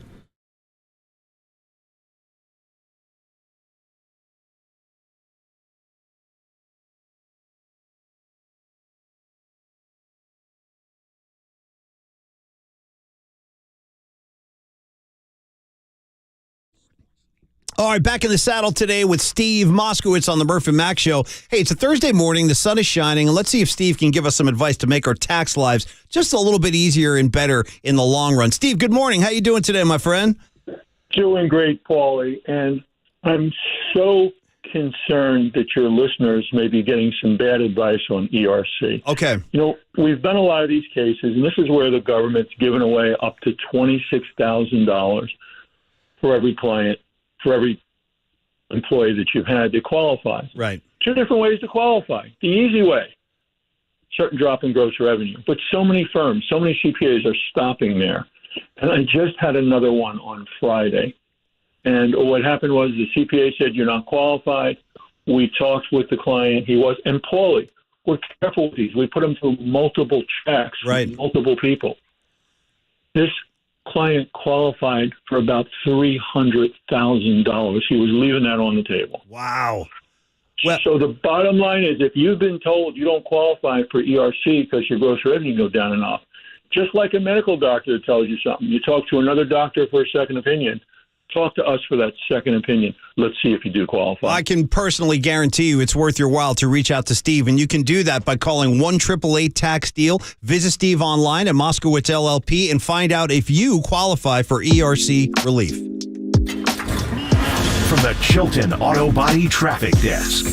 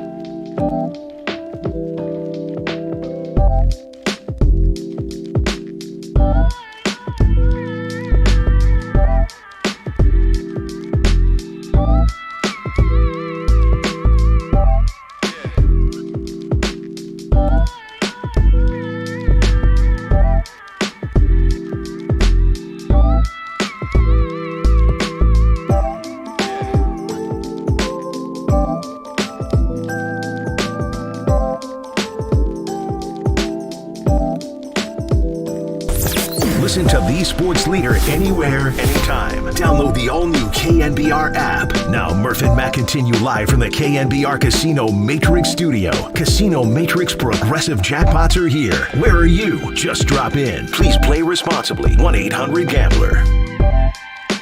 3-2. Here it comes. Swing and a hard smash to second. Could be 2. Castro to second for 1. Marcano back to first. And that puts an end to it. Double play, game over, and the Pirates come into San Francisco against an extremely hot Giants team, and they take 2 out of 3. Yeah, disappointing. I also didn't like the Pirates wearing those black jerseys. I'm a fan of road grays, man. Wear the road grays.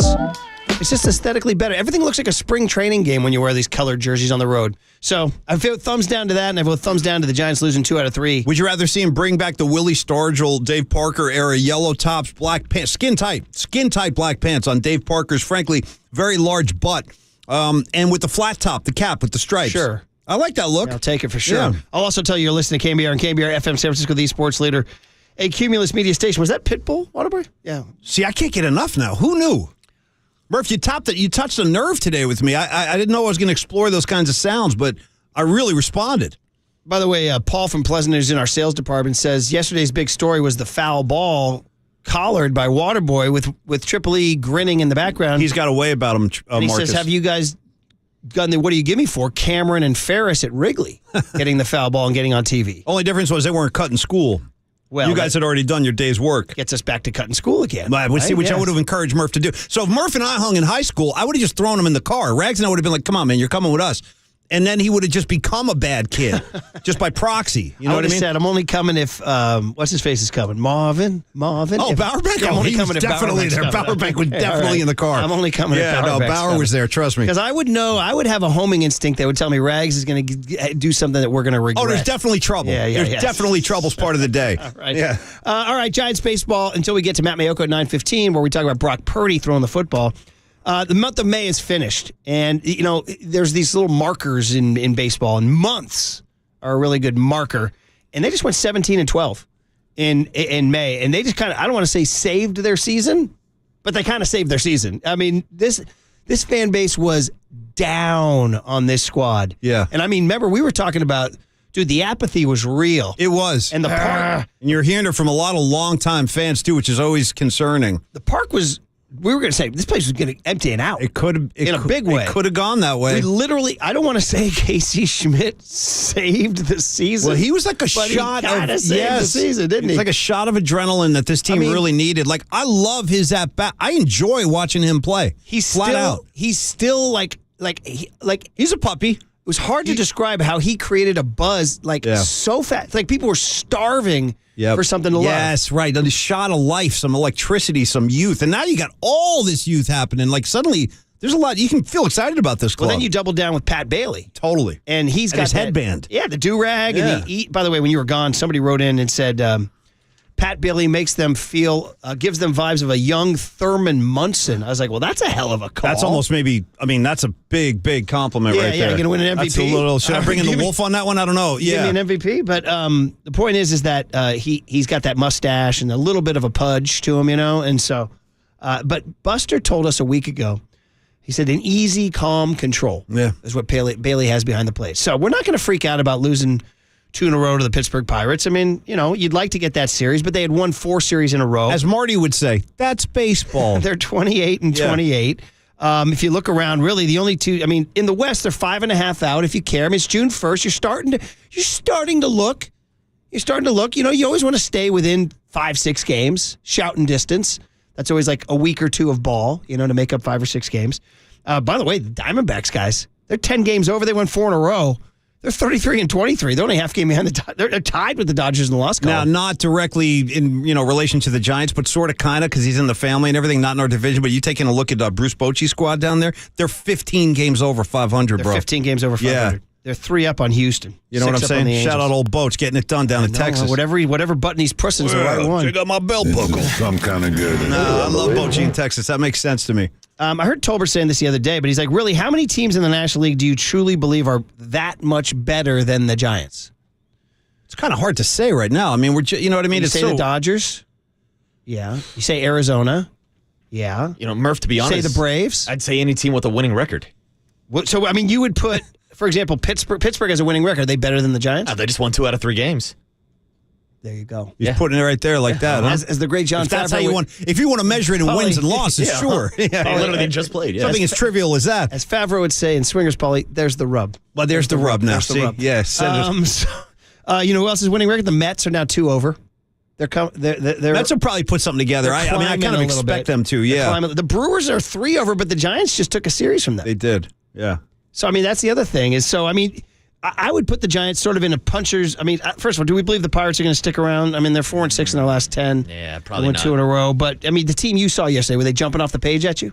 The team that had 3 former Giants hitting in their top 3 spots of their order yesterday, Murph. That was actually a pretty good observation there, Waterboys, because they went McCutchen, forever Giant. Yep. Brian Reynolds, who never made it to the bigs, but was a prized Giants farmhand. Who was traded for McCutchen, correct? Correct. Yeah. You made that call on the Glaber Torres or Aroldis Chapman. Yeah. Pirates got to have their cake and eat it, too. They got McCutchen and Reynolds. And then Connor Joe in the 3-hole, by the way. That's a 3-hitter, Murph. You know Farhan's up in the suite going, I tried to tell you guys. You guys didn't want to listen. Now he comes back with the hair. He's hitting balls all over the yard. I know.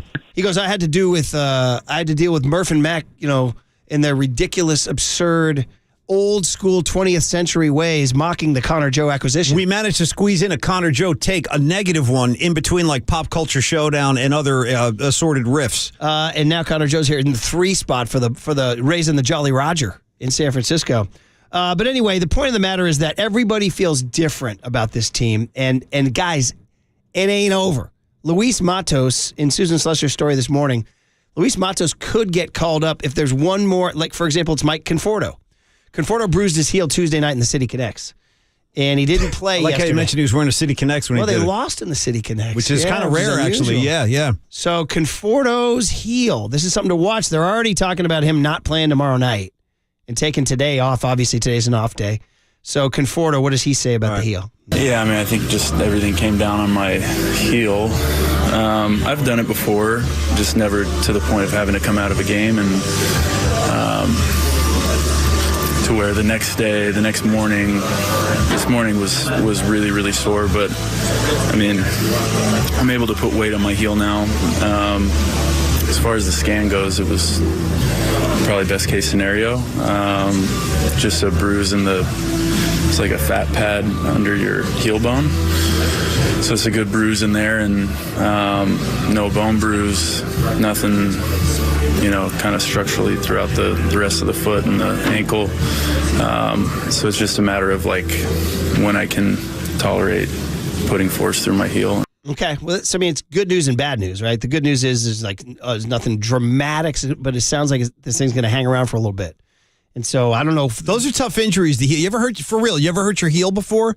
You can't do anything. It's a Shout very out the heel. Yeah. And in your favorite sport of pro wrestling, there's a heel. Yeah, there is. Yeah. Tender heels, man, it's a problem. Shout out Achilles. The entire history of Greek mythology changes on a heel. Shout out Achilles' Last Stand, Led Zeppelin. Okay. Yeah, that's out there right, too. So, plantar fasciitis, is that in a heel? I think it is, isn't it? I'm not sure. Marcus, that's what Carlos Correa is dealing with right now. Plantar fasciitis. That thing will linger too, they say. Yeah. Linger. Lingers, Paulie. Lingers. Yeah, here comes the Connor Joe Army, 707. Don't forget how much you all trashed. Oh, yeah, because that Joe. guy told us how good he was going to be, right? This guy knew day one. Oh, yeah, Connor Joe's going to be a stud. Come on, man. Who are you kidding? Is this same guy texting into the Colorado Rockies radio station criticizing them for not bringing back Connor Joe? And let's not get it twisted. The guy's, doing? He's Murph, don't get it twisted. He's hitting 255 with he's got an 830 OPS. Yeah. But let's just check back in a few weeks. This one listener knew all along, though. He knew. Let's check back in a few. Even if you believed in Joe, did you want him starting left field for his open for Bruce Bochy Bochy's didn't first even game? know him. We talked to Boch opening day because I have no idea who that guy is. That's essentially what he said. Career 249, career OPS is 751. I mean, what is that? Gregor Blanco?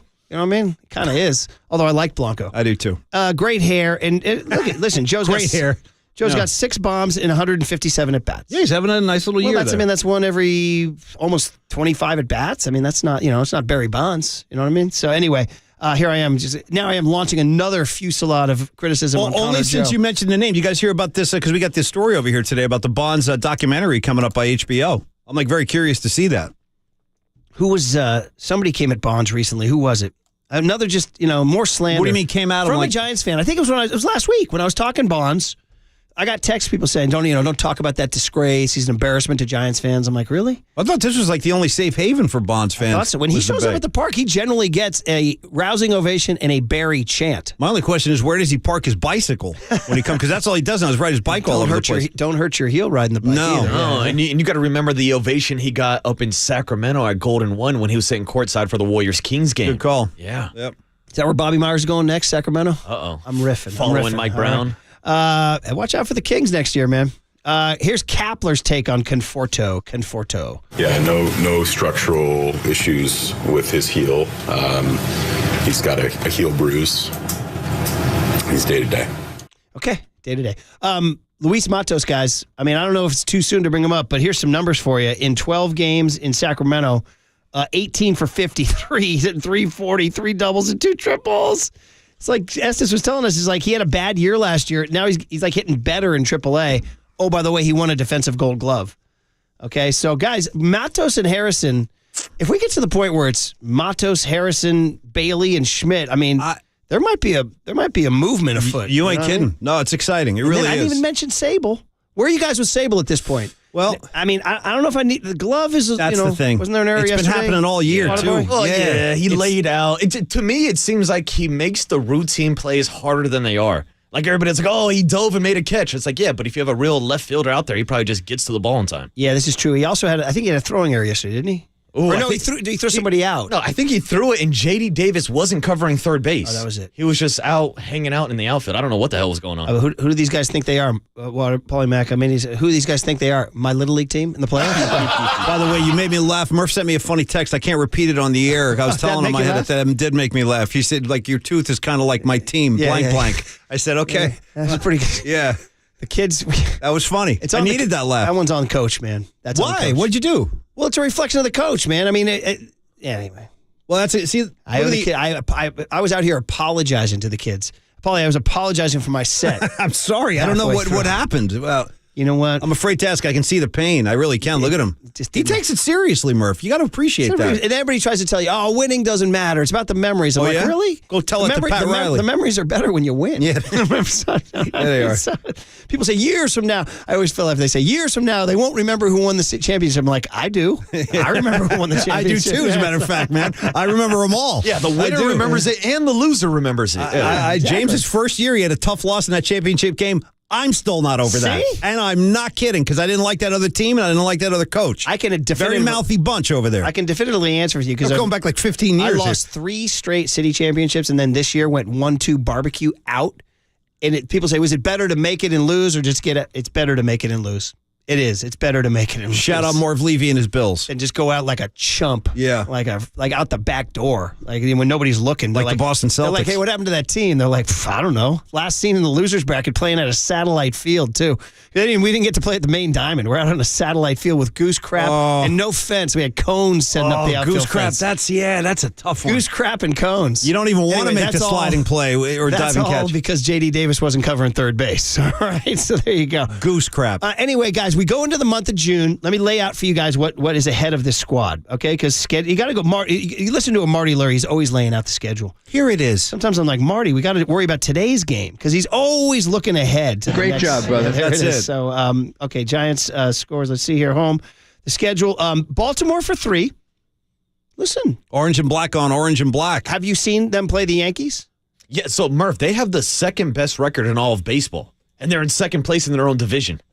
I tried to pitch the Adley Rutschman Pat Bailey story to Bags. He wasn't biting. I thought that was a good angle, Murph. Thank you. I think Bailey, he's always looking one step deeper. What'd you do, Murph? So the Orioles, for people who don't follow the Orioles, have a star catcher, kind of a Buster Posey type kid named Adley Rutschman, who was the number 2 pick in the draft out of Oregon State, and he's delivering the good. He's like the savior. He's the Orioles. He's their Buster. He's Yeah, their Buster, Yeah, and they're winning.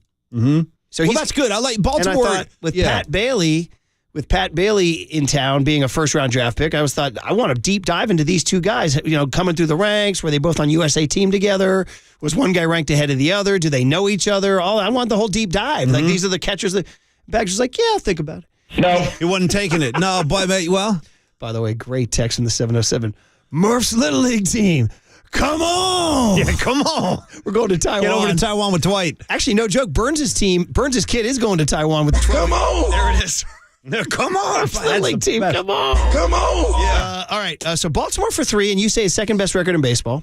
Then they go to Colorado for 3, and they suck, but you hate to go to Coors Field.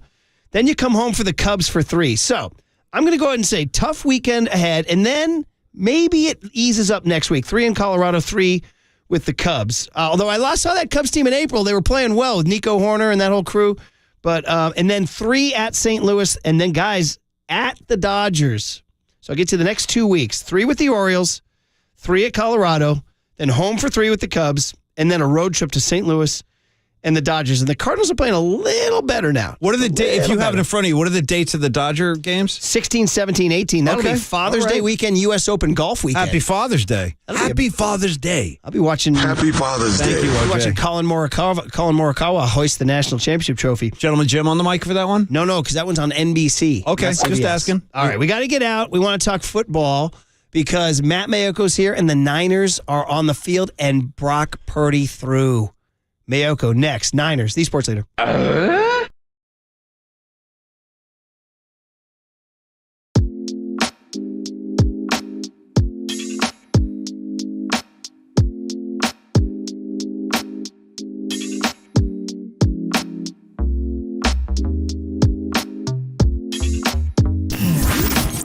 Here's what's trending now on KNBR.com. George Conto stopped by KNBR tonight last night with FP Santangelo to talk about Patrick Bailey behind home plate and the effect that it's had on the Giants pitching staff.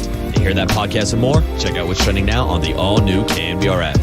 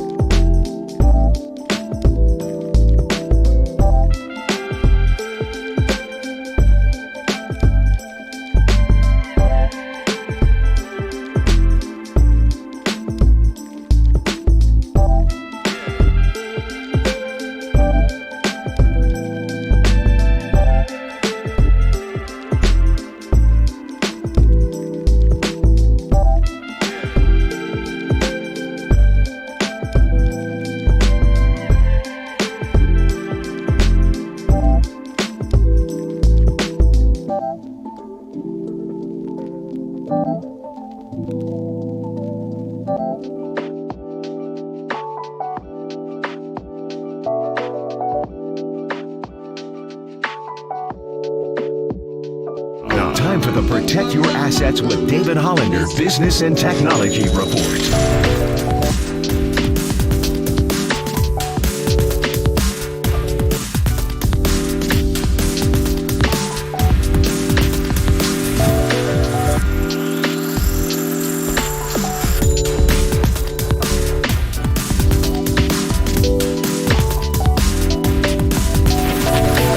Has been the Protect Your Assets with David Hollander Business and Technology Report. Do you want to pay less taxes this year? Learn more. Listen to David's show every Saturday morning on KNBR or call 1-866-PROTECT. You know, there's certain markers that you hit. He was 12 weeks out, and that meant it was time to throw. He did so and responded really well. He's just had one session thus far, but, we're incredibly encouraged by that. We'll take it as it comes, as we're doing. He's working incredibly hard, and the early returns are really good. So hitting all the timelines. We now return with Murph, Mac, and Mayoko. NBC Sports Bay Area 49ers insider Mac Mayoko. Sponsored by Golden State. Since 1954, when you succeed, they succeed. Visit them today at goldenstatelumber.com. And by UCSF Health, redefining health. On KNBR 104.5 and 680. Sports leader. All right, it's June 1st, so the NFL schedule turns kind of to ramp it up a little bit. This also means that they go dark at the end of the month, but this is where things start to ramp up business-wise, camp-wise, and then you're only 7 weeks away from the start of training camp. Matt Mayoko's antennas are starting to sharpen here a little bit. Good morning, Matty. How are you? I'm sharpening my antenna right now, Murph. I don't know if sharpening an antenna works. Maybe you need to fine-tune it, maybe? Something like that, yeah. Maybe something about adjusting the rabbit ears, like getting them the right direction. Right, polishing it, propping it up, all that stuff. Oh, man. Yeah, so what does this month bring, Matty? Help me out calendar-wise. Isn't there business where some players will get released today? Do the Niners have any June 1st candidates to get released? No, and now, now you can you can release a guy early with a post June 1 date. So you could actually release a guy in, say, April and just designate him as a post June 1. So I don't think that kind of flurry of people hitting the open market is what it used to be. And for the 49ers, I mean, they're darn near set. I mean, there's really nothing for them to do as far as roster-wise, other than just kind of monitoring what's going on out there. And, the one thing that I would kind of look at is if, training camp rolls around, obviously when there's an injury, they can go out and get somebody. And rarely does it happen where a team actually goes out and gets somebody and that person ends up becoming a player for them. But that's exactly what happened with them last year with Deshaun Gibson. When Jimmy Ward got injured pretty early in training camp, I mean, we were out there and they were in Minnesota. They were practicing against the Vikings, and here comes Deshaun Gibson off a plane from Texas, and he works out with the team, and John Lynch says, "We're going to sign you. Why don't you go home and get your affairs in order, and then just meet us back in Santa Clara?" And Deshaun Gibson ended up being really a significant player for the team. The one position where I would look at this year to kind of keep an eye on. There's a lot of edge rushers out there, top flight guys, or at least big name guys who are generally on the wrong side of 30, but have a pretty high opinion of themselves and want some significant contracts. If the 49ers don't see much, or maybe there's an injury or something at the edge rusher spot opposite of Bosa, I could see them being in that market. But a very encouraging sign for them is just the amount of work that Drake Jackson put in, even leading up to this point. I mean, he just physically looks different. The knock on him his rookie year was he started off pretty strong and then just ran out of gas, lost strength. And so that's been his focus. And he's put on, 15 pounds of good weight, and they're expecting big things for him. That's a big one now. Absolutely. You lose Ebukam and Omenahu, right? And Jordan Willis as well. Yeah, right. Three pieces to that deep defensive line. Yeah. Now you add Hargrave, obviously. It's a big ticket item. But it's like, hey, kid, I mean, listen, development is always about every way. You're the Warriors, Niners, or Giants. You got to develop your Casey Schmitz and your Jordan Pools. But Drake Jackson. So there is pressure on this kid, and he kind of spoke about that yesterday, didn't he? Yeah, no, he did. And, there is pressure on him, and they expect him to take a significant leap. And, when you think about it, Ebukam, Charles Omenihu, Jordan Willis, they weren't world beaters. They probably should have expected more production, especially when you think about the player on the other side and how much attention he gets. And so, I think the door is open. If Drake Jackson can establish himself as a nickel pass rusher, the door is wide open for him to produce more than even maybe the combination of those three guys we mentioned. So, the next step is it's up to him. It's up to him to prove it. And, he seems to have a pretty good mindset as far as taking the challenge, because all the stuff that John Lynch and Kyle Shanahan said publicly, they said it with probably a little bit more intensity privately. Like, okay, dude, your first year is in the books. You need to be a significantly different player year two, because they don't, he started last season. I think he had 3 sacks in maybe his first 5 games, and then just really, fell off the face of the earth. And I remember being down, doing our pregame stuff before the game, a couple hours before the game, and seeing Drake Jackson as a home game. Forget who they're playing, but it was, say, with 3-4 games left in the season, and I see Drake Jackson walk out to the practice field, like behind Levi Stadium. And I'm thinking, like all the guys who are on the practice squad, or the guys who aren't going to be in uniform for the game, they go through a full practice basically the morning of a game. And I remember seeing Drake Jackson go out there with some of the other players and thinking, well, that can't be right. But sure enough, it was. I mean, they ended up deactivating him for, I think it was 5 of the final 6 weeks of the season. And so that was a clear indication and a clear challenge to him. Like, hey, just because you came into this league as a second-round pick, even though that we think highly of you and a lot of positive feedback early on, you got to prove it. And now he's in a spot where he doesn't need to get off to the big start. 3 sacks in the first 5 games would be great, I'm sure, for him. But it's more being the consistent guy and being there at the end of the season and having that kind of putting the work in at this time of year to make sure that your production remains steady and maybe even you peak toward the end of the season. And Exhibit A for doing that, and for a guy who keeps his body looking tip-top shape and is strong from beginning to end, is the guy that he can look at, and that's Nick Bosa. Yeah, well, geez, I mean, if you could maybe just fly to Miami and live with Bosa, start eating those egg whites at 3 a.m, whatever he's doing. I don't know, oxygen tanks, all of it, right? Hyperbolic chambers, sleeping upside down, whatever. Yeah, it's funny I should say that, because that's kind of the first thing that I thought. Like, he moved to Santa Clara and just stayed here year round. Not a whole lot of guys do that. They go, they do their personal workouts or whatever. But Drake Jackson stayed in Santa Clara, worked out, daily.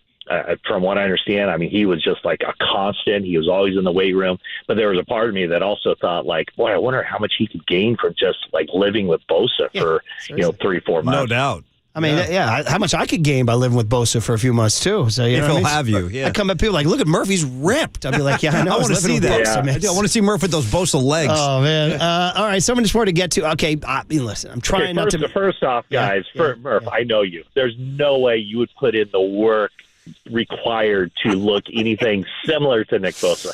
Day one, they'd be going, hey, where's Murph? Oh, boy, you had a really good first day. Where's Murph? Yeah. And it'd be like, oh, we checked the airport. Yeah, he's going back. He made a break for Mill it. Valley. Yeah. I'd love to push back on that narrative, but I can't. You know what I mean? So, okay, so Purdy is everything, and all we do is talk about Purdy. I'm trying not to make it all about Purdy, but let me just ask you this question. In your time down there, did you guys get to see him throw?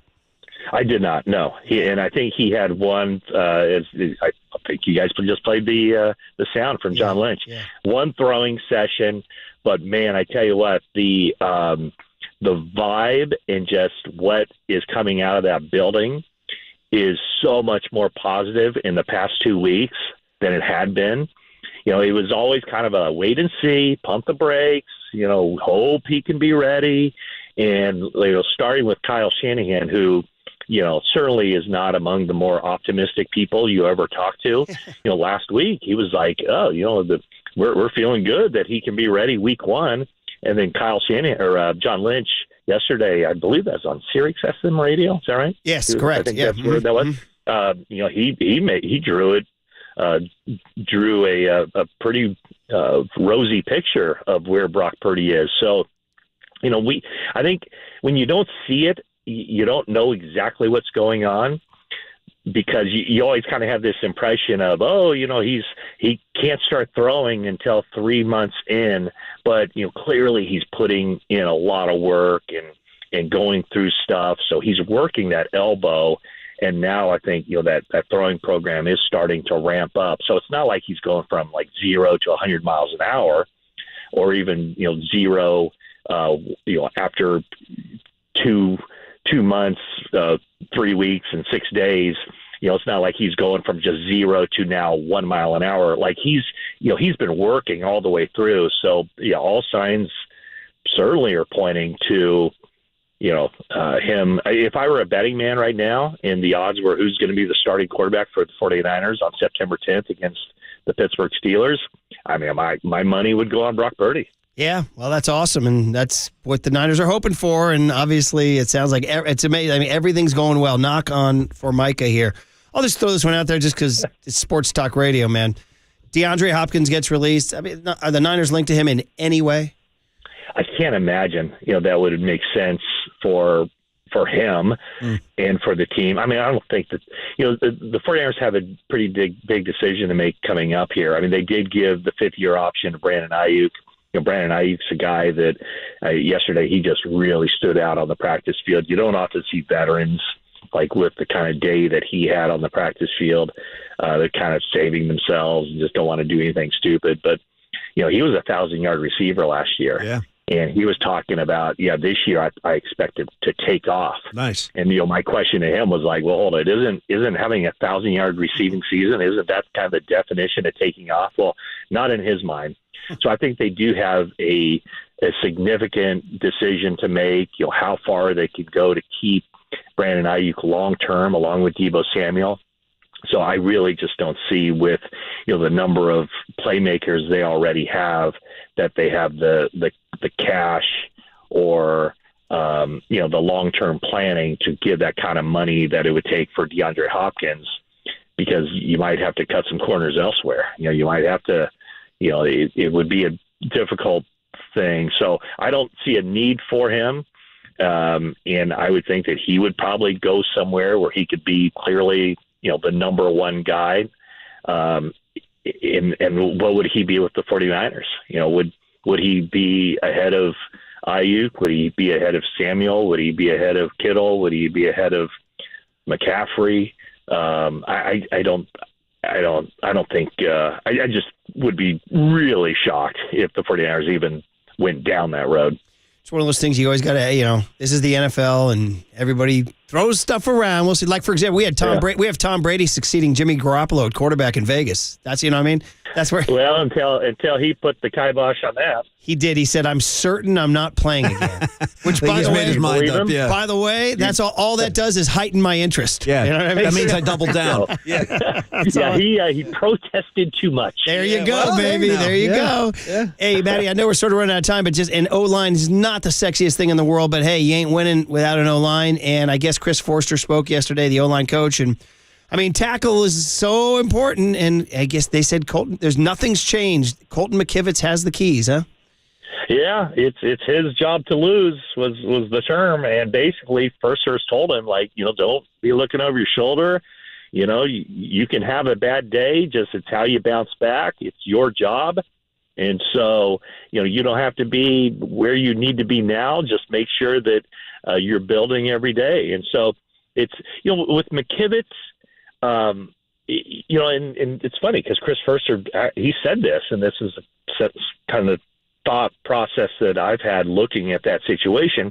He might not be as good of a run blocker as McGlinchey is, because McGlinchey, whatever metrics you use, always graded out really high as a run blocker, but left a lot to be desired in pass protection.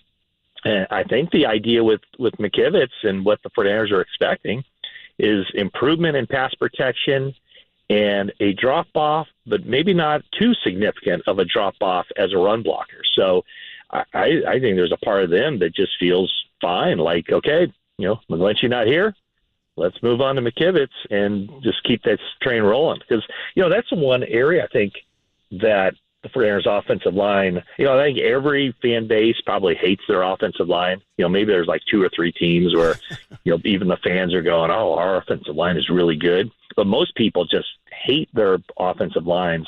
And I think the 49ers offensive line is a lot better and was a lot better last season than it got credit for. Yeah. If you were a Cowboy fan in the 90s, you could not hate that O-line. Well, how could, when Pat then Summerall the White said, House happened and all that stuff. Well, there you go. But they were opening up holes like 7 when feet Pat wide. Summerall would say, Mark Tuanay. I mean, Nate Newton, take your pick. Larry Allen. And that was also the time when offensive lines stayed together for 5, 6, 7 years. Man. Yep. Yeah, you know what I mean? That's what they're talking about. NBA teams, like they break them up all the time, fire coaches. You got to keep teams together. You got to keep O-lines together. Exhibit A, Mike Malone, right? Look, he survived the long run. Look at him now. Mike Malone could play O-line for the Niners. He's a pulling guard, Matty. Yeah, probably could actually. He's a tough guy. Yeah. All right, Matty, this is great. So now, keep us up on the schedule. What's the next big date in the calendar? Next big date on the calendar. Well, it'd be next week. That's when I think the 49ers are going to cancel their final week of OTAs and then just move up that mandatory minicamp. So that would be next week. Kind of, a time where they have these practices. It's mandatory. The whole team will be there.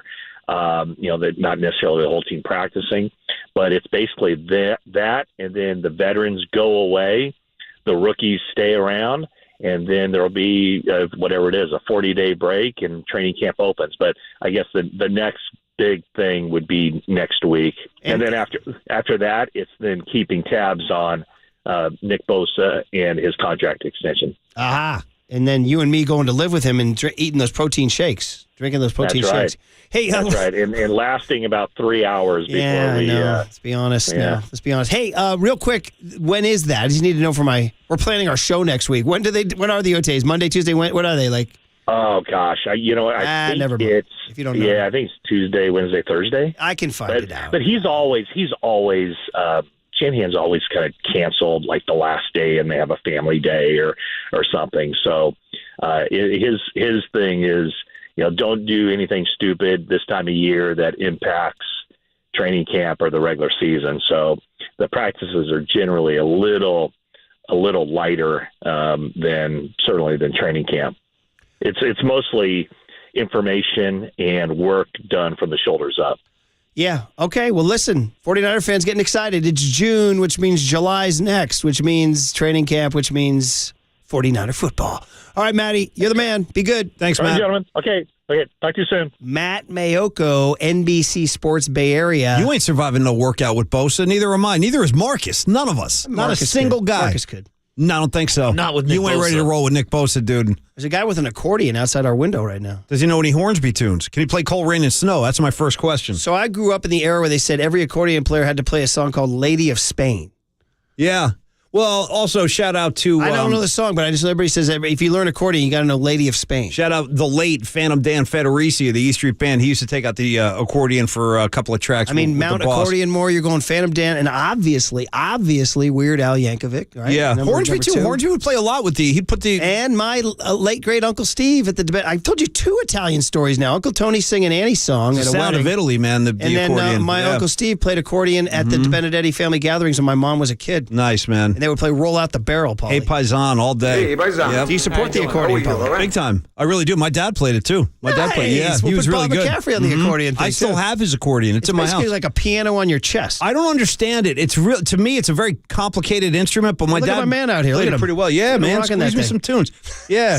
Yeah. Is that the squeeze buck that Yeah. Daltrey's talking about? Well, that's a metaphor now. Oh, Yeah, okay. in and out and in and out. Oh, I thought he was talking about the squeeze They're playing box. all night, and the music's all right. That guy out there is not talking about that? You guys know any Who songs? All right. We are sponsored by Marin Health, your gateway to better Yeah. health with an exceptional medical center and more than 150 primary and specialty care doctors in clinics throughout the North Bay. Yeah. We'll finish strong on the other side with some NBA Finals chatter on the Sports Leader.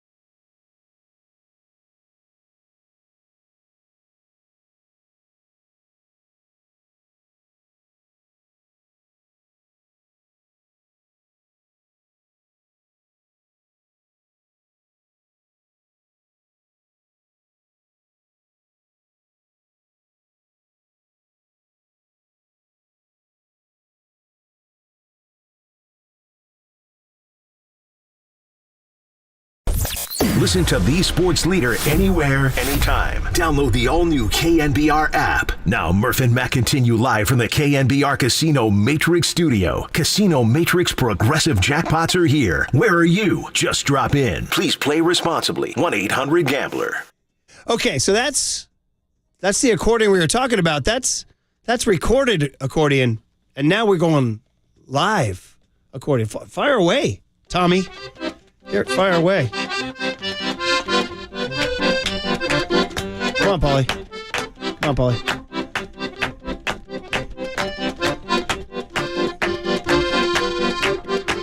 Keep going. Yeah. He's hitting his groove now, Paulie. I need some prosciutto to go with this. Ooh. And some good mozzarella. Do you feel like dancing at the Godfather wedding? I do, right now? watch it. Here he goes. There's Paulie dancing on the stream. That is Tom. That was nice, man. Torrelia. Hey, Tom welcome. Torrelia. Paisan. Playing live accordion here as we welcome Nick Fagoni and Tommy Torrelia from the, what are we calling the festival now? We're calling it the... It's the Festa Italiana and 102nd running of the Statuto race. This weekend, right June 3rd and 4th in San Francisco's North Beach. We're supporting this 100% as a man whose mother is 100% De Benedetti from Liguria. And, Paulie, you got what was the last name on your We got side? the Voglianos. The what? The Voglianos. Ooh, yeah. That's fancy. Yeah. Is that like I like Sicilian? that. No, from the north. Yeah. So we got, even Yeah. though it's Murphy and McCaffrey, We got the Italian and as the, you know, yeah. in San Francisco, quite common. Very common. Quite That's common, a right, yeah. Sunset North Beach wedding right there. Totally. Well, this sounds like a really good time. What are we doing? We got some young kids over here behind the glass who are single and looking to mingle, and they want parties and drinks and sunshine. What do we got? We have all of that. So we're going to have the Peroni beer flowing. We've got Capo Izzeta wine, Highway 12 wine pouring all day long, and we're going to be spinning pizzas by Tony Gimignani. He's coming out doing nice. the acrobats. Oh, nice. And then we've got live music all day long. We got stuff for the kids. There's a kids corner.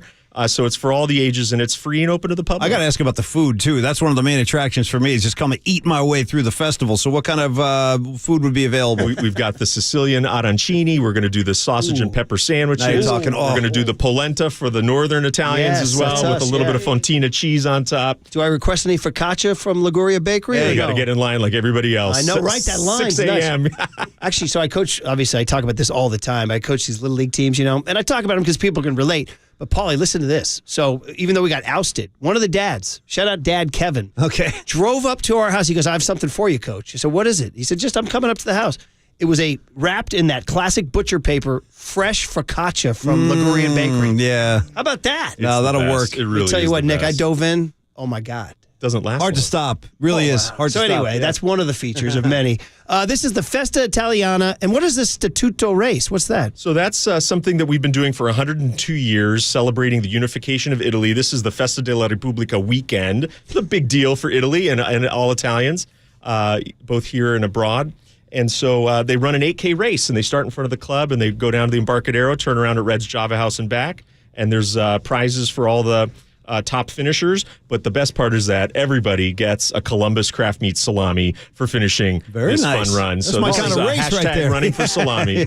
Running for salami. Now, if we didn't have guests in here and we acted a little more immaturely, I think you're asking is Tommy Lee running in the Well, race. it's a good question. And you know what I always think about, too, is the salamis. There was an episode of The Sopranos where he had one of those big cookouts at his house, and actually I think it was Italian sausage. But remember, he had them draped around his neck, almost like a necklace, and he walked out to the grill, like, swinging them. Like, it was I'm going to great. make a controversial statement now. I think there's a profound difference in the East Coast Italian experience and the West Coast Italian 100%. experience. Do you agree, Nick? 100%. Absolutely. Yeah, it's a We're a whole little different more- species, but we enjoy our Yeah, we like our flavor West Coast and vibe. West Coast You guys are a little vibe. more West Coast civilized. vibe. Yeah, a little more civilized. Hey, if it's good enough for Joe DiMaggio, it's good enough for us, right? Amen. So there you Bravo, go. bravo, So that's bravo. Tom Torrelia. Tom, you want to play us out here? What do you got here? Anything? Salsiche in the morning, salsiche every night.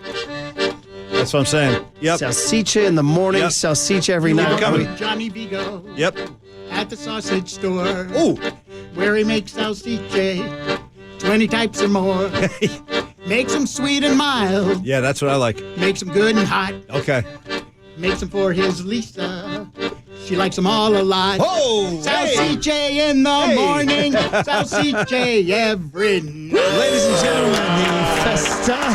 That's my kind of San festival. Francisco's only Italian street Thank you, festival, boys. Saturday and Sunday. It's free. Music, food, drink, kids corner, Tony's Pizza, and everybody have a ball. 102nd Statuto race. Where last website plug or anything? Or SFIACfoundation.org. SFIAC. That's Italian Athletic Club. SFIACfoundation.org. Thanks, guys, for stopping by. Yeah, Appreciate thank you, being boys. here. That's Grazie. Nick and Tommy. Grazie. We'll be right back. Finish up with some NBA Finals on the other side on KNBR 104.5 and 680, the Sports Leader. Look at those sausages. Damn.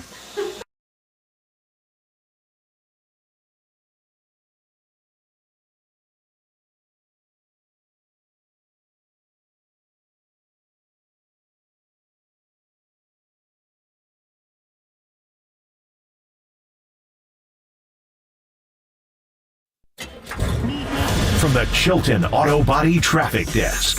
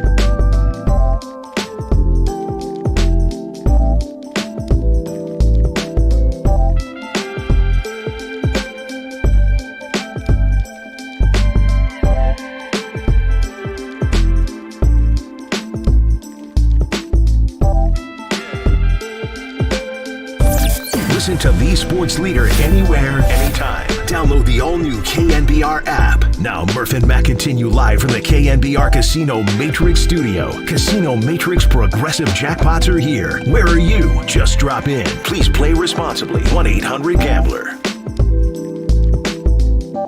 Who said that we are favorites? The media? Las Vegas. And Las Vegas told us that we were underdog before. It's not correct, I think. I mean, I think we are not the favorites. I think in the finals there is no favorites. This is going to be the hardest games of our life, and we know that, and we are prepared for that. We are preparing and prepare for that. So I think there is no favorites, and definitely I think we are not favorites in this series. I think they are not either. I think it's just the finals. You know, there is no favorites in the finals. In my opinion. There he is. First ever Jokic Pitbull rejoin? Maybe? I don't know. Works well. It's a great combo. That was all part of the Pop Culture Showdown today, in which we paired Miami against Denver. Yeah.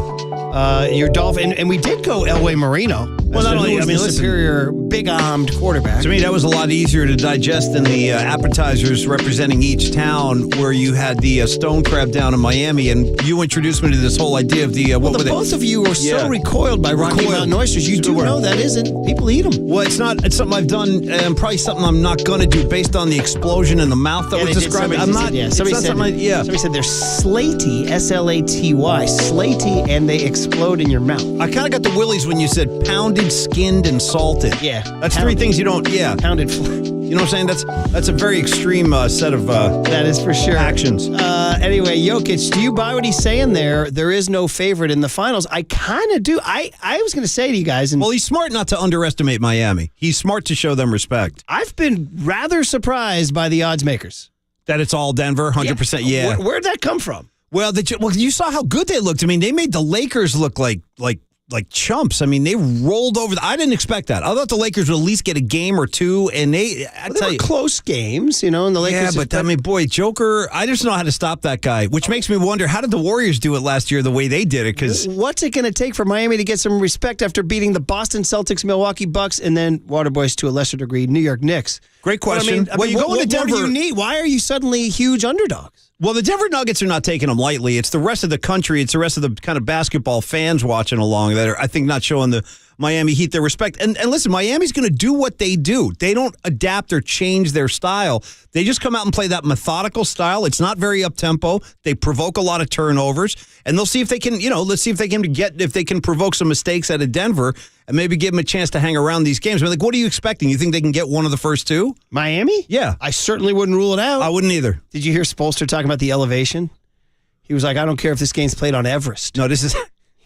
That's straight from Pat Riley. I'm telling you, man. This game will be decided between. He kept saying between the four lines. Yeah. I'm a lifelong basketball fan and sports fan. I've never heard it described as the four lines. Nor have I. I get it. But I'm going to work with that. I figure there's four lines. 1, 2, 3. Yeah, that's a 4-line thing they got to court. Isn't that a rectangle? Is that 4 lines? Squares? Yeah. You could say same of a football field, I guess, too. 4 lines. It's going to be decided. Same idea. Well, baseball we say is decided between the white lines, between right? the lines, yeah. Between the foul lines or whatever, but. So anyway, I don't know, but we did the Pop Culture Showdown, and, well, people want to know who won. First of all, I would say go back and listen. And second of all, I would say it might have been the Miami Heat based on a Triple E tiebreaker. Well, there's the thing now. There's going to be the technicality. There's the rub that Triple E got involved. Yeah. He had to, though. It was a tie. It was a dead heat. Anyway, I don't know who I think should I don't know who I should root for, per se, because I actually truly enjoy both teams. Now, I also feel like by saying that's about Denver, am I betraying the Warriors? Am I if you're giving Denver's the Warriors' Western rival. Yeah. So should we be giving them love? I mean, I listen. They're a very likable bunch, though, aren't they? Honestly, Denver is a very likable team. You like Jamal Murray? I do. I like Murray. I like their coach. I like the Joker, obviously. And same with Miami, though. They're very likable, too, for me. I know. So I think when the series starts, I'll begin to figure out who I want to win. You want to talk atmosphere, too? That building, I would have just imagined, is going to be the most electric. I don't know. Well, they've never been to an NBA That's what I'm saying. It's going to be off the flipping hook over there. Who would be the celebrity courtside? Well, Tim Allen. We know that, right? That's a great can't be John question. Denver. You know what I mean? Tim Allen, if you missed it, Tim Allen's home improvement grunt was part of the Pop Culture Showdown today, which I didn't know about. And then a listener said, let's be honest, he bid it from Scooby-Doo and took it. Well, they say good artists borrow, great artists steal. Now you're talking. Well, now you're talking. I'm one of those people. Okay. Yeah, I am. All right, finish up the show with a few Cash Creek. You want to bring in Grohl? You need some here, Grohl? buddy? I got him right here waiting. If someone sent in a text to you. Oh. 650 says the Warriors aren't playing, so love whichever team you like. You're not betraying the Warriors by rooting for the Nuggets. 949 says simply, Dubs would have wiped out Denver in the Western Conference Finals. Would they have? Ooh, I don't know. Would they have? I don't know. 949, I think that's a little brash. Me too. That's a little brash. It is brash. See, here's 707. Blank them both. Dubs all day. I know. Dubs all day. Dubs aren't playing, though. 707. Apparently, a lot of people saying on the live stream of us, and by the way, shout out, you can listen on the live. Watch it. You can't get the live music, therefore the PCS. So I think you can go back to YouTube and watch our shows again, right? Well, you don't get the live music, but you can always enjoy our rugged good looks.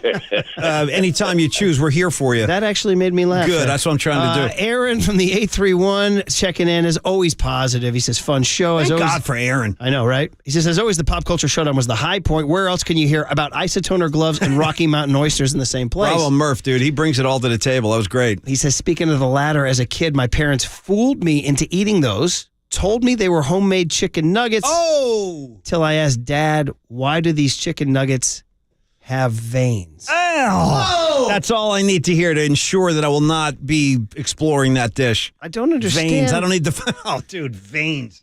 Damn. We're now feeling really No, that was a little much. here. That was extremely... Nugget. No. 510. Oh, Stan Tim checking in. He says, yeah. Paulie Mac, how can you hear about this running for the salami and not take me to Best in Show at the Delicatessen? Oh, I'd be happy to. Yeah, no, it's been... Well, technically, I believe that is a pepperoni. Just get one of those pepperoni sticks out. I just want to hold it. Will you stop? The best is McKean. Will you stop? That's just... One more. Just get one of those pepperoni sticks out. I just want to hold it. Will you stop?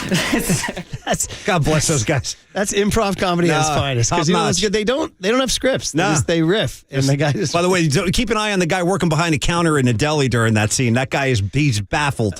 Very similar to some of the characters in Spinal Tap or Peripheral, the hotel clerk and the room service guy, or the security. The deadpan on the security guy is what do you give me for in these Christopher Guest movies? The one who find the zucchini in Smalls' pants. You have any artificial limbs or plates? Not really. 510 Stan Tim says Peyton Manning will be the celebrity courtside. How do you guys feel about him adopting Denver as his? Yeah, it makes me want to root for the Heat now. See, there you go, buddy. There you go. 916 says Calabrese representing Southern Italy here. Okay, that's fine too. 916 says even though we fired Mike Malone, Kings fans can root for the Nuggets. How about them, by the way, firing Mike Malone? Yeah, nice move. 7707 says that accordion, was he playing Supercalifragilistic from Mary Poppins? I don't think so. 405 says you guys missed an opportunity to have him play the theme from The Godfather. Very true. Very true. I enjoyed what he played, though. We got the salami song. I got no complaints. What was he saying about the salami? Sausages, yeah. Well, he was spicy and mild and sweet. And he said that Lisa liked him. Right. All right. To each his own, or in that case, to each her own. He said in the morning and at night. Right. Well, that's true. Okay. Remember the song Afternoon Delight? I'm just making sure that we're all any time of day here. All right. Well, there you go. Okay. Cheers, y'all. Fun show. Good to have Paulie back. Let's see what happens tonight in the NBA Finals, because we're going to watch Game 1. No Warriors to watch. Simply focus on the on the Nuggets and the Heat. All right. Dalton Johnson going to join Papa and Lund at 11:30 to talk Warriors and Bob Myers. We hand it over to Papa and Lund right now. When it's time for a change, think Speedy Oil Change and Auto Service. Your trusted oil change, tune-up, and brake experts. You are listening to KNBR and KNBR FM San Francisco, the sports leader, a Cumulus media station.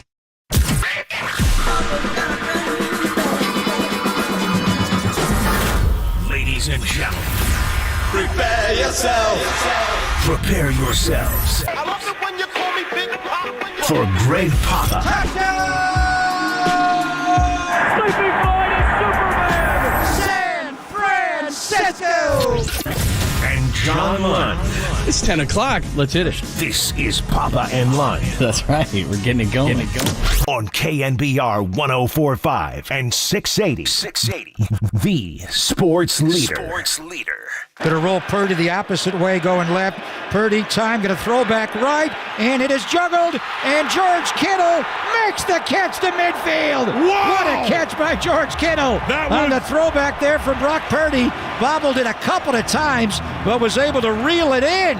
What a dart from Purdy. I think you have to move on. You have to start taking it one day at a time and be where your feet are at.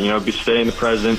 Understand that, we have a goal for this next season. That's to get back to the NFC Championship and win the Super Bowl. So you do have to get past it, but at the same time, you got to sort of remember those kind of things that happen. It makes you who you are. For me, I'm not going to let something like that tear me down or anything. I'm going to learn from it, and we're going to get better. There's certain markers that you hit. He was 12 weeks out, and that meant it was time to throw. He did so and responded really well. He's just had one session thus far, but, we're incredibly encouraged by that. We'll take it as it comes, as we're doing. He's working incredibly hard, and the early returns are really good. So hitting all the timelines. Yes, thank you so much for joining us. Papa and Lund is we're at Levi's Stadium, so we got a ton of 49ers. We got a Papa camp report for you that you do not want to miss. You just unveiled a bit of a nugget to me. We still got Bob Myers and some Warriors to talk about. Is Bob going to ESPN? That's a Woj None bomb. of the above? That's a Woj bomb. We'll get into that conversation as well. We got Giants from yesterday. We heaped all this praise upon them, and then they lose 2 of 3 to the Pirates, including 2 in a row. We got the orange and black versus the black and orange, the John Miller Cup coming up against the Orioles with the second best team in baseball. So we got a ton to get to. The sun is shining. It is a beautiful day, and it's like we never left. It's like driving a car. We're back down here. It feels good. The place is packed. There's a buzz. There's players walking around. I'm looking at the fancy cars walking over here. It is a beautiful day. Good morning, my friend. Did you bring me a Chick-fil-A iced coffee this morning? Here's the thing I forgot. So I had a few extra minutes today. I was like, traffic was great coming down here to Santa Clara, and I thought to myself, delicious. I know what you like, because we're like an old married couple. I know you like those burritos, the mini burritos that you make. I actually hit a spot on the way in, and so you I have put them in something there. aluminum foil. And Yeah. These are good. But I thought Chick-fil-A, you got a sauce chicken biscuit. I did a little chicken biscuit for you. I did the original. I don't know how you're doing on the inside. I got you an original, and then halfway through, I forgot. I could have got decaf or regular. I know you're a decaf guy now. Yeah, I switched to decaf. But I did get you an iced coffee. A regular? Yeah. It's all right. No, sugar-free, of course. I got a long day. We're doing the state of the franchise. Yeah, I That's know why you we're are. here today. So I wanted to gonna... get you something nice, but then I did forget. So that is leaded. That is not unleaded. I forgot that you don't do leaded coffee anymore. A little bit here and there. Okay. It's kind of like having non-alcoholic beer. Like, what's the point? I'm not Prager's. Why am I drinking that? But good to see you. Thank you for the. You are the IT guy. I'm the IT guy. Yeah, we're trying. I haven't been in the studio since when? Yeah, it's been a while. When I flew to Philadelphia on January 27th, going to the championship game, right? Yeah. You've been here a couple of times. I have. We had to get things situated, but we pulled it together. We'll get the stream up in a minute here. So yeah, I'm working on the stream. So if you're jumping on the stream, going, what the hell, bro? I got the camera right in front of me. We'll pop that in the next segment. We'll get everything going. But I'm going to stream the iced coffee to start. So. Okay, so we got a full blown report that we will talk to you about. But first and foremost, we heard John Lynch. He was on Sirius XM NFL Radio yesterday, and with Charles Davis, Bruce Murray, and I listened to the whole thing. We just played a short clip, and we'll play a little bit more for you a little bit later. But everything they keep saying, even from as Matt Maiocco was on with Murph and Mac this morning, and he put it correctly. Kyle's not always the most optimistic in terms of timelines, but even Kyle is saying things. And Matt Maiocco at the end of the interview with the guys this morning said if he was a betting man, that he would bet on Brock Purdy for week 1. So everything we keep hearing, John Lynch said that he's on schedule. He's throwing now. Things are looking good. So again, I think your 23-year-old franchise quarterback you can be a little bit careful with, and John did say that on Sirius yesterday. But boy, all signs point towards Brock in week 1. So right after I left you yesterday on the patio, I went 101 South. Hotel Via gave me my car back. Thank you, Marty Lurie and the Giants. He's going to get a bill. Put it on the Lurie account and the steak sandwich. Got here immediately. I was still wearing my orange and black George Contos issued Giant Jordans. So John gave me, what do you dress for here? Don't you have any red and gold one of those? So That's a good move on your part. That's the way to get free gear. I wanted to make the first whistle, and I watched all the workout. Had a long talk with John. We talked about Bob Myers for a long time. They are close, really close. They confided with each other in a lot of things. John knew things that I didn't know, and we shared stories and everything, and now we're getting the Woj bomb. We'll talk to Dalton Johnson coming up, that Bob already negotiating with ESPN, which we thought he would do, but that's for a later moment. And then honestly, the thing he did on NFL Radio, Sirius XM Radio with Bruce and Charles, I listened to it all back. I knew about it before. I didn't see Brock yesterday at all. He had kind of the Jimmy Garoppolo treatment yesterday, where he's over on a side field. I knew he threw earlier in the week. I think it was actually Memorial Day Monday. They gave him Tuesday off. He was back out yesterday. But there were so many new players. I met Isaiah Oliver for the first time. Jair Brown, who came over after scooping up a ball and running back the other way and introduced himself to me. Hi, I'm Jair Brown.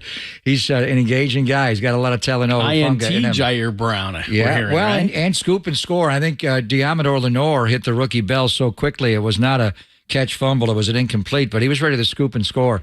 But anyway, I was just watching so much and all of it.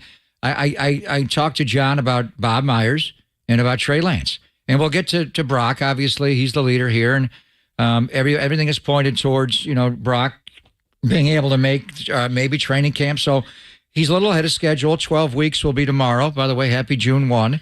So June 2nd tomorrow will be exactly 12 weeks.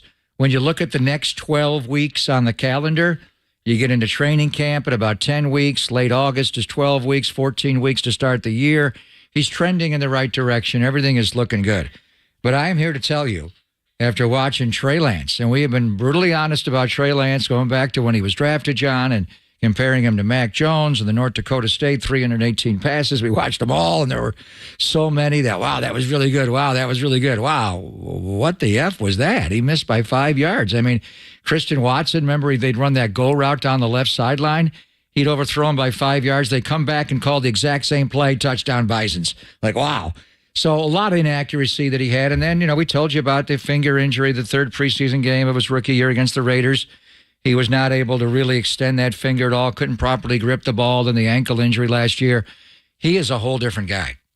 Now, before they got into 11-on-11, and he was warming up with Greasy and the Kubiaks and the quarterbacks and Brandon Allen was there, and Sam obviously know Brock.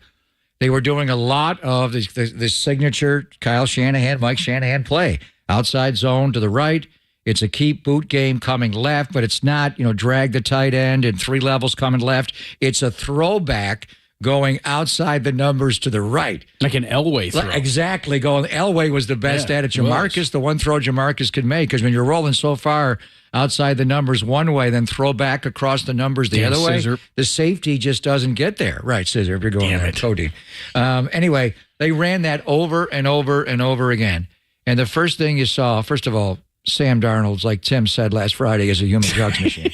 He rips it all. I was like, is he not going to get a Sam Darnold reference in the first segment? He ran right by me. Sam Darnold. He's thicker than he's got thick calves. He's a big guy. I mean, he is thick. But he's like, what was he coming out? 225? 225, somewhere in there. He's a big guy. Anyway, getting back to Trey, the footwork, which I think because he was so locked in on the finger injury his rookie year, and he hasn't been able to get rid of that until right about now. The footwork, the base, everybody's talking about the wider base. You see it. You can't have narrow feet and throw in the NFL or throw a football. Obviously you want the feet to be lined up with the shoulders or wider, but the movement where he's faking all the footwork stuff, faking the stretch right, keep game, boot game, coming left. Roll it. Now, open up the hips, come back the other way. The feet have got to be lined up to the target and throw one outside the numbers to the right. He did it over and over and over again. First play, they run that 11 on 11. After Darnold hit Ayuk on a post route for a touchdown, and what a throw that was, they got into that action. First one Trey threw, bounced. And it was windy, and it was like, wow, we just saw you rip that throw, now you get an 11 on 11. But I think the footwork is there. The finger, and I watched him throw after practice to the tight ends. He had George Kittle out there, Charlie Warner, Ross Dwelly, the old guard were there just running corner routes after practice, and I just watched him, and he's ripping the ball really, I think better than I've ever seen him throw, and John and Kyle both said that to me, better than North Dakota State. He's free, he's easy. We chatted after he was all done and he was going to go in for the day, and he worked another 20 minutes after practice, John, Trey Lance, and it was... I didn't seem like, remember the index finger was not on the point of the ball. And a lot of quarterbacks, Bradshaw never had the index finger on the point of the ball. But he won 4 Super Bowls. He could just rip it. So I'm watching. I'm actually taking, I don't think I see it all the way up there. Does it need to be, though? So right after we talked and, you look healthy and you worked your ass off. And I want to hear about Jeff Christensen and interesting story how they got lined up. But he said, no, I never put my index finger on the point of the ball. My hands aren't big enough. Now, if he slid him up the laces and regripped, he could get there, but he's fine. The point is, it doesn't need to be on the point of the ball. It just needs to be on the ball. It doesn't need to be hydroplaning, because you can't bend it properly. So I'm not going to go, I'm super excited.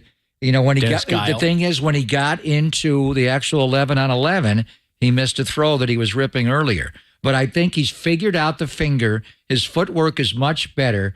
And he was with, Patrick Mahomes with Jeff Christensen. That's what they got together in Texas. Patrick Mahomes' mechanics aren't... I was going to say, don't watch that guy. You would not teach that. No. Everything he does. But you know what he is? I'm Patrick friggin' Mahomes. I don't give an F. I'm just going to rip it. I could be holding the ball down by my waist. I could be rolling, throw off the wrong foot, throw with my left hand. Who cares? I'm just going to rip it. He has uber confidence. What Trey Lance has got to get now that his finger's back, he's gripping the ball back, he's got the footwork down. Let it rip. Just let it rip. Stop, don't worry about it so much. Don't have everybody analyze Cam Newton's chart and every throw you make. And it's just the price of being the number 3 overall pick in the draft. Just let it go. And I think that's a product of also smaller school, not playing a lot of college football. Mahomes was here, there, and everywhere, and he's Patrick Mahomes Sr.'s his dad, played with Jeter, played with the Twins. He just has that bravado of a great athlete. I don't give an F. I'm just going to rip it. And that's where he comes through. Trey's got to get to that point. But now the finger, the legs, the body are there. He's just got to be free mentally and let it go. So we're excited about Brock. We'll talk about that. But I'm here to tell you, I'm not saying necessarily Jalen Hurts kind of improvement, but I saw, remember that first Saturday practice, his first training camp before he even played? Everyone got excited. The deep one on the over route. Yeah, before the Chargers. The Costa Mesa. Yeah. Well, what was the first preseason game against the Chiefs? And he threw the touchdown to Debo. The other receiver. The receiver that he threw a touchdown to in Detroit the first game of the year. the great special teams player. That they got from the Cardinals, right? Mike Blanken, and now he's with the Dolphins. Yeah, but then that's the guy. Remember that first Saturday practice we were watching? Yeah. I'm like, this is right. This is one of the, and Jamarcus could throw the ball. He had other issues, obviously, but Trey throwing the slant was just splattering guys, boom, boom, boom. And then he went to Costa Mesa, got on the field with the Chargers, Lost his confidence a little bit, and then he lost his finger and he lost his body. He's back to. I think he's beyond that guy. Kyle said, best we've ever seen. John, best we've ever seen. So Brock is ceiling. But I'm here to say they have not one, not two, but three quarterbacks they can win big with. Trey's a different dude, John. All right, I want to ask you more about that. I got a couple of questions there as you were giving us that story. So I'm gonna ask a few questions. Text line is on open. We will get the camera up down here at Levi's Stadium. We'll talk more about it. Papa has a full report of some things. A lot of good stuff came out of yesterday. There was some Jake Moody talk. Drake Jackson going up to the podium. He looks like the Incredible Hulk. We got some stuff there. A little offensive line talk as Chris Forster went to the podium yesterday. So we had a ton to get into as far as the Niners have not talked about Bob Myers yet, about what is he going to do moving forward. There's also some speculation on what the Warriors are going to do. We still got that. And, of course, the Giants, for as excited as we get for these young guys, remember, they still have to win games, which they did not do yesterday. They got a tough opponent coming up in the Orioles. So we got a ton to do. We're live at Levi's Stadium. We'll do it all next, only here on the Sports Leader.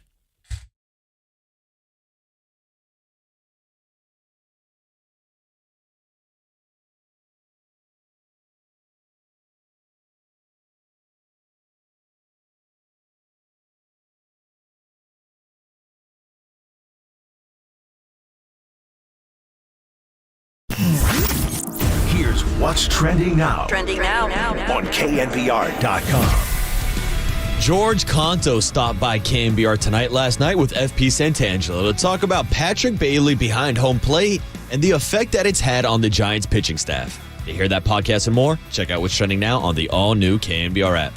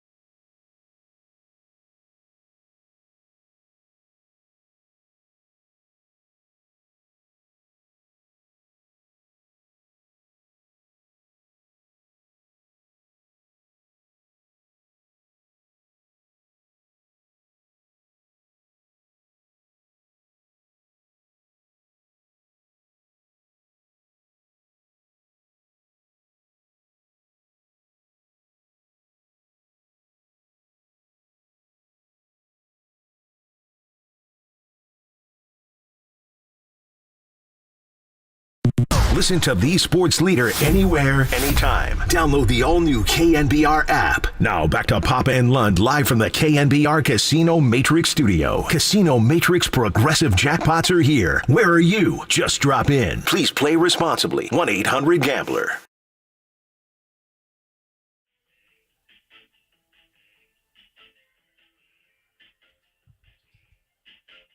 Papa and Lund, thanks for joining us on a Thursday.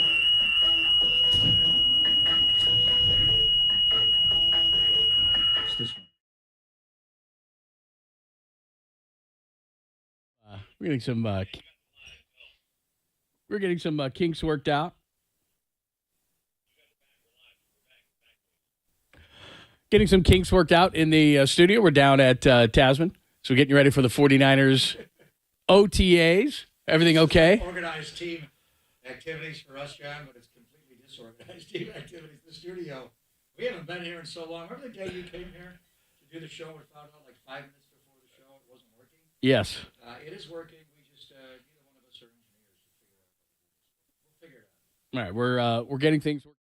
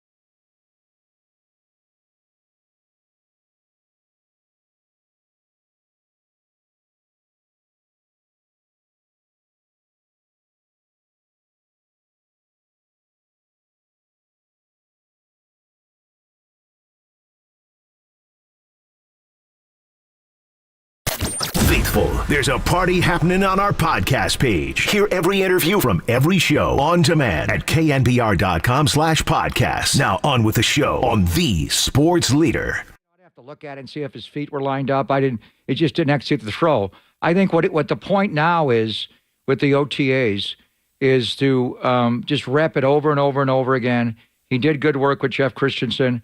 I think he's going to go back and do something. The 40 days between the last mini camp in June, John, to the start of training camp, he'll go back there. I'm seeing a change in his base mainly. His feet are wider. He's in more of an athletic position to throw because the movement. Now, a lot of the stuff they do here is in the pocket and slants and 3-step drops in the wall system. But as I say, it's the Shanahan, Alec Gibbs, Gary Kubiak. It's all that movement that Matt Schaub was so good at, Jake Plummer was so good at. So he's got to learn to throw on the run, on the move. Now, he was good at that. He was really good at that. I mean, Trey did two things really well, throw the deep ball right when he got here and the movement stuff. But I think his feet are more lined up. I just see a wider base. He's not worrying about the finger. He's ripping the ball. The ball is coming out of his hands, and he's ripping it. Now, what he's got, to your point, and it could be a baseball swing in the offseason when they go up to drive line in Seattle and they work on all this stuff, and Sean Manaea is going to redo his mechanics and more velocity, and then you get into game action and it either becomes muscle memory and you actually take it into the game, or you become Tim Tebow. And all the work you do in the offseason, you can't execute the throw. What we saw with Colin, where we were super surprised in a bad way. He was more inaccurate. So I can't answer that till he plays. I think he'll play in preseason games. He needs to.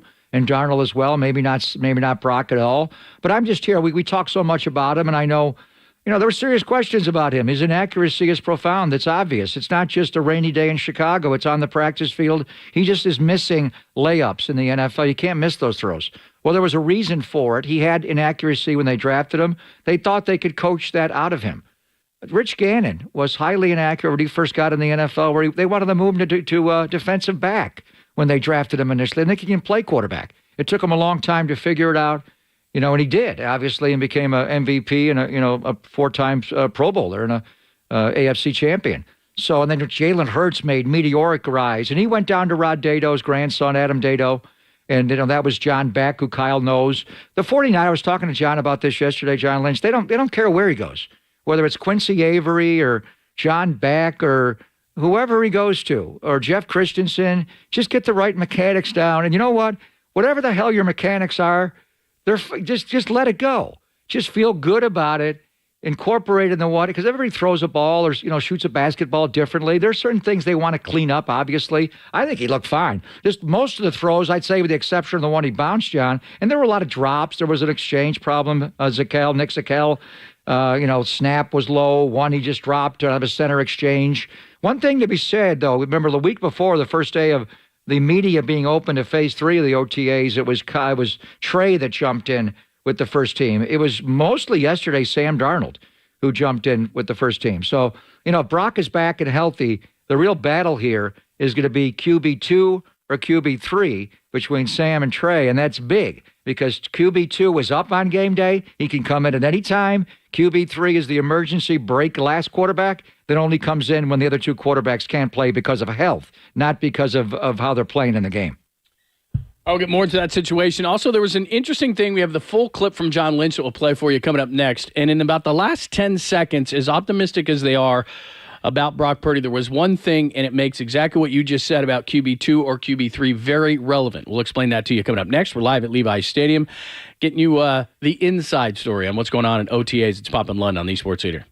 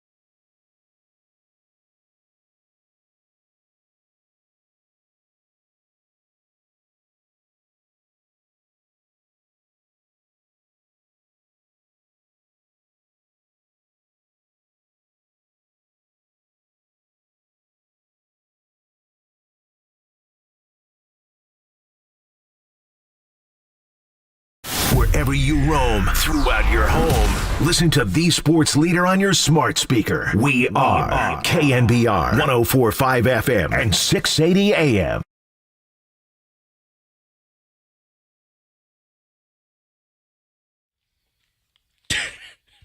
I'm glad Jacob just told us hot mic. Our engineer Andrew just fixed our situation in about He's not 3 happy seconds. with me, though. He's having something medical go on. Yeah, I wished him well. And you just did what you normally do. For those who know you, they're in their car laughing. Well, you need I an laughed. engineer. You can't find an engineer. Except Lee J. Lee Jones, where are you? And Hammer really helped us, didn't he? He did. He scrambled. I know, he's the best. He did. All right, we are We're back. actually doing radio now. Yeah. It is Papa and Lund. Thanks for joining us. We are finally back on this whole thing. And we were talking a lot about Trey Lance, about Sam Darnold, about Brock Purdy. And so we promised you would play you that minute and 40 seconds. So we'll do that for you in just a second. But the one thing that you're going to hear at the end of this John Lynch, and we'll play it for you, is that he goes on and talks about the timeline and how he's on target. He's hitting all the right things. And he's doing the throwing program now. But at the very end of this thing, and this is what I've wondered the most about this whole situation, is that you have a quarterback, and I don't care where he was taken. He's a 23-year-old kid who you hope is your franchise quarterback for the future. So the one thing that would be logical, and every team in the NFL or every team in sports does this, is they're going to be careful with the kid. So if there's John Lynch basically says that they're going to be careful with him. So Well, they have to. Exactly. So in Pittsburgh week 1, against the Rams week 2, I've always thought the surgery was March 10th. The opener is September 10th. That's exactly 6 months. The rehab is supposed to take 6 months. He's supposedly run on schedule. That is such a close timeline that even if, let's say, he was 100%, would they hold him for a week or two to just be sure that their franchise quarterback is not in any danger, which then puts what you just were talking about, are you number 2 or number 3, in a massive focus? It's a medical decision.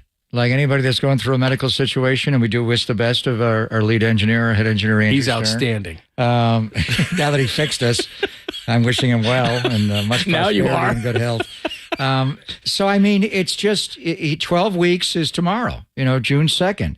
He got there a little ahead of time. The 6 month thing is a 3 to 6 months.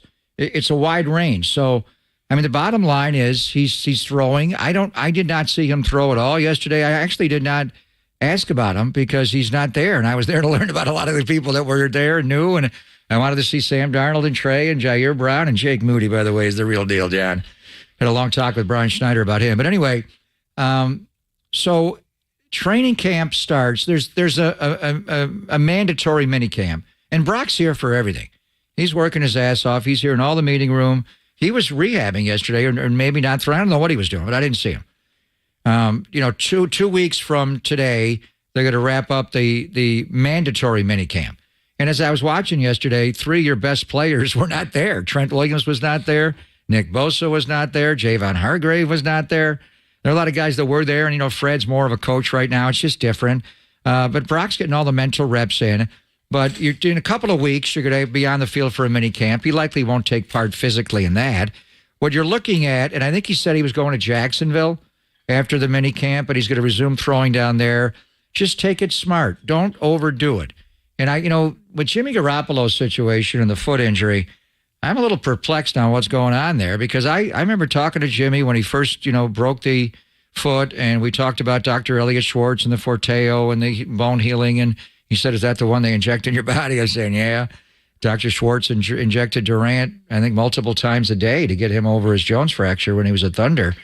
And Jimmy did all that, and I honestly thought Jimmy was maybe the Seattle game, if not the Seattle game, the Dallas game. And then, nobody's told me this, but my thought is I think he pushed it a little bit, and he had some kind of a setback, because all of a sudden he was grumpy, and he's not coming back. It's not going to be the championship game, maybe not going to be the Super Bowl. It's like, what did he do? So he pushed it a little bit, but you're up against a timeline there. So I don't know what he did, and now the Raiders have addendum G in there where they get out of it, and, is it a Liz Frank? What did he do? And then he had surgery, and that delayed the contract. So just, with Brock, be smart, listen to the rehab people, and just stay on time. If he does not start in Pittsburgh, They can win with Sam Darnold. They can win with Trey Lance. I'm telling you, Trey has improved. This football team is loaded. It is loaded. I'm not going to say the quarterback's just on the bus. You got to drive the bus if you're the quarterback in the NFL. I don't care about game management and not asked. I'm hearing people today, they didn't ask Jimmy Garoppolo to do a lot. What? He was the quarterback of the football team. That was 7 minutes and 13 seconds away from winning the ball Super Bowl. On every offensive He makes possession. every decision. He does everything. Whether he throws it. That's why we talk about it so much. Minnesota's not going to bring Harrison Smith in the box to slam the run. They're going to run it every time. And, Green Bay was not built to stop the run. They got trampled. So in any event, you do what you do to win, but it's all important. It's all there. But you can win with Sam. I feel much better about Trey at this point this year than I did at any point last year, any point really going back to his rookie year. And then we'll see where Brock is, but you don't have to push him. So the bottom line is he's tomorrow's 12 weeks from surgery. And then if you just do the calendar, John, in 8 more weeks is when you go to training camp. Late July 28th. I haven't seen the exact date, but it's usually that point is check-in and you're on the field right around that. Does he have to begin the year right, with the quarterbacks? Is he going to be a little like Jimmy where he's over to the side throwing? I have no idea. That'll be how he progresses a little bit every day, just stack days and get a little better. But the point is, they're not going to rush him. There's no reason to rush him. They have capable players if they have to play in Pittsburgh, but they want Brock to play. And as far, Sam looks good and Trey looks very much improved, but everybody in this building is all in on Brock Purdy. There's no doubt. They just got to get him healthy. They love him. All right, let's play. This is the version that SiriusXM posted. It's about 1 minute and 40 seconds. And so talks about the timeline. It talks about their deep love for Brock. Mentions Trey, mentions Sam. But at the end, there's something interesting that could make this 2-3 battle very, very significant come the first couple of weeks of the season. Here is John Lynch yesterday on SiriusXM NFL. He's hitting all the markers. It's a little difficult in that this doesn't happen to NFL players as much as it does in baseball, which his surgeon is a surgeon who primarily, it's why he's so experienced in Major League Baseball. And I think Brock was smart, and we kind of facilitated that he met with a bunch of different surgeons. Dr. Meister, the Texas Rangers doctor, is the one that he chose because of his vast experience and expertise with this injury. But there's certain markers that you hit. He was 12 weeks out, and meant it was time to throw. He did so and responded really well. He's just had one session thus far, but we're incredibly encouraged by that. And Brock's a worker. If you give him a task, he's gonna do everything in his power.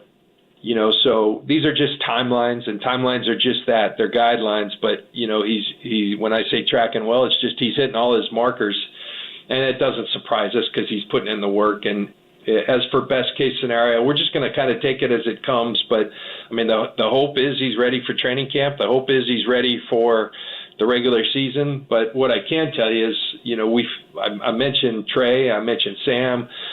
We feel good about that position holistically. So we're not going to do anything to put, Brock not in a situation where he's not fully healed. And that means not just getting back, but getting reps under your belt, the whole deal. So we'll take it as it comes, as we're doing. He's working incredibly hard, and the early returns are really good. So hitting all the timelines.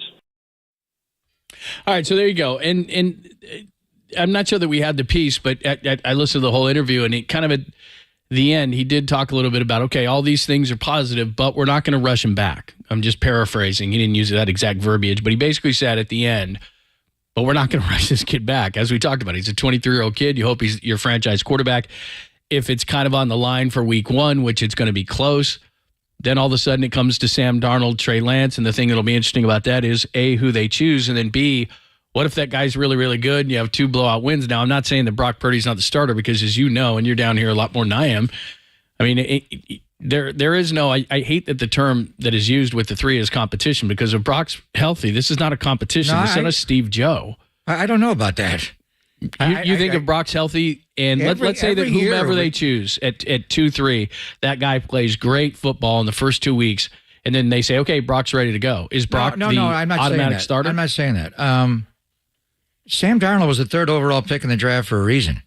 They did a lot of work on Trey Lance to trade up from 12 to 3, give up 2 future 1s and a future 3rd. They believe in him. He had a setback with the finger and the ankle. He had another injury involved and an illness, and he had a lot of things. But now they see the best version of him.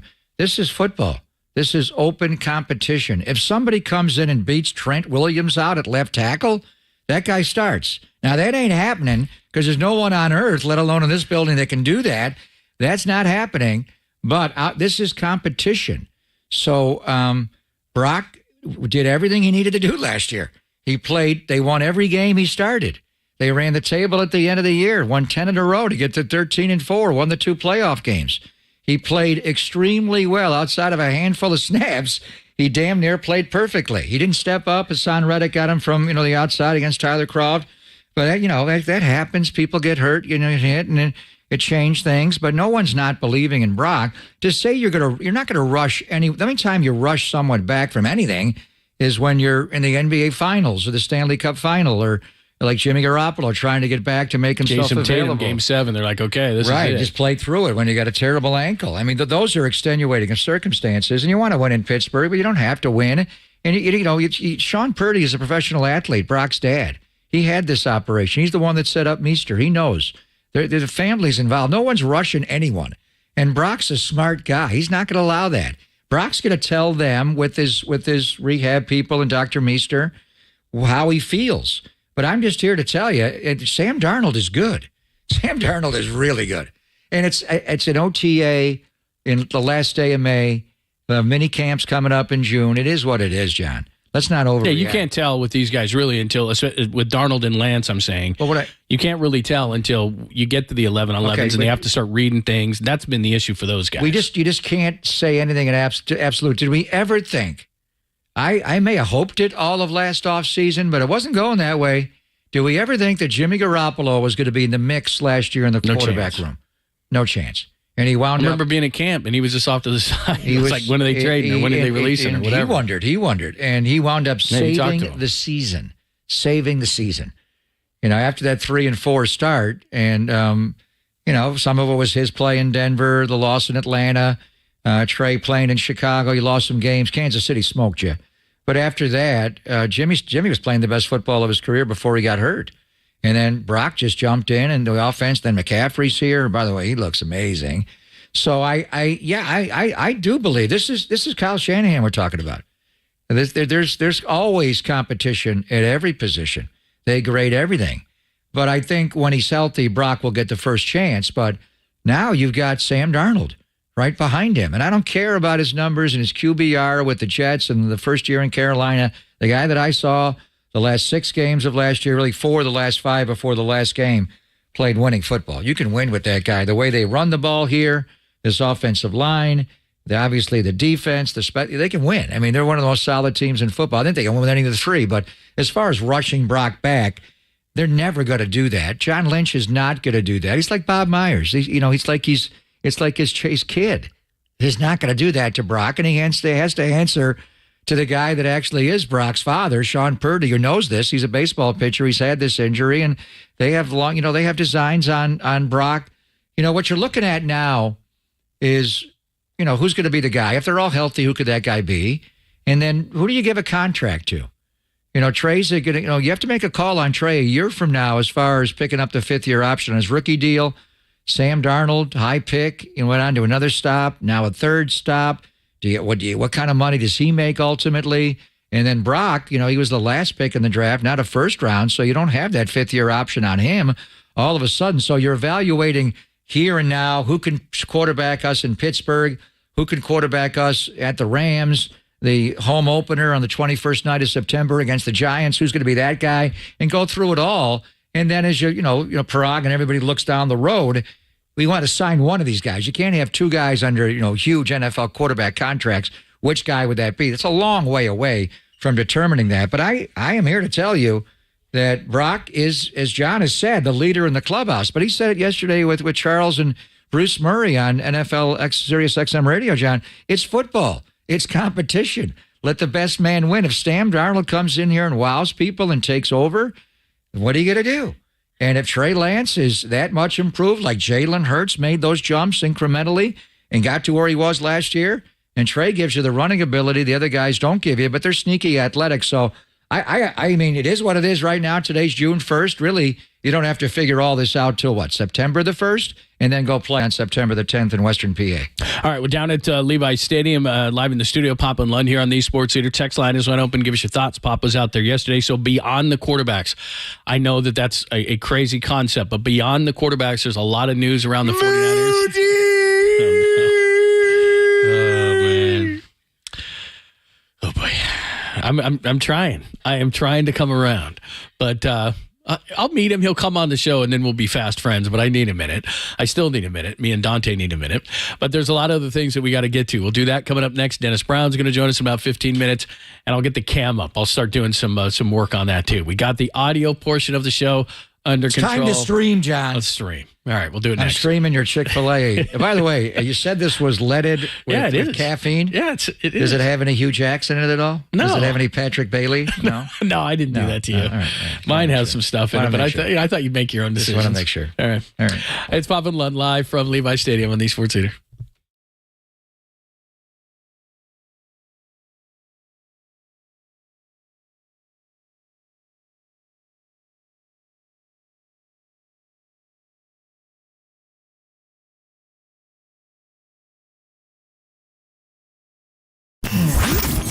Here's what's trending now. Trending now.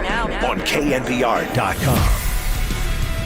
Good news and bad news for the Giants. They lose. That is the bad news. But good news on Michael Conforto.